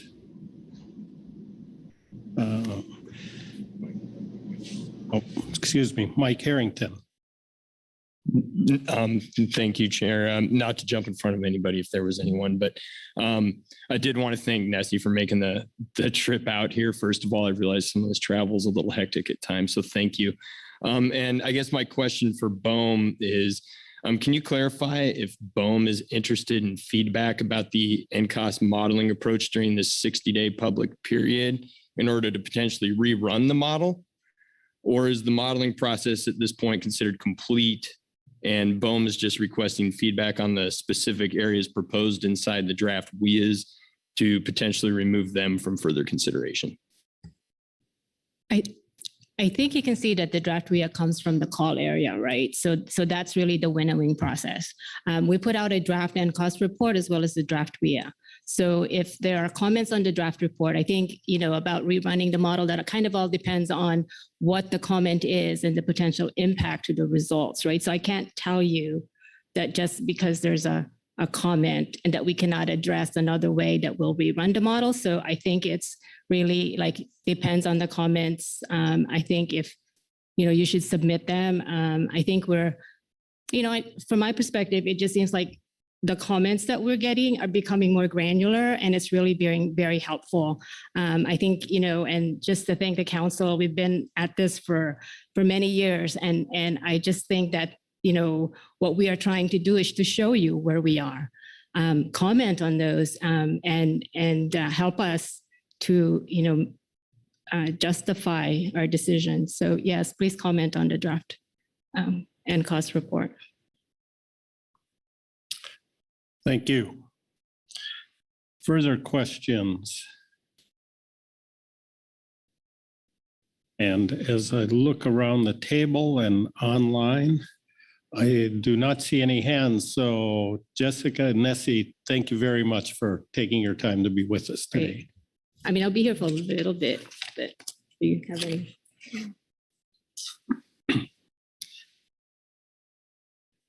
We will now move into our management and advisory body reports. And first up, we have the MPC report, Mike Conroy. Good afternoon, Mike.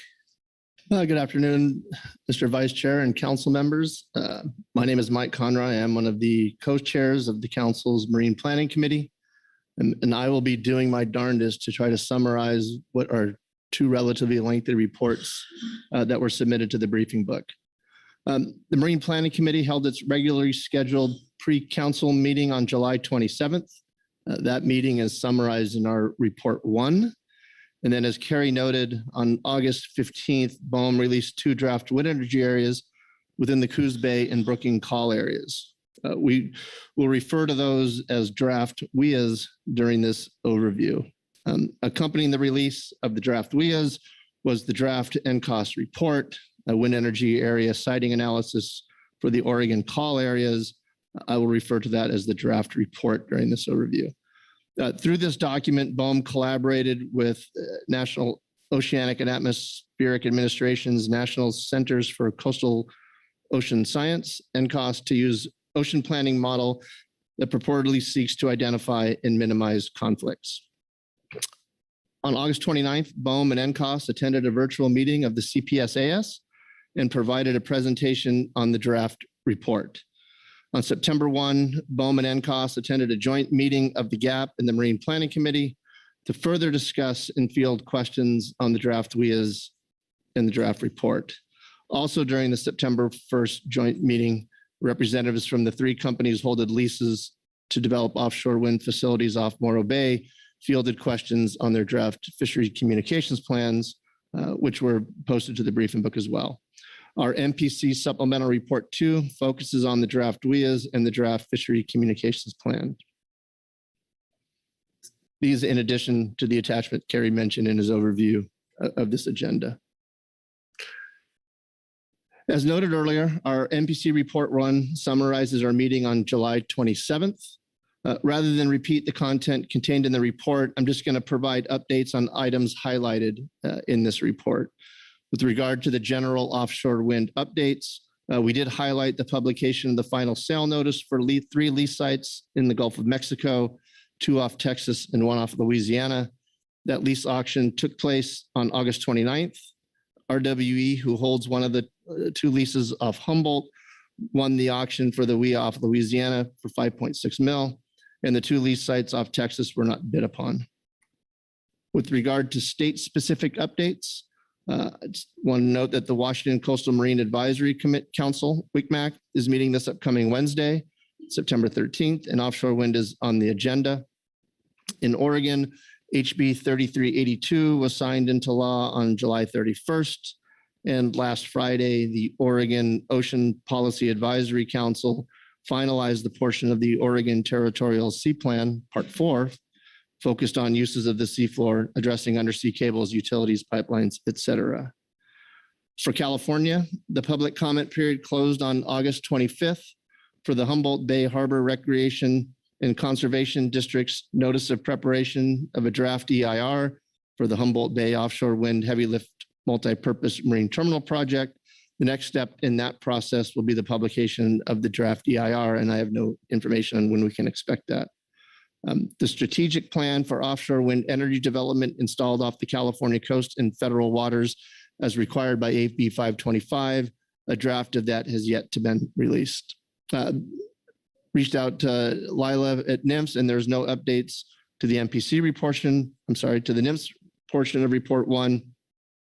The tribal rep is to the council's Marine Planning Committee, is present and available to answer any specific questions related to that portion of the report, but there were no updates there.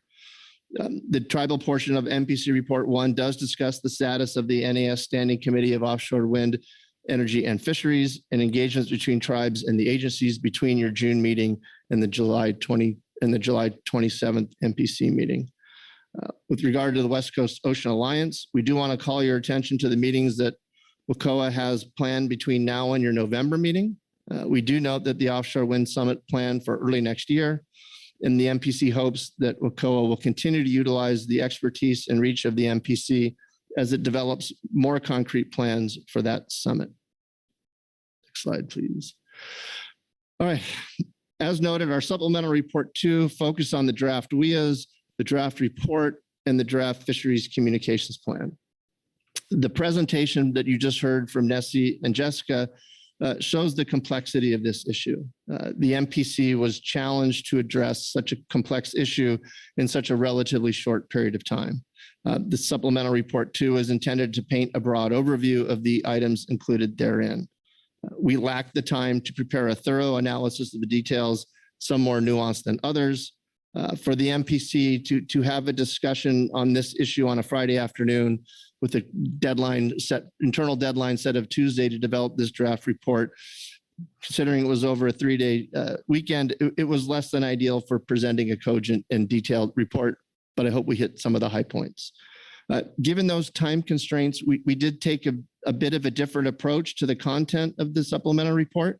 It provides initial observations expressed by MPC members and the public, and is intended to lay the foundation for a council comment letter on the draft WIAs if you choose to go that route. The slide you are looking at now shows the primary topics covered in our supplemental report 2, which will be discussed in more detail shortly. So this slide is duplicative of what Nessie just provided earlier. Just want to highlight in terms of what to expect next with regard to offshore wind process off Oregon. And this is based upon what recently happened in the Gulf of Mexico and what we've seen in the Central Atlantic. We would expect the identification of final wind energy areas to be the next step in the process. At some point, BOEM would then publish a notice of intent to prepare an environmental assessment for commercial wind lease issuance and site assessment activities for commercial wind lease on the Pacific Outer Continental Shelf. Using the Central Atlantic as a guide, final WIAs were announced on July 31st of this year, and the NOI was published the very next day with a 30-day comment period. The next step after those two activities, BOEM would be publishing a proposed sale notice. This could come as early as May of next year based on the timeline used in the Gulf of Mexico, where the proposed sale notice was published in February of this year. Using that same timeline, we could expect to see a final sale notice in October or November of next year and lease sales by the end of 2024 for these sites. Next slide, please.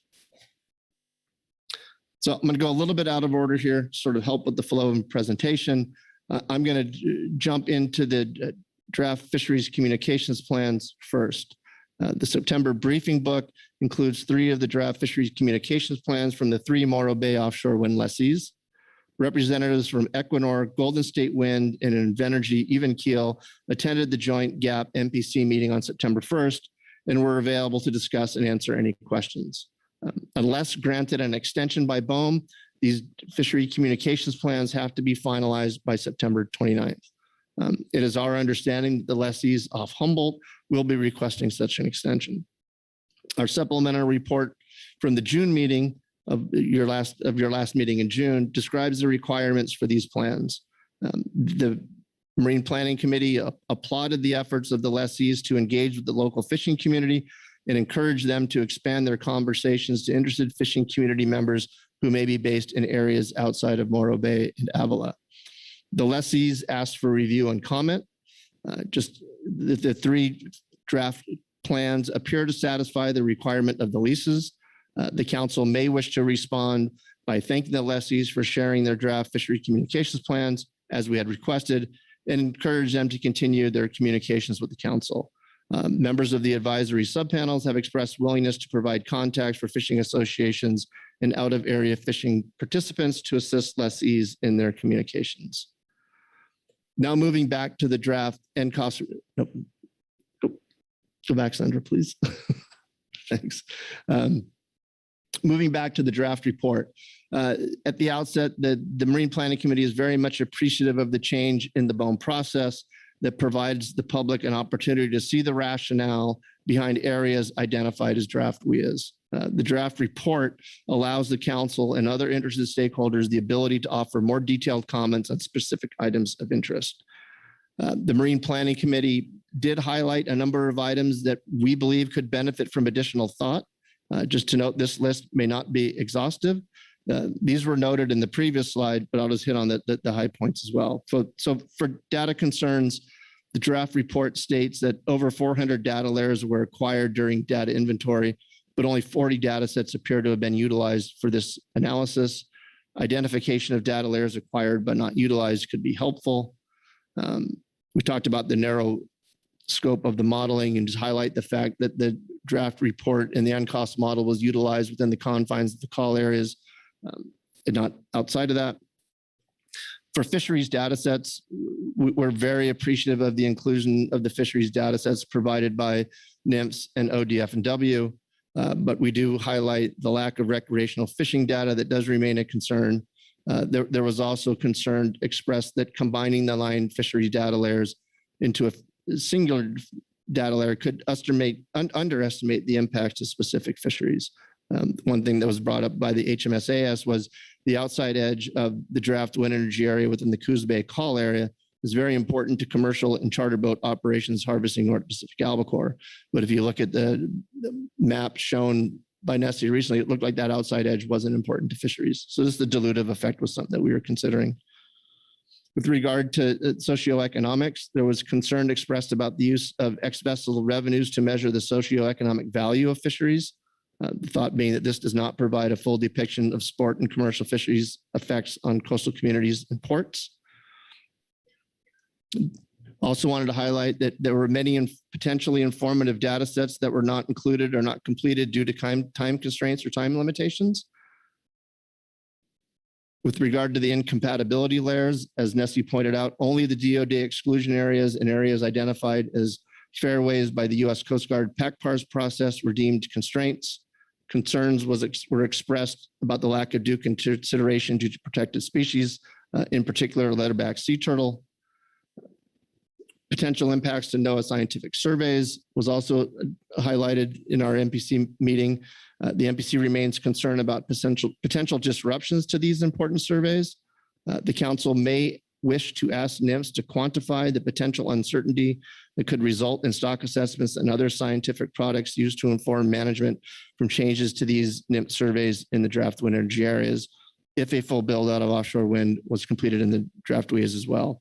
It would also be worthwhile to consider the potential uncertainty when the 5 California lease areas are fully built out, as well as other reasonably foreseeable actions related to offshore wind.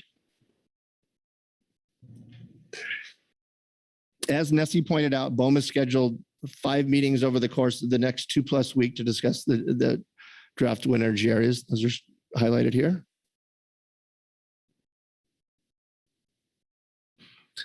And now we get to, here we outline what the potential council actions are for you all to consider. The first would be to direct the Marine Planning Committee and the Habitat Committee to develop a comment letter utilizing the QR process. The August 15th request for comment published by BOEM provides 9 specific categories for which BOEM requests comments regarding the features, activities, mitigations, and/or concerns within or around the draft WIAs. Given time constraints, we did not have an opportunity to provide anything other than an outline of what a council comment letter on the draft WIAs could contain. We could also submit a request for an extension of the public comment deadline to clarify that this would be in addition to, not in lieu of, the first bullet point you see on the screen here. While the MPC and members of the public who attended the September 1 joint MPC GAP meeting appreciate BOEM's establishing a 60-day comment period for this action, many felt that this was inadequate given the importance of the draft WIA designation, ongoing fishing season for fisheries most likely to be directly impacted by the potential loss of fishing grounds, et cetera. There was a concern that meaningful engagement and informed comments may not be possible given the above and the 5 scheduled meetings by BOEM in support of the draft WIA designation. Meaningful engagement should be more linear in nature, for example, presentations, discussion, then comment period, and not abbreviated within the comment period. Lastly, you could, and this was brought up earlier, request that NIMS quantify the potential uncertainty in scientific surveys. Our supplemental report highlighted potential impact of scientific surveys. Questions about the impacts to council managed fisheries from disruptions of those surveys predominate. Council could ask NIMS to quantify the uncertainty that would affect the stock assessments and other scientific products used to inform management from changes to these NIMS surveys in the draft WIAs if a full build out of offshore wind energy was completed in those draft WIAs. This evaluation could incorporate an evaluation of the California WIAs and the impacts of scientific surveys as well. And with that, I will let you not listen to me anymore. Thank you, Mike. Lots of information there. I will look around to see if there are any questions on the MPC report. Mike Harrington. Thank you, Chair. Feel like I'm taking over here. Just one question. That's it. In the proposed quick response outline under potential council requests on page 7 of the MPC supplemental report 2, there's two options. Can you please clarify if the intent of these QR letters is to be directed directly to BOEM exclusively, or are they going to be sent to the Oregon governor in some way of, is it directly to the governor or as a CC? Through the Vice Chair, thanks for that question. We hadn't discussed that. My initial impression, without having discussed it with anybody else in the MPC, is that at the very least, the Oregon governor and congressional delegation that has weighed in on these items in the past would be at least CC'd. Right, thank you. Thank you. Further questions? Krista Svensson. Yeah, thank you, Mr. Vice Chair. Thank you for the report and thank you for summarizing rather than reading numerous pages into the record. I did have a question about your bullet points. I don't know that they are in order of preference. It seems to me that a request for an extension would likely need to happen relatively quickly. I get QR letters are also quick, but just if there had been any thought around prioritization of these items in terms of timeliness, if any or all of them move forward. Yeah, through the Vice Chair, thanks for the question, Krista. There is no prioritization done here. I think you hit the nail on the head. If the council opted to submit a request for an extension, I think that's something that requires less thought and can be done relatively quickly. Whereas I think the drafting of a QR letter on the draft WIAs, it's going to be a longer process. So no, these are not ordered in any order. Thank you. Further questions? Joe? Yeah, thank you, Mr. Vice Chair. And maybe not a question to Mike directly, but I was wondering if I could have Steve Joyner come up to the table and address a couple of questions on the reports. Yes, I do have fun here. So I just want to make sure we're done grilling Mike here before he steps away. No more questions for Mike, then please, Steve, come forward. Joe, please go ahead. Thank you, Mr. Vice Chair.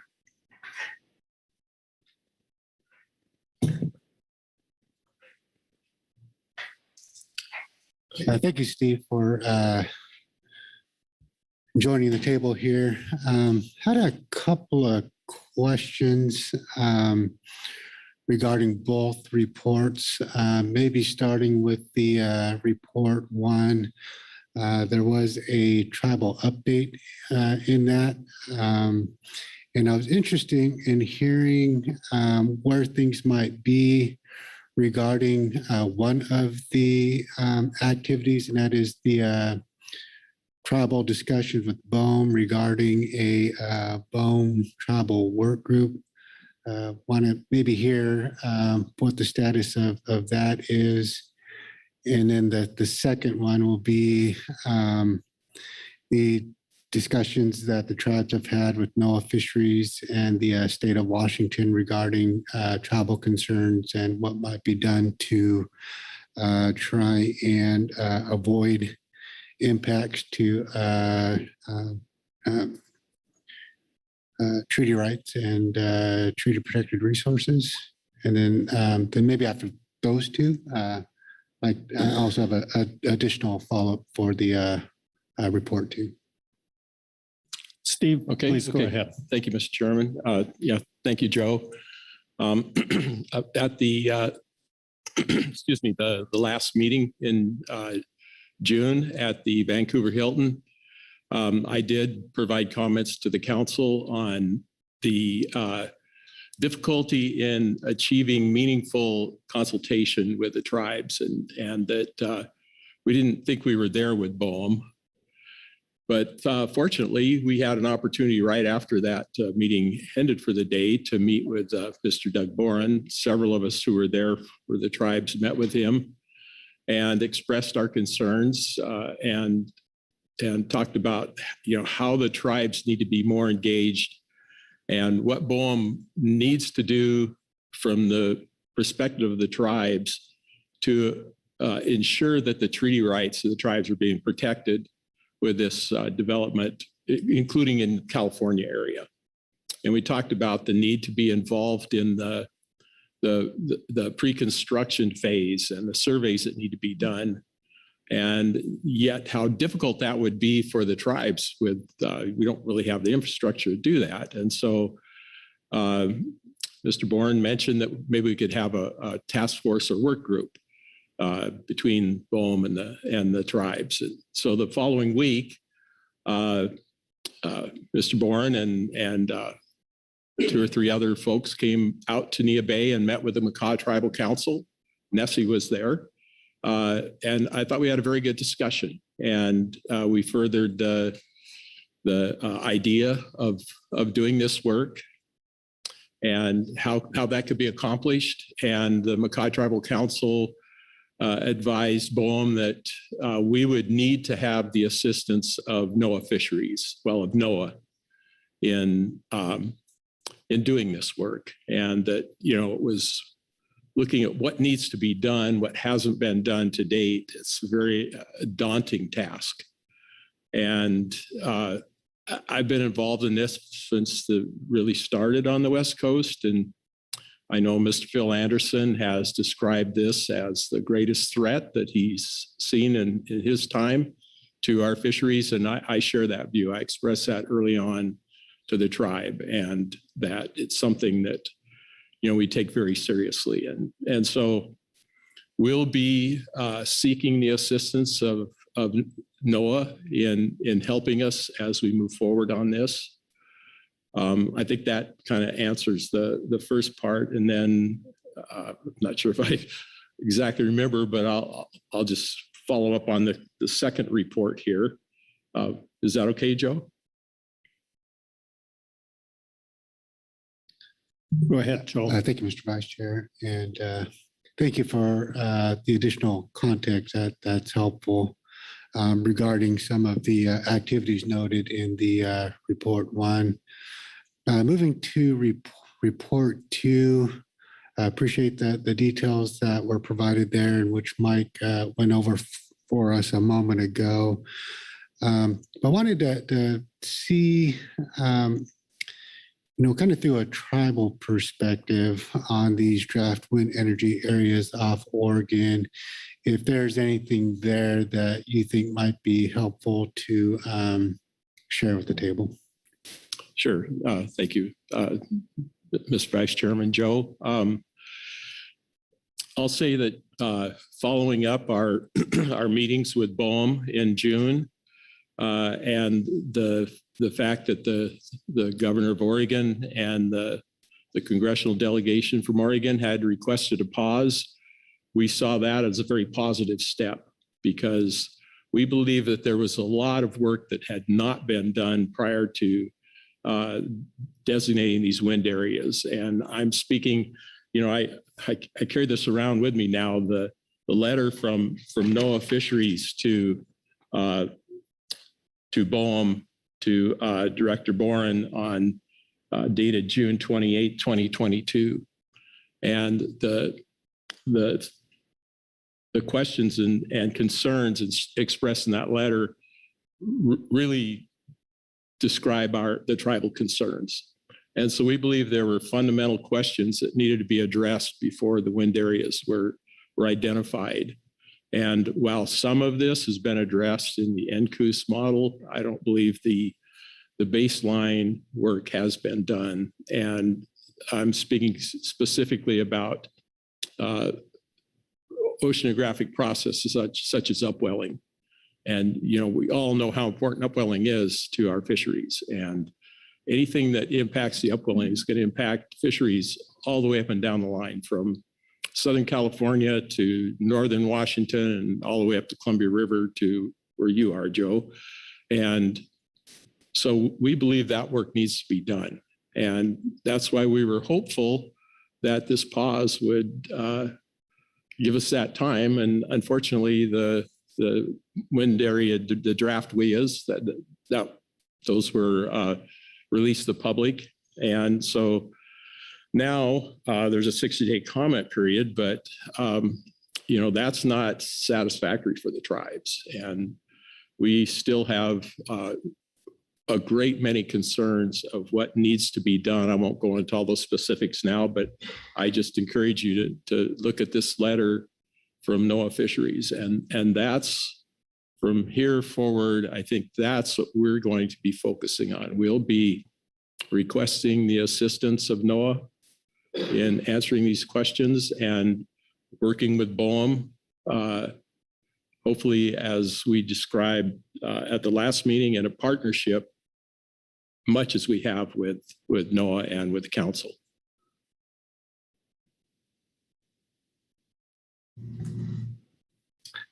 Thank you, Joe. Yeah, thank you, Mr. Vice Chair. And I do appreciate the opportunity to bring up Steve to provide some responses from a travel perspective. So I really appreciate that, Steve. Okay, thank you. Right, thank you, Steve. Right, I'll just make sure, since we're wrapping up the Marine Planning Committee reports, see if there are any final questions or comments regarding those. And not seeing any. We've got two more reports to go through. Next, we'll have the Habitat Committee report, and we have Dr. Corey Green online. Corey, you're up. Thank you. Can you hear me? Yes, we can. Thank you, Mr. Vice Chair. I will read agenda item H3A, Habitat Committee report on marine planning. The Habitat Committee discussed the Bureau of Ocean Energy Management recent published notice for draft wind energy areas off Oregon, which provides for a 60-day comment period until October 16th, 2023. BOEM is requesting specific and detailed comments on a range of topics regarding activities and concerns within and around the WIAs. Habitat-specific topics include the geological geophysical, oceanographic, and biological conditions, habitats that may require special attention, protected species habitat, and federally designated areas and areas that are environmentally sensitive or crucial to marine productivity. In addition, BOEM is asking for input on the constraints of cable transmission routes. The HC has not had sufficient time to fully consider the habitat-related implications of the proposal, draft WIAs, and potential cable routes on habitat resources in the vicinity of the WIAs, but notes that the draft WIAs do not reflect the preferred National Center for Coastal Ocean Sciences habitat suitability submodel scenario as recommended by the National Marine Fisheries Service. The HC has broadly identified a number of key concerns listed below to be further developed for the Council's comment letter. Additional habitat issues may arise as the Habitat Committee dives deeper into the underlying habitat information, some of which was only recently identified on federal data repositories. So these are the ideas we're thinking for preliminary structure and potential comments. Consider acquiring additional seafloor mapping where spatially lacking, and additional processing and analysis of existing data to improve identification of sensitive habitats prior to selecting the final WIAs. This would likely require additional time before the WIAs could be finalized. Consider recommendations about specific aliquots within the WIAs containing sensitive habitat features or designations. For example, portions of essential fish habitat conservation areas in the WIAs, rocky reef habitat areas of particular concern, coral habitat, methane seeps, and carbonate deposits with methane emissions. Consider habitat impacts and potential recommendations for possible cable transmission routes within the WIA and elsewhere, including nearshore and estuaries, and mechanisms for protecting habitat resources. Possibilities for discussion include habitat Hecata Bank and Hecata Bank EFHCA, HAPSEs such as rocky reefs, kelp, seagrasses, and estuaries, carbonate deposits and methane seeps, juvenile salmon ring habitats and estuaries, cable route footprints, and installation impacts on habitat from different leases. The HC recommends working with the Marine Planning Committee to incorporate habitat comments into the draft letter for council review. The HC encourages providing succinct comments and recommendations with sufficient detail to help ensure the final WIAs and cable considerations are as sound as possible. Thank you. Thank you, Corey. Are there questions for Dr. Green on the Habitat Committee report? Corey Niles. Thanks, Mr. Vice Chair. Thanks, Corey. I know you all, the committee prefaced its report saying you had limited time, so maybe you don't have the full answer here. But when you note that the habitat suitability model recommended by NIMS was not reflected in the draft WIAs, can you elaborate on what you thought the consequences of that was, or what's different between that and what was included? Thank you for the question. Just for clarification, what I meant there is that the draft suitability model was incorporated, but the overall end result was pretty much directly opposite in terms of the prioritized areas within those WIAs. And so what I think the implications are that due to the way the structure of the decision support tool is made, it's really undercounting some really important habitat features. Does that answer your question? Yes, thank you. Further questions on the Habitat Committee report? And there are no other hands. So thank you again, Corey. Thank you. And we have a Groundfish Advisory Panel report. Jeff Lackey is here to deliver that. Good afternoon, Jeff. Yes, good afternoon. I'll be reading from Agenda Item H3A, Supplemental Gap Report 1, Groundfish Advisory Subpanel Report on Marine Planning Update. The GAP, like the MPC, had a limited amount of time to consider all of the information and provide comments outside of those already included in MPC Report 2. However, we do agree the MPC report with the MPC report and support the Pacific Fishery Management Council requesting an extension of the comment deadline. Additionally, the GAP request that the Bureau of Ocean Energy Management automatically publish coordinates of any proposed call, wind energy, or lease areas in file formats fishermen can use in their GPS units and fish plotters. The seafood industry has continually asked for this every time there is a change in the areas, whether a marine protected area, regulatory area, or offshore wind area. At minimum, an Excel spreadsheet file containing the coordinates could be published, and fishermen could convert that into various file formats used in marine charting software. However, in the interest of meaningful engagement, BOEM should work with the seafood industry to determine which formats are most common.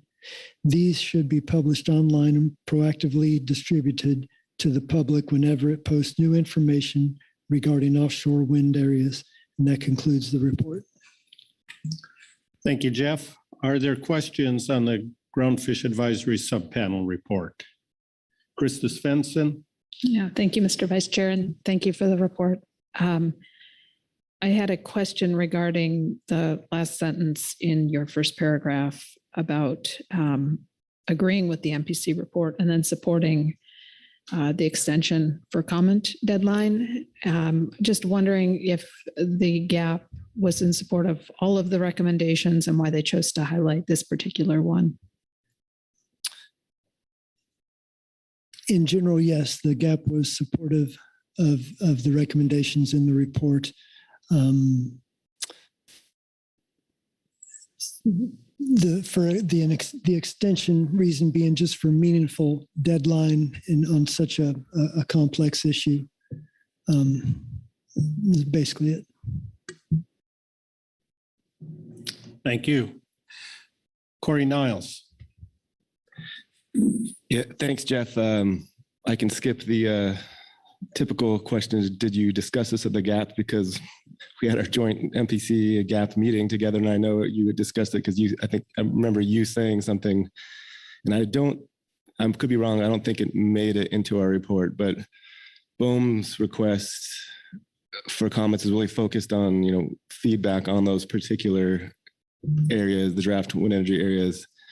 You had a comment, which I'm guessing you didn't have time to follow up on this week, but about it being, I think it was the Coos Bay area being right up against some of the best fishing grounds you might have said out of Newport. Do you recall this comment that you made? And did that make it? I don't think that made it in the MPC report, but it seemed to me that you did, if more time, had some really specific comments about the fishing grounds, either in those or adjacent to those areas.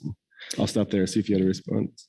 Yes, in general, the GAP believed that so much was covered in the MPC report. We didn't want to repeat a lot of it. And the request to start over, delay and start over, maybe superseded some specific request about the call areas. The call area comment in the Coos Bay was that some of the best fishing grounds I'm familiar with, whiting and then bottom trawl, one of the best bottom trawl areas is butted up right up against that call area. And a lot of people have talked about upwelling, and the impacts on such important fishing grounds are not known. If those areas could come to fruition, the impacts are just very much unknown. And that was one big comment there. The other comment about that area specifically was that one of the charts up earlier on the wind, that the wind energy costs for that area were roughly 50% higher than some of the best other areas in that call area for Coos Bay. And so that was an extreme concern. And those types of comments fit into the overall comment to delay and actually start over on the call areas because it was not a suitable area. Thank you. Are there further questions? I don't see any. Thank you, Jeff. That takes us to public comment. Before we get started on that, we're going to take a brief break so we can focus our best attention on the public comment. So let's be back here in 10 minutes. Thank you.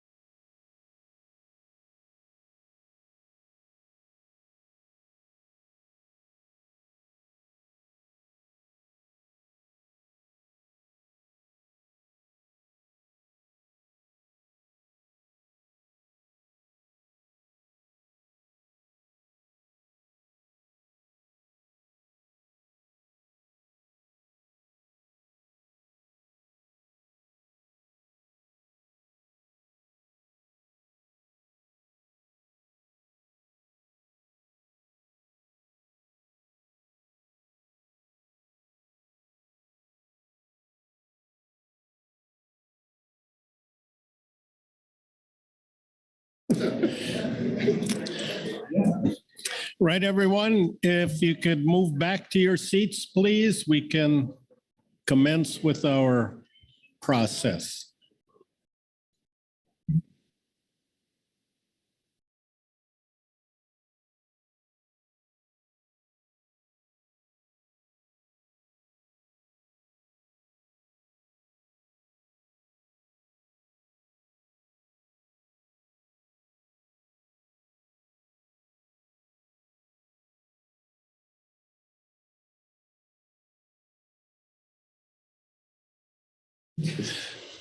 All right, thank you, everyone.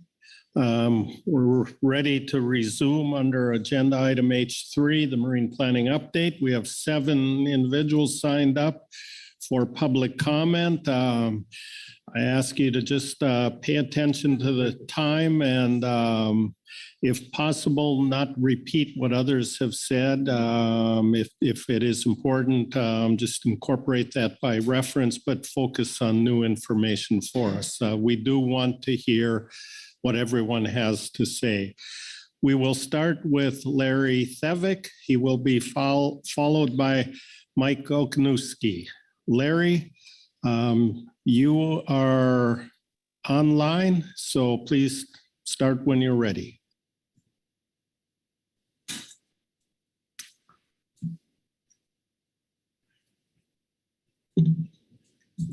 And I need to look and see, is Larry online?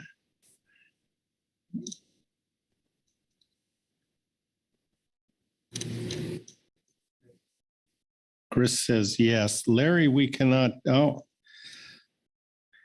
I see you. It appears as your mic is unmuted. Right, I know Mike Oknuski is here. We'll go to Mike and we will check back with Larry a little bit later.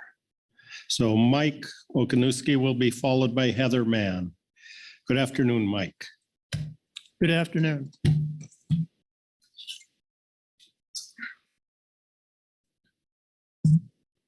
Thank you, Mr. Vice Chair and council members. My name is Mike Oknuski. I represent the West Coast Pelagic Conservation Group, WCP. This is going to be a little bit detailed. I will be commenting on a single item in the wind energy area siting analysis for the Oregon call areas, authored by the National Oceanographic and Atmospheric Administration, NOAA, National Centers for Coastal and Ocean Science, NCOS, and the Bureau of Ocean Energy, BOEM. I'll be taking a table or concentrating on that from Appendix B in their report, and it's Table 3 on page 124. Quote, NIMS recommendations for constraints, submodel, and natural resources submodel. NIMS provided 3 scenarios in order of preference to NCOS for consideration by BOEM in the model. These scenarios align with the areas we recommended for exclusion in our 6/28/2022 letter to BOEM. Scenario 1 is our recommended scenario, end quote. The NIMS recommendation, sorry about that. The NIMS recommendation, scenario 1, is the most restrictive and protective in regard to 5 protected species and uses formal constraints on where wind farms can be located. BOEM chose scenario 3 instead of a NIMS recommendation. BOEM's choice of scenarios has no formal constraints where wind farms can be located for any of the 5 protected species. NIMS recommended the following 5 protected species be selected for constraints, i.e. excluded from human interaction. The first one is leatherback turtles, and the score of it to get a constraint is 0, and all 5 of these NIMS scored at 0. I'll give you the BOEM score. Leatherback turtles for Bohm were 0.1, no constraints applied. Southern resident population of killer whales, 0.1, no constraints applied. Blue whales, no constraints applied, 0.2. Humpback whales from Central America, DPS, 0.3, no constraints applied. Humpback whales from Mexico, DPS, 0.5, no constraints applied. For clarification, a 0 score triggers a constraint status. Constraints are actions that would limit where you can place wind farms in order to prevent interaction with these 5 protected species. NIM's recommendation for scenario 1 would use 0 for these 5 species that would produce constraints. Bohm uses the NCOS model differently from NIMS to never have a score of 0. Thus, no formal constraints can be issued and no regulatory exclusion from human interaction from offshore wind turbines or support vessels would occur. As we have been informed by the Bohm and NCOS staff, the Bohm version of the NCOS model will not calculate zero-sum scores. As explained by the NCOS staff to the audience in a Bohm public presentation to council advisory bodies, Bohm requires no constraints are put on their location selection to ensure that they reach their goal for electricity production on schedule. In contrast, fishermen, I'm sorry about that. In contrast, fishermen must avoid fishing areas or even quit fishing if they might interact with these 5 species. Unlike fishing vessels, wind turbines are not mobile fixtures. They are huge, and there's no definitive data on what effects they may have on ecosystems and food webs. NOAA, NIMS, NCOS, and the councils are the world specialists in the field of protecting marine species. They have worked diligently to protect these 5 species and many more. WCP believes Bohm should be required to follow the same rules of protection for ESA and protected marine species, which are applied through these agencies to other organizations. NOAA and its affiliates should be in charge of scoring. There is no focused research on the effects offshore wind may have on protected species and the ecosystem that supports them. This is a data gap that needs to be filled prior to construction of offshore wind projects. An alternative might be a research project with lesser number of wind turbines. WCP recommends that the Bohm Oregon WEAs are rescinded until the data gaps are filled and a robust analysis is conducted. Thank you. Thank you, Mike. Are there questions for Mike on his testimony? Doesn't look like there's any. Oh, excuse. Go ahead. There are no questions. Okay. Have a good afternoon. All right. I see now that Larry Thevick, his hand is raised, so we will see if we can get his testimony and then go to Heather Mann. So Larry, can you hear us? I can. Can you hear me? Yes, please go ahead. Yeah, I apologize for that. I'm pretty digitally challenged. Members of the council, good afternoon. I thank you for the opportunity to speak. My name is Larry Thevick. I am president of the Washington Dungeness Crab Fishermen's Association, headquartered in Westport, Washington. The Dungeness crab fishery is sustainable and is the most valuable single species fishery on the West Coast. I appreciate recognition by this council how important state-managed fisheries are, and although not in the council family of fisheries, are necessary and additive to the economic success of our fishing-dependent communities. And I hope warrant continued inclusion in Council Bohm discussions. I especially appreciate and support the hard work of the MPC and the comment letter MPC submitted for council review.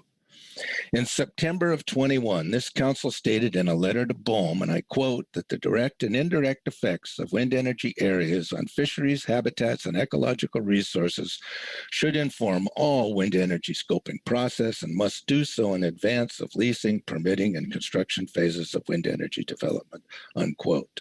In June of 22, a NIMS letter to BOEM stated, and I quote, prior to identifying the wind energy areas, potential effects to oceanographic processes must be considered, including effects from the wind turbine structures themselves. Oceanographic effects from extraction of energy from the atmosphere during operation must be considered, particularly on the timing, duration, strength, and location of upwelling processes, unquote. Both of those statements were appropriate then, are appropriate now, and should serve to help measure the merits of the draft WIA document. In a cursory review of the draft and a word search, there are only 3 mentions of upwelling in the 186-page report, and all are references, not narratives or explanations or examination of impacts. In spring of this year, this council recommended and requested, as did many other diverse stakeholders and state and tribal governments, a pause in the BOEM process to allow data, science, stakeholder participation, and tribal consultations to catch up to siting decisions. At the GAP MPC meeting on September 1st, a BOEM representative, when asked about a notable lack of ecosystem impact analysis in the suitability model and a continued paucity of information on cumulative and unintended consequent effects, repeatedly stated, and I quote, we need more research, unquote. I agree, but more research requires more time. The extension of 30 days for comment on the WIA draft is welcome, but it falls short of meeting the purpose of the pause and the reset request. BOEM needs to take its own advice. We need more research. Early ENCOAST modeling discussions were received with cautious optimism that the model could provide additional useful information in the siting process. We hardly have had time to understand whether or not it does that. At first blush, it seems the model does not fill many of the data gaps as many of us hoped, and that some data layers may lack or overlook significant information. In early modeling discussions, I queried several times about what I perceived as very limited ecosystem impact modeling in the proposal. I was told there was plenty of time to provide for that. Now we are told it is complicated and requires more research, but apparently it does not warrant or justify more time. Similarly, there was an expectation of cumulative impacts analysis in the model, and that has little mention or narrative explanation in the modeling or in the draft. In another quick review and word search, there are no reference to cumulative impacts or effects, and only 2 uses of the word cumulative, both in a math reference. Also, I see there's 1 reference to the phrase ecosystem impacts, and that is relative to baseline data as part of the measure of OSW impacts over time and not predictive of impacts. A specific example of weakness in the data layers is the complete exclusion of a protected avian species, short-tailed albatross, in either the oral wind mapping tool or the listed species of seabirds in the suitability model, despite being on the Oregon Protected Avian Species List and noted to this council in a NIMS 2019 report that states, and I quote, bycatch of short-tailed albatross in commercial fisheries continues to be a major conservation concern, unquote. I ask, how can we discuss or account for conservation concerns from OSW, including potential blade collisions and suitability of location impacts on this species if it's not even in the suitability model or the avian species list? The designation of critical habitat areas for marine and mammal protected species and the regulatory limitations on activities that are federally funded or permitted in those areas that can potentially alter the habitat are also not modeled, nor are the implications of potential critical habitat regulatory constraints on OSW activities in those designated areas adequately discussed in the draft. I understand the analysis of cumulative effects of multiple offshore wind developments at scale and the expected range of displacement and impacts on present ocean uses, on marine and avian species, potential ramifications on upwelling, nutrient and larval distribution, and the California current system is a daunting task. But for those of us facing potential daunting impacts and consequences on our livelihoods, communities, and resources that we depend on, it is an expected, justifiable, and necessary one. While the draft WIA information and the end cost model offer more information than we had, there exists a continuing need for broadened scope, additional information, and research.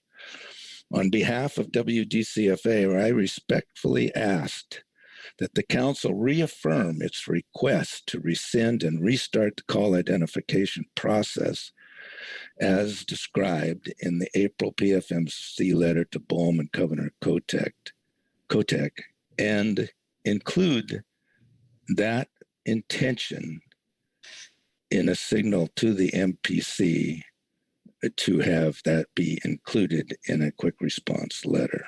And I thank you very much for your consideration and your time. Thank you, Larry.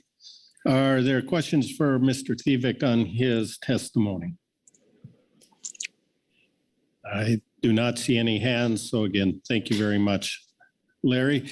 Next, we will have Heather Mann. Heather will be followed by Carrie Silva. Heather, before you begin, I just want to let our technology folks know Carrie will be online, not in person, so you will need to promote her. And Carrie, you can, at some point, if you can raise your virtual hand, it's easier for them to find you to open the mic. So Heather, good afternoon. Hello, Mr. Vice Chair, council members. My name is Heather Mann. I'm representing the Midwater Trawlers Cooperative. MTC represents 32 trawl vessels that participate in various West Coast groundfish fisheries. I want to first thank you for your dedication to this issue, the letters that you've sent out to BOEM earlier this year. I believe the work that the council has done has been instrumental in helping get the congressional delegation as well as the governor of Oregon to ask for a pause in this process. MTC vessel owners, crew, and their families, as well as many other commercial and recreational fishing businesses, will be negatively impacted by development in the draft wind energy areas. We harvest whiting in both of these areas. The shoreside and mothership whiting sectors are very important to the Oregon coast.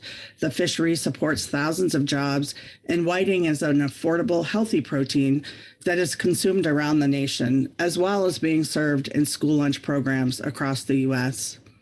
Quote, "We have to show our work," end quote. This statement has been voiced on the record at least 24 times by BOEM as a response to direct questions on how the very detailed information we have all provided to BOEM over the last few years was used in developing both the call and draft wind energy areas.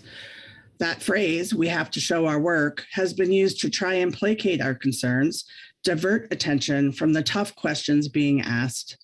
The long-awaited report is now available for the draft WIAs, and it falls quite short of showing the work. While there is technical information about the modeling, there is no narrative about trade-offs or rationale for the internal decisions made.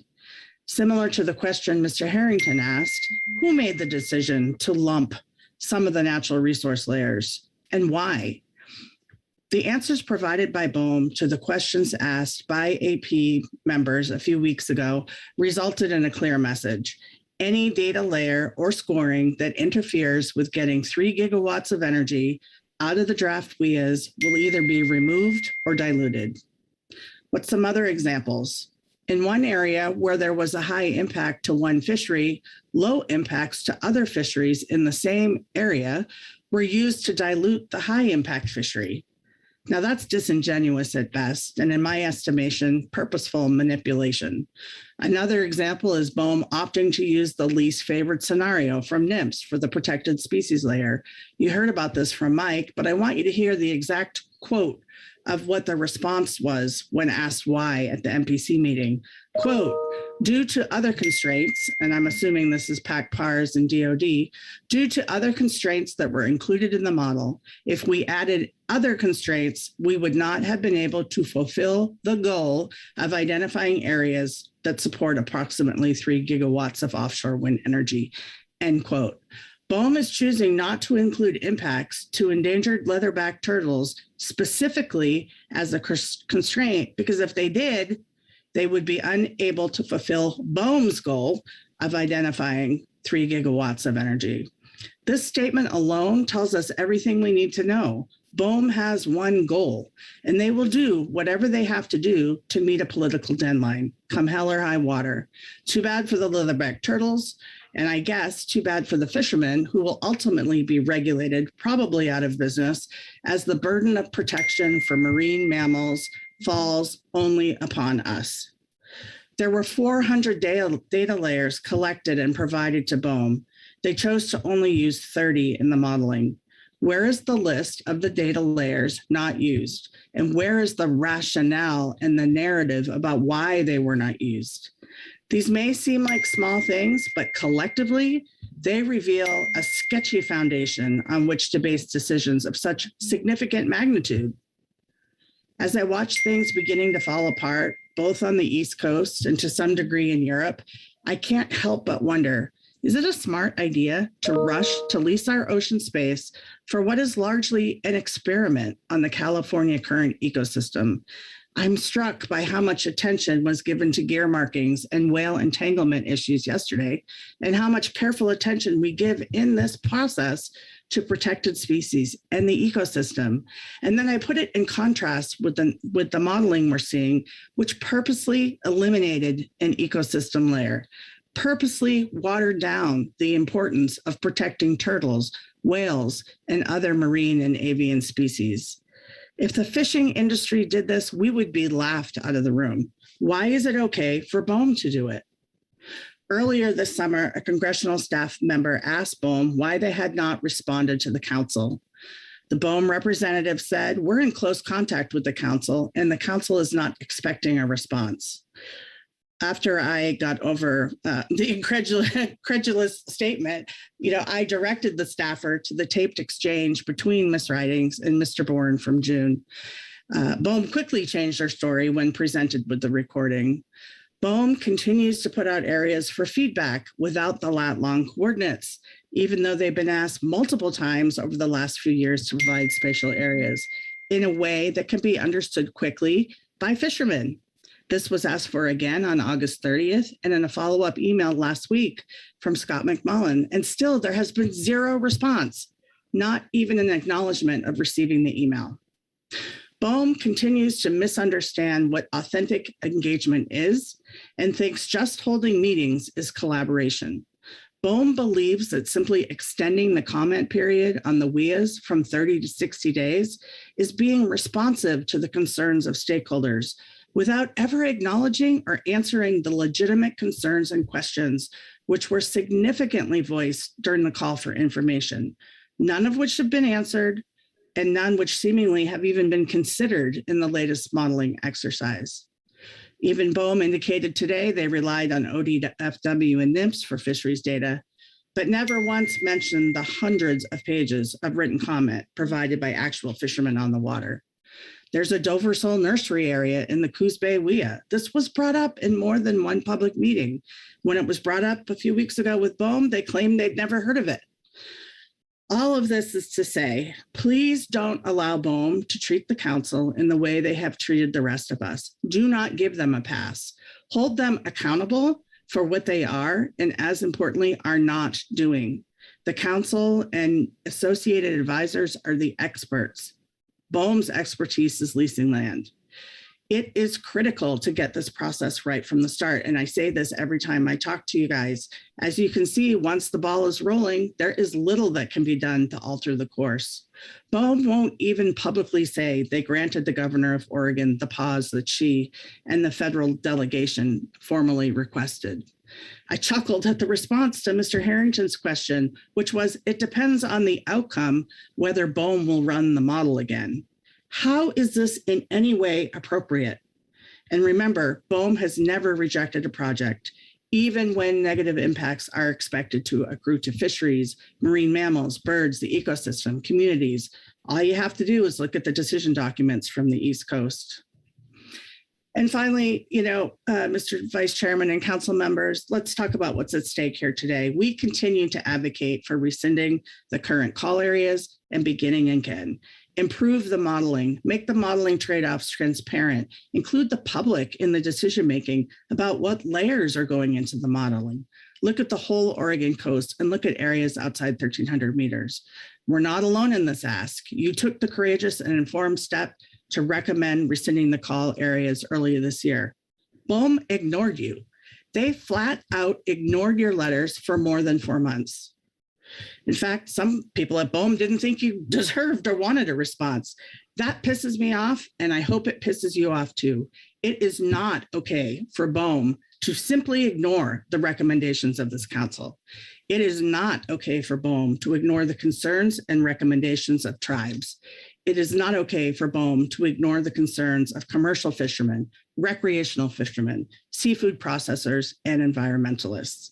And I'm going to close with reading a quick paragraph from BOEM's response letter to the council 4 months later. Quote, throughout BOEM's offshore wind energy process, BOEM will continue to collaborate with ocean users to select the best available science, data, modeling approaches, and traditional knowledge to identify areas that are most appropriate for potential wind energy projects, while minimizing environmental impacts and user conflicts, end quote.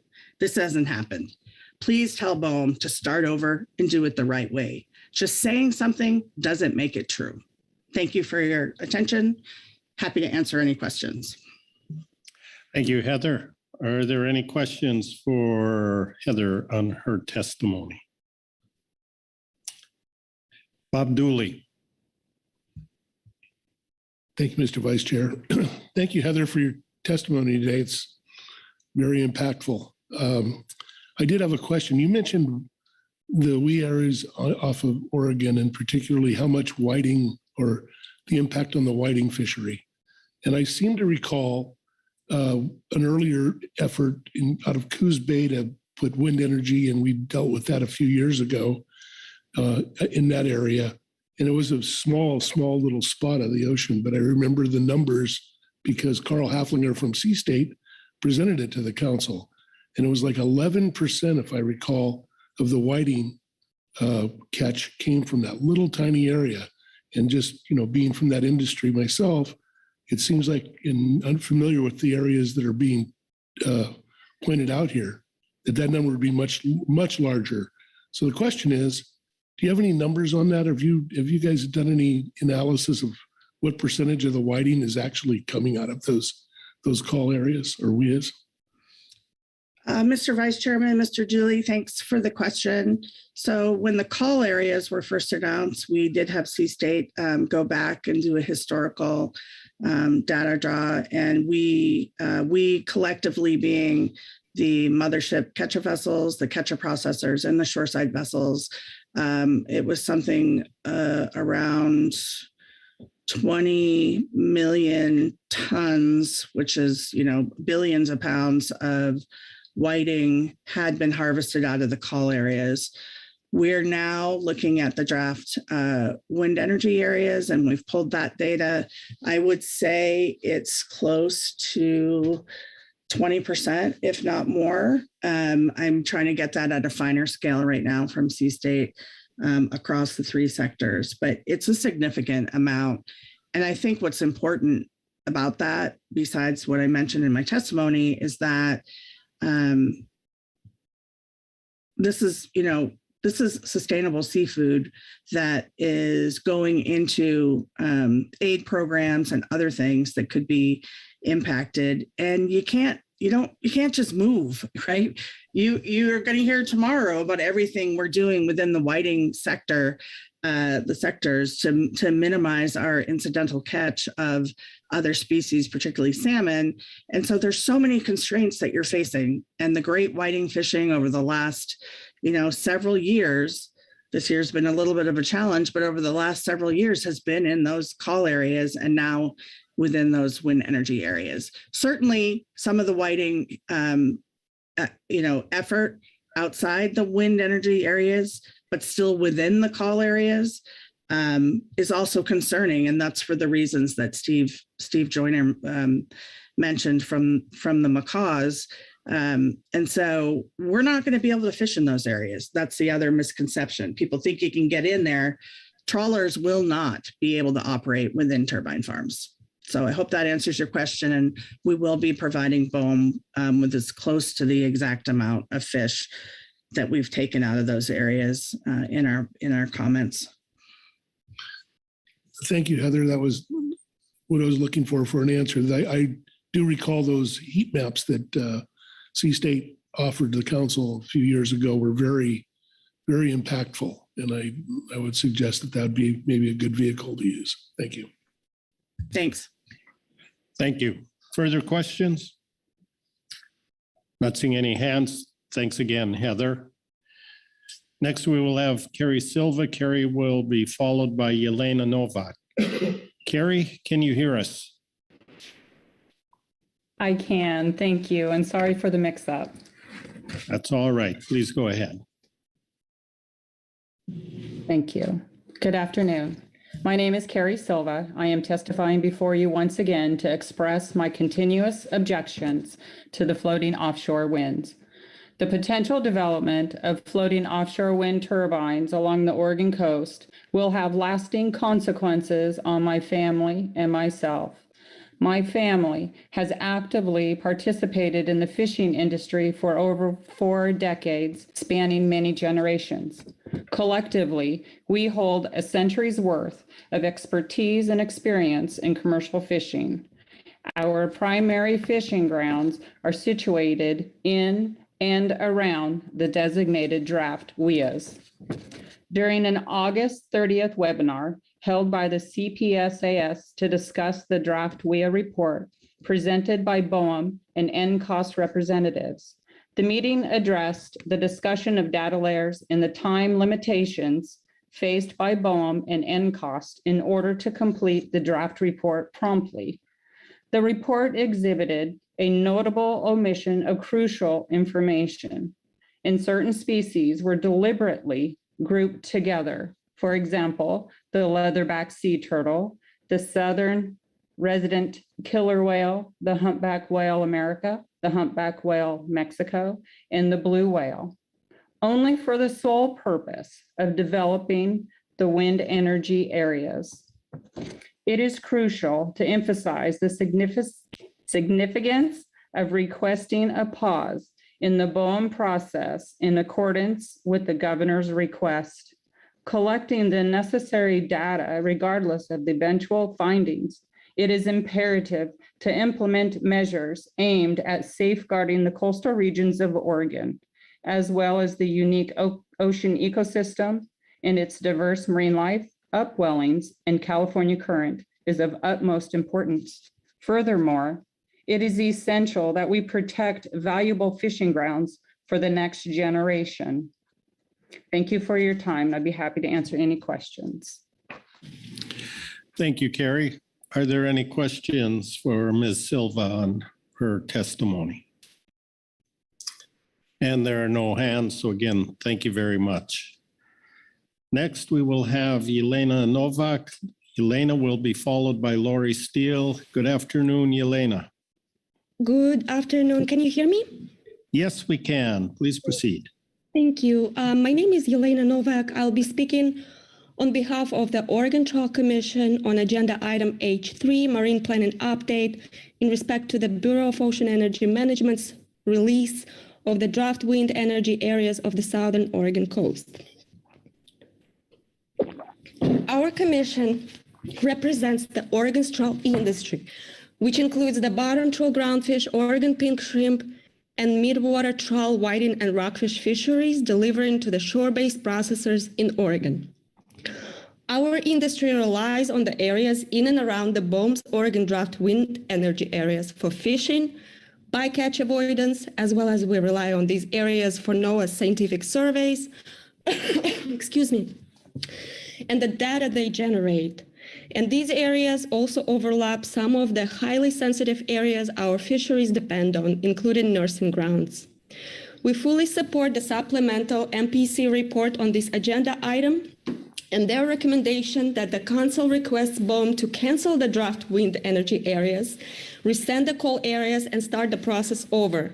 I also support comments made before me. The BOEM spatial mapping effort to facilitate the release of these draft WIAs represents a half-baked effort to meet the arbitrary timelines and goals. I'll highlight just several issues we see with the model. For a more complete list of concerns, please refer to the MPC report too. The model excludes ecosystem considerations, including coastal upwelling, nursing grounds, among other. The entire California current ecosystem is a compilation of highly sensitive marine areas with a fundamentally important ecological role of supporting the marine food web, various populations of marine birds and mammals, including those with a protected status, commercial and recreational fisheries, and also sequester carbon and pump the oxygen in the atmosphere. The model disregards the areas of high importance for the NOAA scientific surveys, which I find completely unacceptable because the viability of the groundfish and whiting fisheries depends on these surveys. The model does not include any consideration for the risks associated with these areas essentially sitting on top of the notorious Cascadia subduction zone. If we believe what scientists say about this, the big one will most likely occur off our coast in the next 50 years. And BOEM's model implies that this threat is irrelevant for 900 plus feet tall floating structures attached to the ocean floor at the unprecedented depths. Is that so though? Will we end up with a graveyard of offshore wind infrastructure of our coast? As you heard already, only 30 layers out of more than 400 that were made available to BOEM were actually utilized in the model. Why is that? Is that due to the time constraints, or is that just more convenient? We continue to be extremely concerned with BOEM rushing to facilitate the development of these massive scale offshore wind projects without having the sound science to support such development and without the support from the local communities. BOEM can address the growing list of concerns by preparing the programmatic EI, environmental impact statement, which our industry and many others have requested from BOEM times and times before. BOEM continues to say that until we know the exact project specs, they cannot assess the impacts of offshore wind development. The National Renewable Energy Lab, known as NREL, has shown a remarkable ability to generate all sorts of models. And BOEM says that modeling the impacts from the known offshore wind floating technology to the marine environment is not possible.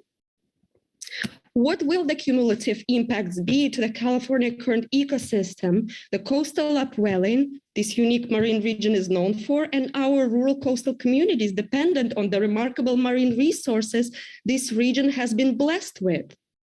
In closing, I respectfully ask that the Council requests BOEM to cancel the draft WIAs, rescind the coal areas, and start the process over while proceeding with the maximum transparency and fairness, especially as it relates to the impacted local communities. I thank the Council for staying engaged on this issue. I recognize that it takes up a lot of floor and staff time.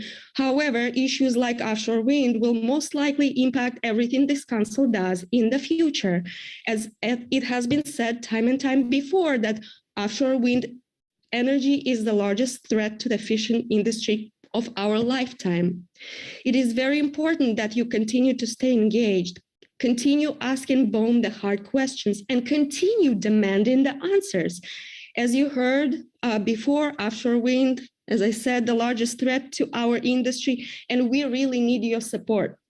This industry and the health of our ocean does not have many champions, and this Council is one of them. So I thank you very much for this opportunity to speak, and I'm happy to take any question. Thank you, Yelena. Are there questions for Ms. Novak on her presentation? And I don't see any hands. Thank you, Yelena. Next, we have Lori Steele. Lori will be followed by Clayton Wraith. Lori, good afternoon. Good afternoon, Mr. Vice Chairman and council members. Thank you for the opportunity to testify remotely today. I'm sorry I cannot be there in person. My name is Lori Steele. I'm the Executive Director of the West Coast Seafood Processors Association. We represent 8 shoreside seafood processing companies located in California, Oregon, and Washington.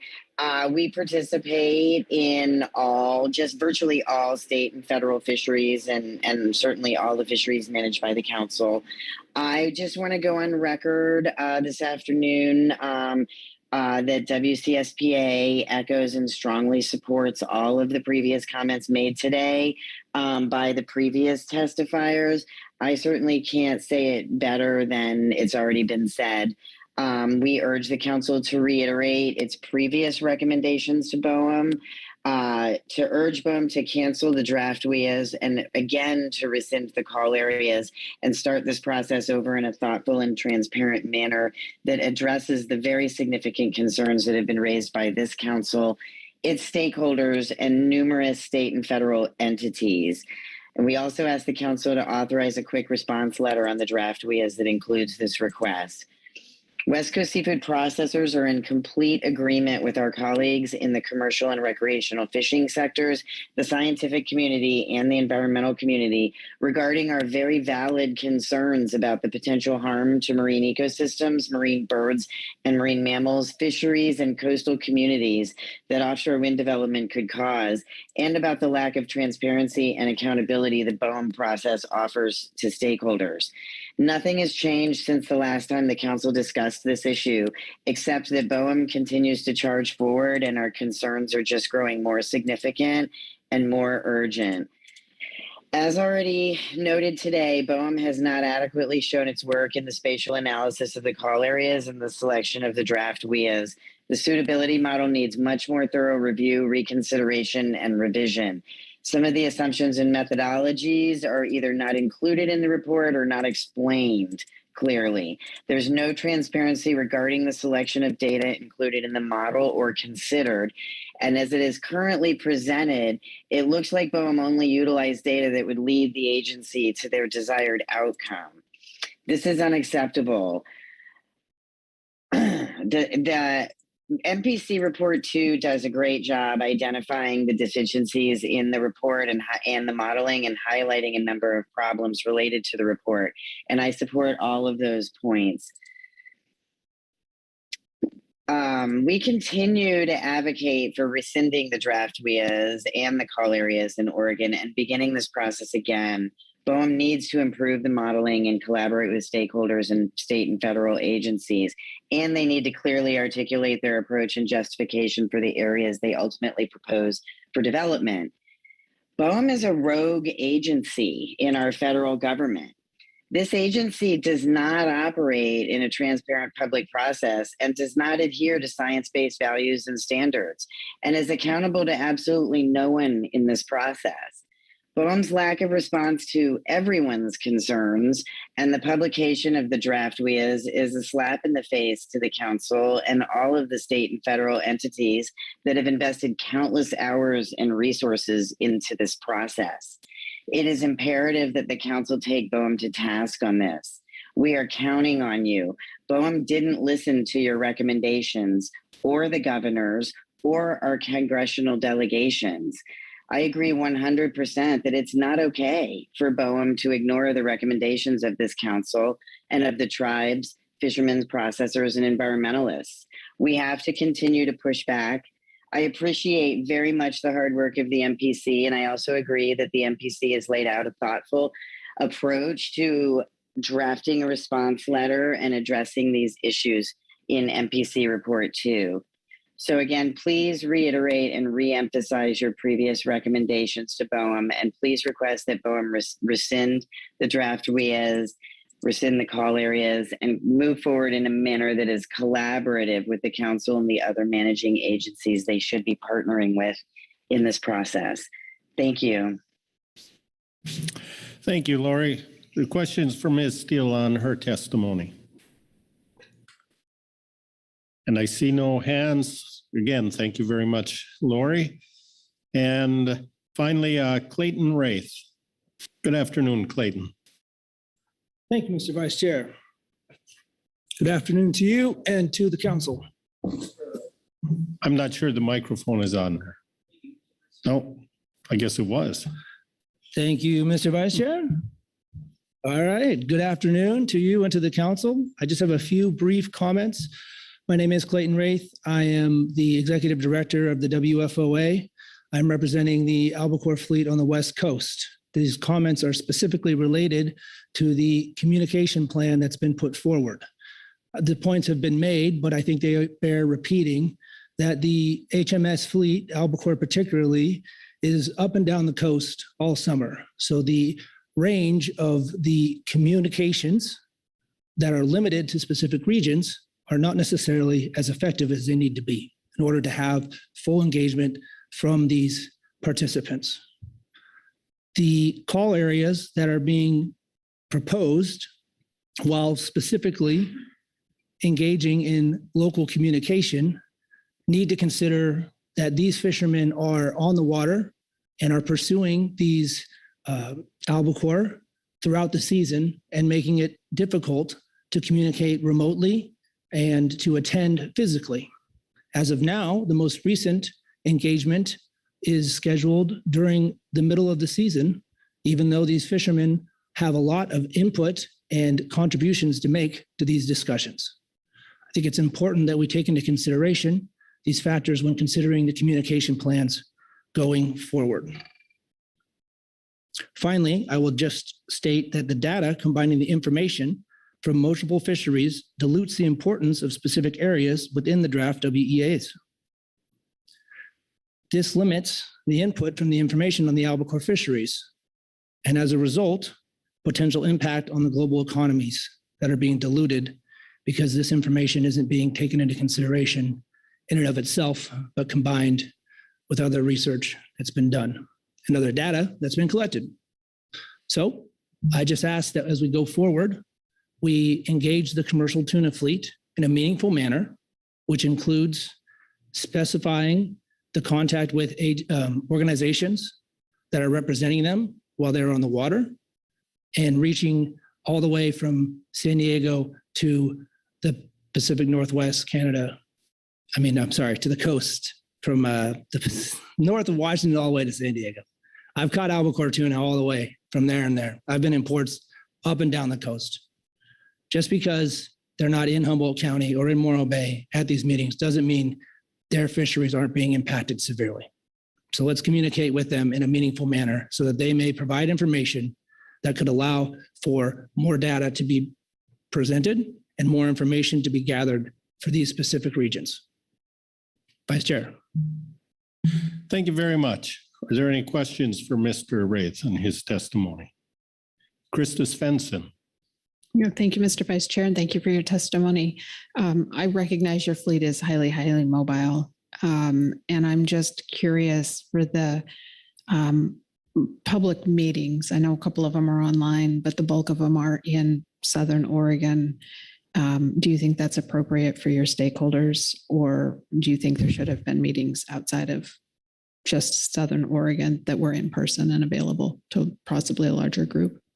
I think that thank you, Vice Chair, through the council. Mrs. Sivertson, I think that there is an important engagement that needs to take place with the entirety of the commercial fleet. The travel to small rural areas in Southern Oregon in order to participate in person in these meetings is insufficient, in my opinion. And I believe that even if a remote option is given, with advances in Starlink or internet participation offshore, you're still looking at a fleet that is unable to communicate effectively or is not being given the opportunity to do so and should have more expansive opportunities to communicate their concerns in regards to this really important and historically profitable and healthy fishery. Krista? Thank you, Mr. Vice Chair. If I may ask one follow-up question. This is prime albacore fishing time. Yes. And your fleet is decidedly offshore. So do you think even the online portion is accessible for a lot of these guys, even with Starlink or other forms? I mean, for those of you that don't know, we're talking far enough. Your cell phone is not going to work in most cases out there, if I'm not mistaken. Thank you, Vice Chair. Thank you, Councilwoman. Absolutely, technology has made it a closer world. We can call our families more easily, but reception on those satellite phones is inaccurate. It'll fade in and out. Any type of link that we have, even now, is cost prohibitive for many of the vessels that are out there. Many of the ones that will be impacted by this will no longer have an opportunity to participate in a fishery that's been meaningful up and down this coast. Those conversations and their input deserves to be heard. I've traveled over 1,000 miles offshore looking for albacore. I've been anywhere from Mexico on the border to Canada on the border. Getting somewhere in the end of September to sit in a library isn't realistic, especially when we're considering the information being conveyed and the importance of identifying how the albacore industry will be impacted, particularly when the science and the data and some of the information that's being provided isn't showing the level of potential financial and environmental impact that will occur to these communities and to the fishery itself. Krista, follow up? Thank you. If I may ask one final question. If the council does ask for an extension, do you think the first part of November, I mean, it seems like the season typically ends for most folks by the end of October. Do you think that's a sufficient amount of time for people to get comments in the public forum if we are able to get an extension or if there were to be one? Mr. Vice Chair, thank you for the question. As we've heard throughout the public comment period, these issues are being discussed passionately and have been brought to the attention of the commercial fishing industry up and down the coast. These discussions are being had. And so I can say that when the season comes to an end, which it will, because the fish will migrate off and we will stop spending money on gas to pursue them to the ends of the waters, they will be able to participate in a more meaningful manner, hopefully with the intention of conveying whatever information will be beneficial to the understanding of the full impact of these offshore wind sites.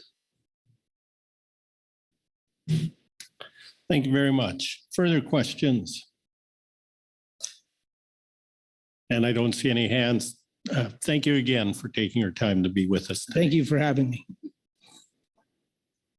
That concludes all our reports and our public testimony, and will take us into council discussion and council action. The action up there is up there before you. Consider the report, provide guidance as appropriate.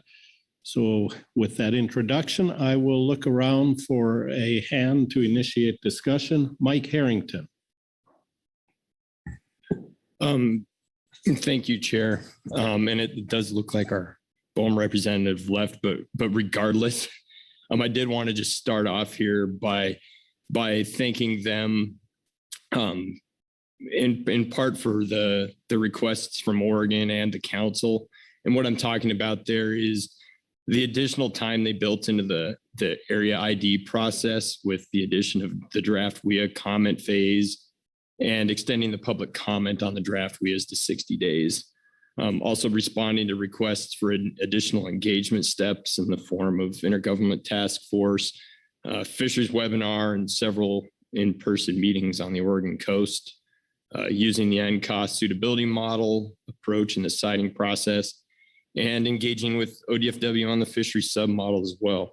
I also want to touch on the importance of siting and meaningful engagement here. ODFW continues to remind everyone that there is no place in the ocean that's free of use conflicts. And this is why ODFW believes that taking the time to site offshore wind development is so important. Citing is the primary opportunity to avoid impacts on natural resources and existing uses, including fisheries. Responsible siting to ODFW means development is well sited to avoid or minimize impacts. As we've seen in the NCOS draft report, opportunities for appropriate siting within the existing call areas have been significantly reduced by the constraints from Department of Defense and U.S. Coast Guard. Appropriate siting is not only important to us, but is also exceedingly important issue to the council and to the fisheries on the West Coast. As has been stated around this table so many times, there have been significant estimates to ensure the successfulness of West Coast fisheries by the council, federal, state, tribal governments, as well as the investments made by private businesses, including the commercial, recreational, and tourism sectors. We must all consider all of these when considering adding additional uses to areas where they are operating. The issue of offshore development will have an impact on PFMC fisheries and industries, as well as the habitat and ecosystems and the scientific endeavors to understand the resources and the changes due to impacts like climate change off our shore. As such, a very important role for the council is to ensure that the voices of all those in the council process are heard loud and clear. And what I've heard today is that more time and information is needed to complete this process. So that kind of leads into what I meant by meaningful engagement. And ODFW supports inclusive communication and engagement in this process. And that includes ensuring that there's a diverse stakeholder engagement, given these areas are used by multiple groups. In addition, there should be continued outreach and engagement with the tribes. This type of engagement, we realize, takes time. And this request for time by the state is to provide more comprehensive engagement in Oregon.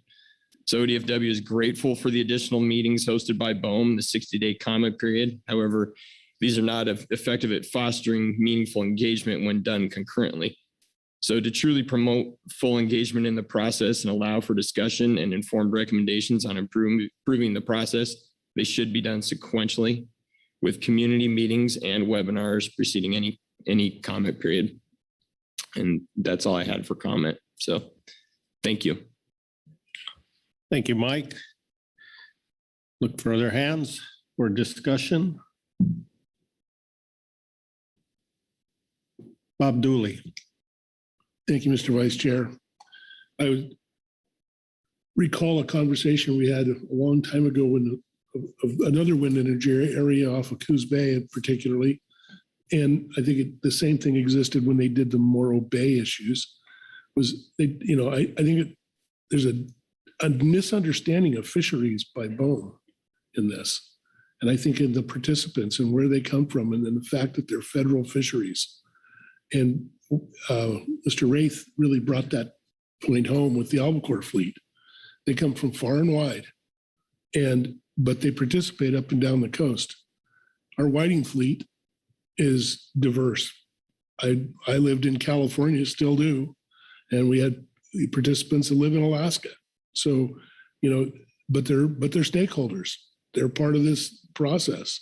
So I think the outreach, BOEM tends to think if they outreach to the local communities, like reflecting back when Coos Bay was on the table, they reached out to Charleston and talked to those fishermen and said, we talked to the fishermen of that area. Well, left out the whole whiting sector and many other sectors. That communication in that we're federal fisheries, they need to understand that there needs to be wide outreach and wide notification to make people aware of what's coming their way. They are the people that we represent in this council, and I think that we need to make sure they have a voice and they have a say. And I think that's part of it, is this notification and making sure BOEM understands that having 3 meetings or in Oregon in the area that they believe is affected is far from addressing the users of the area that they will are proposing to be affecting. So just wanted to bring that point up, that we need to think of this a little wider. So thank you. Thank you, Bob. Other comments? Phil Anderson. Thanks, Mr. Vice Chair. A lot of great information was provided to us here today. Hats off to the Marine Planning Committee for what they did in such a short period of time. And also the people that have been involved that some of whom testified here to us under public comment, and continue to provide us some great information and insights on this process. And I'm left with the view that we have to keep the pressure on BOEM to the maximum extent that we can. There's lots of evidence that they're not good listeners. Or if they are, they don't respond positively to suggestions or criticisms. And they continue to forge ahead despite the information that has been provided to them from a number of sources about the damage, not only to our fisheries, but our fisheries resources and the ocean environment as a whole. I wish there was something more we could do. But I wish we had some more authority, power, whatever, to affect the outcome of this effort. But we have what we have, which is, and it's important, and we need to just keep the pressure on, keep telling our story.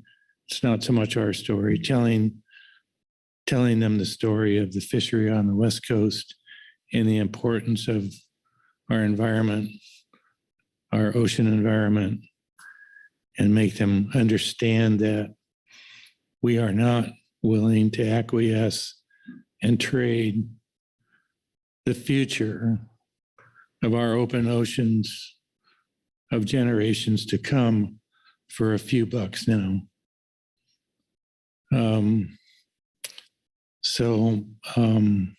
That's not very eloquent, but I just think we need to keep telling our story, keep it on, keep telling our story and to as broad an audience as we can.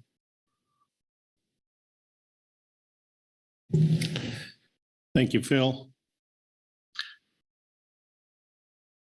Other discussion? Not seeing any hands here. Krista Svensson.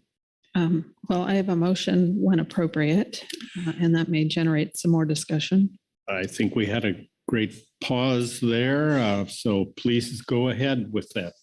That can generate discussion.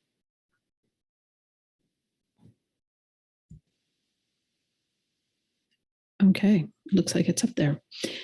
I move the council, 1, direct staff to work with the Marine Planning Committee and Habitat Committee to develop a timely comment letter utilizing the QR process, to request that BOEM not take any further actions offshore of Oregon until concerns outlined in the recommendation 1 of agenda item H3A, supplemental MPC report 2, September 2023, are addressed and included in the process.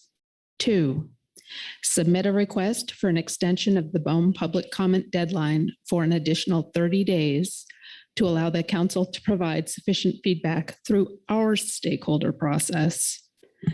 And 3, request that NIMS quantify the potential impacts and uncertainty in scientific surveys that may result from OSW development in the draft WIAS. Thank you, Krista. Is that language on the screen accurate and complete? It is. Thank you. Is there a second? seconded by Virgil Moore. Please speak to your motion. Thank you. My concerns as laid out in my March comments remain unchanged. Oregon constituents of the PFMC process continue to clearly express the need to take unhurried, better informed decisions about what's best for Oregonians and the nation as a whole, rather than press headlong into the future that will radically transform our landscape, our livelihoods, and every aspect of the lives of plants, animals, and humans that reside here. We have seen radical shifts in weather patterns indicating climate change is occurring. And I've still not heard from any stakeholder that we should completely junk and not proceed at all with offshore wind and wind energy. We continue to ask that the process allow more time to fully incorporate our input and to receive acknowledgement of how that feedback is being incorporated. Thank you to the MPC for providing options in the direction of a QR letter and how they could be taken. I've chosen the second path forward because it is where we are in the process. And at the same time, it's making the equivalent request as we made in the March meeting. I'm supportive of the QR letter requesting no further actions in furtherance of offshore wind leasing off Oregon until additional information is obtained as described in the MPC and HC reports, and until there is a better understanding of why the areas chosen would achieve the offshore wind goal with the least cost to fishing communities while minimizing environmental impacts to essential fish habitat for council species and protected species. So far in my rationale, I've spoken about the needs of filling data gaps, but an additional part of the tasking of the QR letter to the MPC and habitat committees is developing the response to BOEM and providing comments focused on identifying and proposing for removal of aliquots or buffering areas in the draft WIAs, and in areas where cable routes are possible that are integral to fishing and or habitat. This is in alignment with BOEM's request for information in attachment H3.5. Continuing the pause related to offshore wind developments off Oregon until we can answer previously raised concerns does not mean stakeholders will like every response. But Oregonians and other stakeholders should clearly understand why BOEM is choosing to not give due consideration to potential impacts to leatherback turtles, southern resident killer whales, blue whales, two distinct populations of endangered humpbacks, and a host of other seabirds like short-tailed albatross. These are species the council process has worked diligently to protect in conjunction with fisheries management for more than 2 decades. Without proper consideration and protection within the wind energy process, there is real potential to erode the hard-earned efforts of environmentalists and fishermen who've been working on these topics. An example of how this process could work can be gleaned from other government agencies who have been providing documents. Those agencies typically categorize that feedback and respond as to how feedback has been incorporated into the process or why it wasn't. Now, this suggestion is not meant to be a request for a line-by-line response, although that would be very welcome with regard to each comment. Perhaps comments could be aggregated and concerns as well, and it would be helpful in closing gaps in public perception that stakeholders' comments are not being incorporated into Oregon's draft WIAs. Regarding the request for an extension of the public comment period, I'm grateful to the governor of Oregon, our senators, and House members who asked that BOEM pause its leasing process in order to provide Governor Tina Kotek's administration with additional time to consult with tribal governments, engage stakeholders in coastal communities, and assist BOEM in identifying, understanding, and responding to local concerns in their June 9th, 2023 letter. Similarly, I'd also like to acknowledge BOEM and thank them for providing a 60-day window as requested in our governor's letter on August 3rd. My rationale for the council requesting an additional extension of 30 days is to allow us time to fully work through our traditional council process. Our stakeholders need time to review the document, attend the 5 BOM-sponsored meetings, and review the council comments in the briefing book before the November council meeting. This would ensure all members of the council family have an opportunity to inform council comment to BOM on the draft WIAs. All of that feedback could be then provided to augment BOM's decision. And while the MPC did not make the recommendation of providing public commentary in the event an extension is not granted, I think it is prudent for the council to provide as much feedback as we can in this area, including comments limited in scope, because we cannot fully work through our process in the time frame that has been provided. I included the NIMS request to quantify uncertainty because how these projects have the potential for having profound impacts on those surveys that are integral to our council making processes. One project, even a large one, might not have much of an impact, but the cumulative loss of information means council members in the future as managers may be put in positions of managing with limited to no data. Most of my motion is tailored to Oregon WIAs, but this rationale should encompass the entire West Coast. Impacts to surveys will affect all of our states, and the cumulative impacts of projects across state lines will affect individual projects off the coast of Oregon. The inclusion of this request in the motion will help guide our process, both as we interact in the BOM process and as we engage in other marine spatial planning activities. Fortunately, extending the process time off Oregon and potentially off the West Coast will not delay the Biden administration's ambitious goal of 30 gigawatts of offshore wind energy by 2030. As noted in MPC Report 1, in total, BOM and cooperating agencies are on track to complete reviews of at least 16 project plans by 2025, representing more than 27 gigawatts of clean energy. Nationally, we are 90% of the way to achieving that goal. I also want to say this is not a case of not in my backyard, as the council was one of the ones that requested BOM include spaces outside of the 1,300 meter depth, where advances in technology will now allow opportunity. We have the time to develop projects off the Oregon coast that are in alignment with our values, our heritage, and our communities. Furthermore, we have some of the best wind on the planet, which means we are unlikely to lose investor interest by balancing the needs of all parties involved. Oregonians are simply requesting that they not be provided or not be asked to provide inexpensive power to investors at the expense of their own identities. I would argue that our identity, myself being an Oregonian included, is tied to clean energy, including wind and hydropower. It's also tied to the environment and our diverse cultural resources. My hope is that the council continues to be a voice that advocates for our stakeholders in the BOM process based on advisor and stakeholder recommendations, and that legislators and BOM will continue to include us in the process of planning a future with additional clean energy choices that work with and for us all. Thank you, Krista. Are there questions to the maker of the motion for clarification? I think I saw 2 hands. Mike Harrington.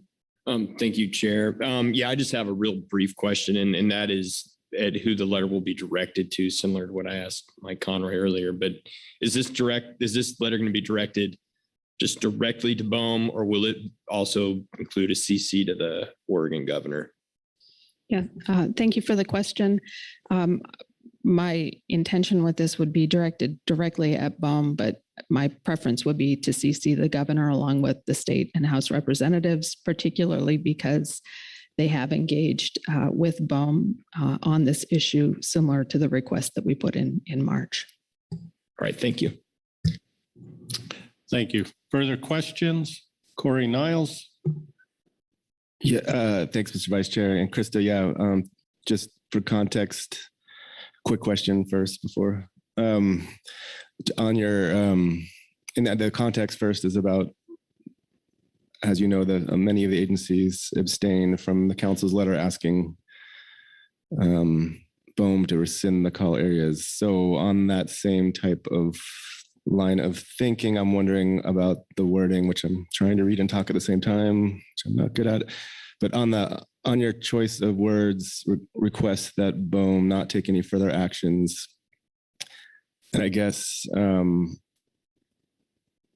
is that purposely different than a statement that says we do not think that the step taken at this council meeting to review the draft wind energy areas equated to meaningful engagement? Do you mean anything more by that phrase than what, like this was not meaningful engagement, or is there more thought behind that choice of words there? And again, I think it is, maybe I'll explain more if the difference between maybe whether, how my agency may feel joining this letter. No, thank you for the question. So the intention in terms of the motion is very similar to the last motion, which is why I used similar language.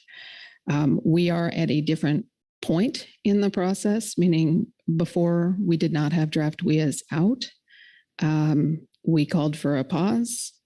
Now we have draft WIAs that are out. And I am asking that we continue to call for a pause until we get sufficient information. All right, thank you. John Ugoretz. Yeah, thanks, Mr. Vice Chair, and thanks, Krista, for the motion. Two questions. One may be more directed at staff, but first, in your motion, does it anticipate that the quick response letter will be ready to send on the current timeline if BOEM rejects our request for an extension? And then secondly, perhaps to you, but perhaps to staff, are we aware whether governors of various states have been copied on quick response letters in the past?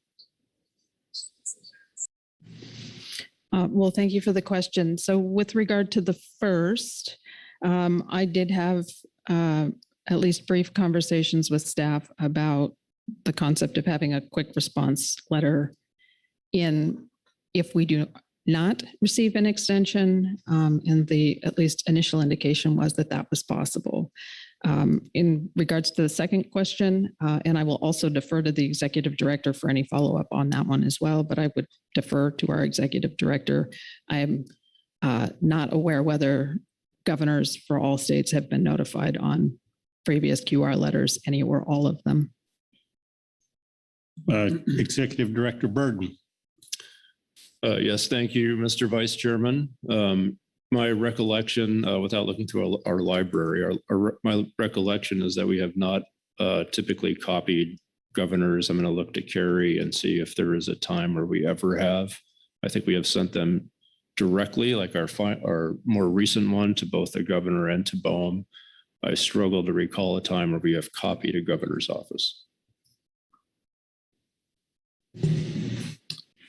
Okay, thank you. John, does that answer your question? It does, and I think I would say that perhaps I'd recommend we not copy the governor. I suspect he can be delivered the letter without us directly copying, or excuse me, she, without copying her. So that might make it easier for more members to vote on this.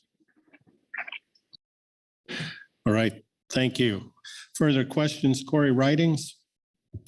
Thank you, Mr. Vice Chair. Thanks, Krista, for this motion. I have two questions. The first one is I'm looking at number 1, and I'm thinking about what was actually in the BOEM August 4th request for comment. And I believe the Habitat Committee touched on this as well as the MPC, which was that they are looking for feedback on I think the section is requested information from interested or affected parties. I think it's 9A through I. Is your intent with number 1 that the Habitat Committee and the Marine Planning Committee would attempt to answer and respond to those requests in whatever time we end up having available, but that would be included as part of the letter. Thank you for the question. The answer to that is yes. That is why I put in working with both of them. It is also why I spoke specifically to that in my rationale and comments around having information in timely. Follow up, Corey, please. Thanks. Thanks, Mr. Vice Chair.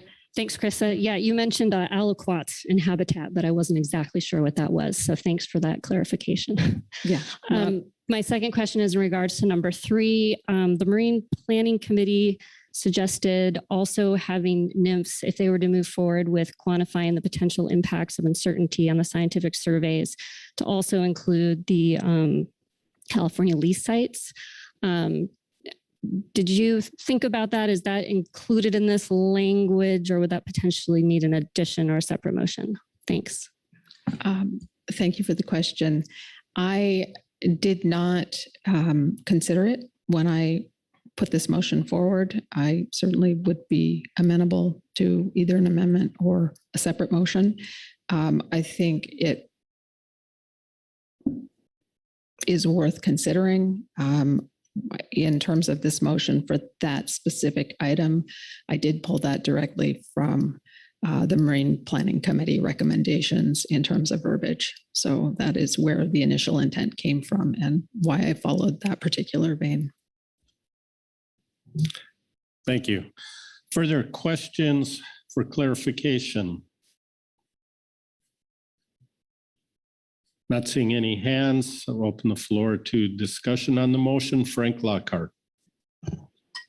Just because we're referenced in the third one, we have had some internal discussions on this, and the agency will need to talk to the centers about this. Right now, we're not quite sure how this would be done, so it will take some time to discuss with the centers to see how it could be done and what kind of time and resources it would take. Thank you. Thank you.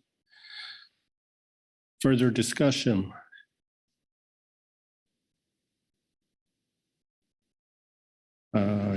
Corey Niles.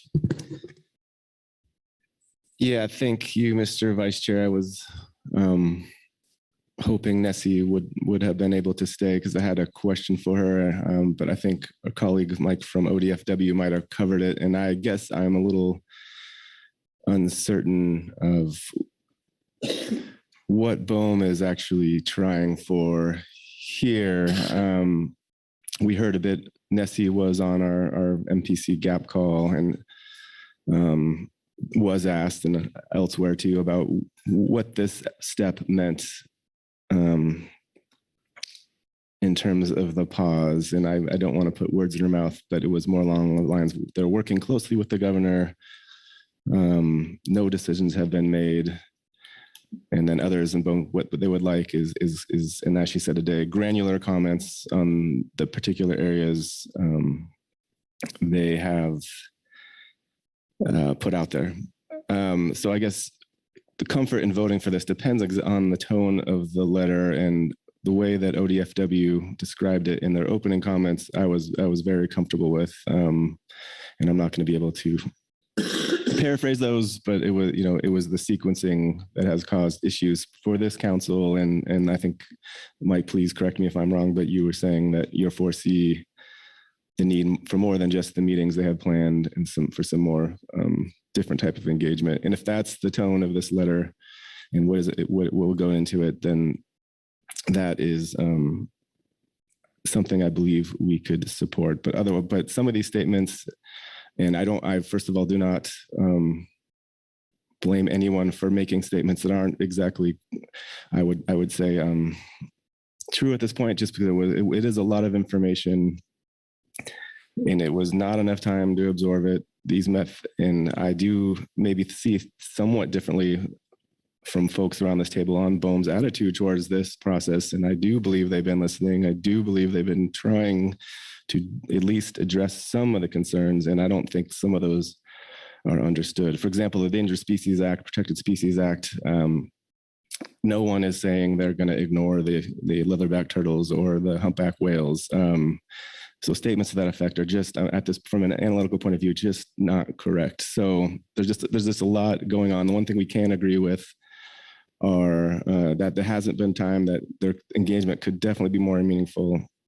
And if ODFW is supportive of thinking that this letter will capture the comments they made before we got into discussion, that's one thing. If the tone of the letter is,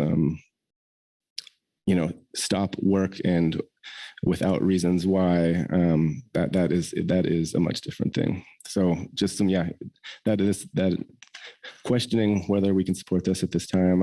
I'm leaning towards we can get to wording where we're comfortable with, and especially if ODFW is supporting this, we could vote this. Otherwise, thinking about abstaining. All right, thank you, Corey.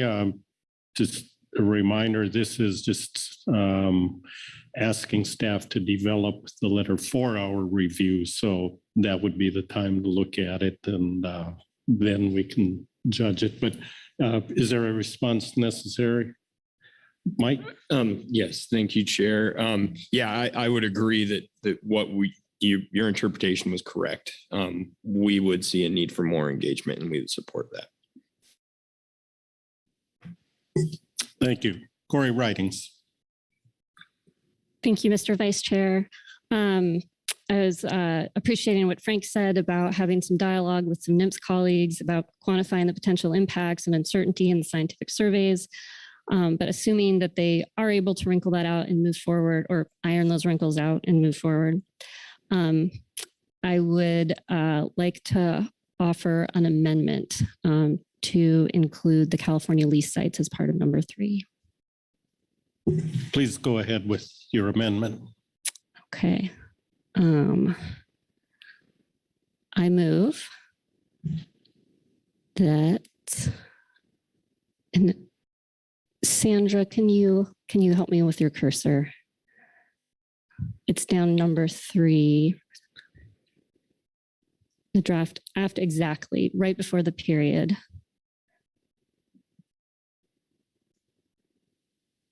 After we is.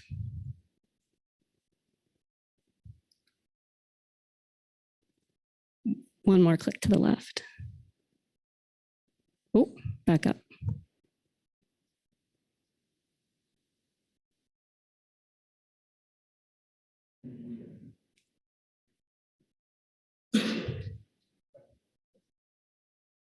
Thank you. And just add, and California leased sites.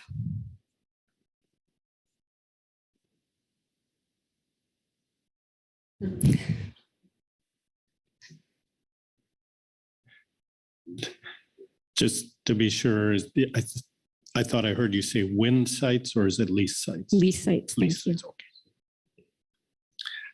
Thank you, Sandra. All right, want to make sure down below the language is accurate, complete.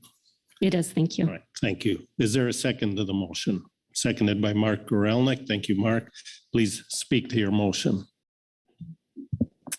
I appreciate what Ms. Fenson intended here with number 3, and the same concerns and the intent behind this motion exist in California as well. And so if NIPS is able to iron those wrinkles out and move forward with this analysis, I would love to see California, waters off of California included as well. All right, thank you. Are there questions to the maker of the motion for clarification?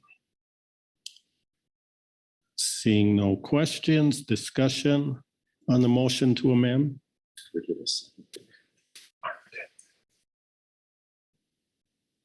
I'm not seeing any discussion, so I will call the question on the amendment before you. All those in favor? Oh, excuse me. Mike Harrington. Just before the call to vote, I did just want to mention that Oregon will be abstaining from a vote on this.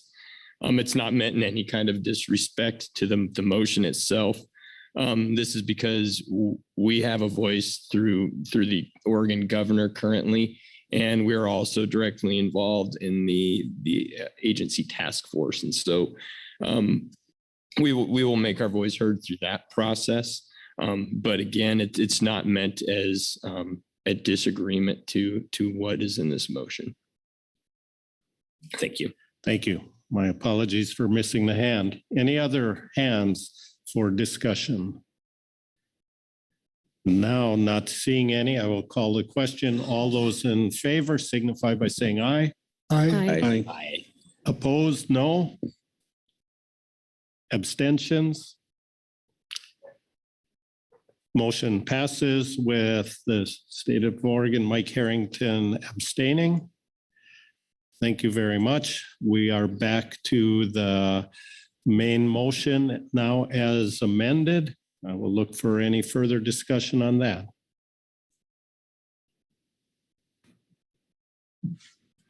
And I am not seeing, Corey Niles. This is probably not necessary, but maybe a question for it now for Krista, but amended by Corey's motion. But as Frank was saying, I think this is going to be a pretty tough thing, NIMS, to do, but you are not meaning to necessarily elevate it beyond, for example, the questions that we heard from Steve Joner from the tribes about the other cumulative impacts that folks are worried with. It's just an addition to the list of things we'd like to see analyzed before, before people have better understanding of impacts to taking those areas for offshore wind development. Yeah, thank you for the question, Corey. So I, in terms of this, phrased it as a request, not as a we must have, knowing that there is a lot of work. My intention was to go along the lines of whatever our advisors have advised. So I am appreciative of the amendment because I think that does really get at the intent, as I mentioned in my rationale, of making sure that we're covering our entire geographic area and not part and piecing this out. But I would leave it at that lesser range rather than going on a gigantic digging expedition. All right, thank you. Further discussion?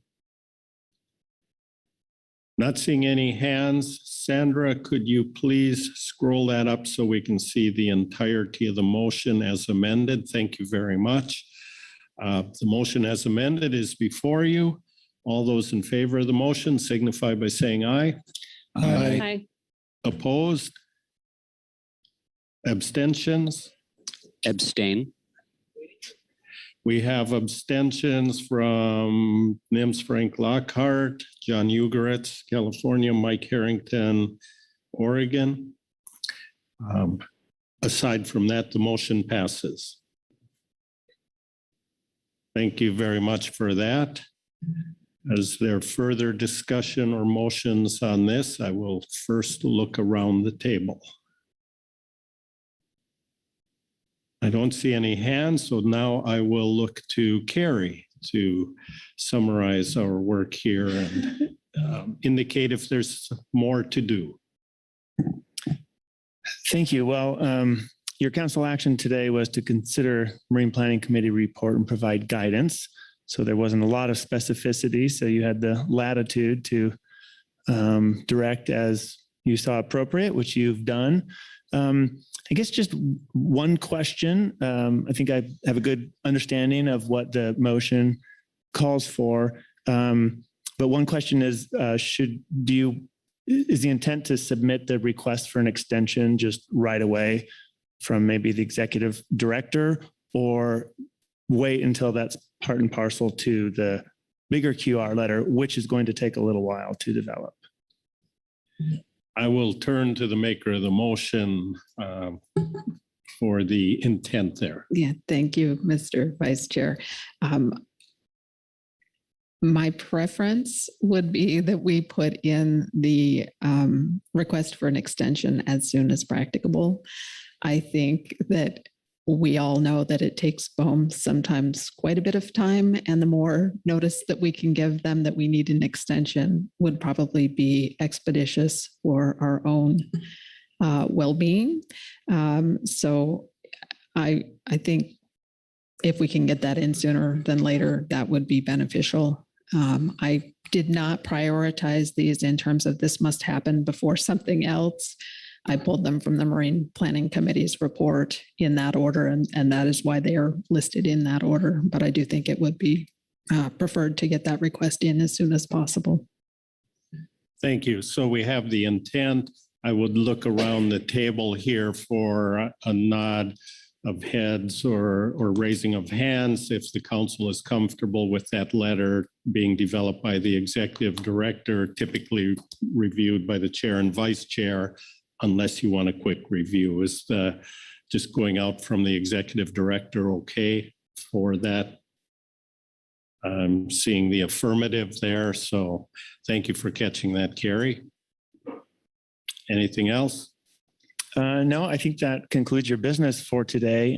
Did want to express again the appreciation for Nessie Sumai coming up here to speak with you in person, and a lot of other attendees from BOEM and NCOS, and I saw some of the California lessees listening in. So there's a lot of interest in this, and just wanted to acknowledge that. But I think that concludes your business for this agenda item. Thank you.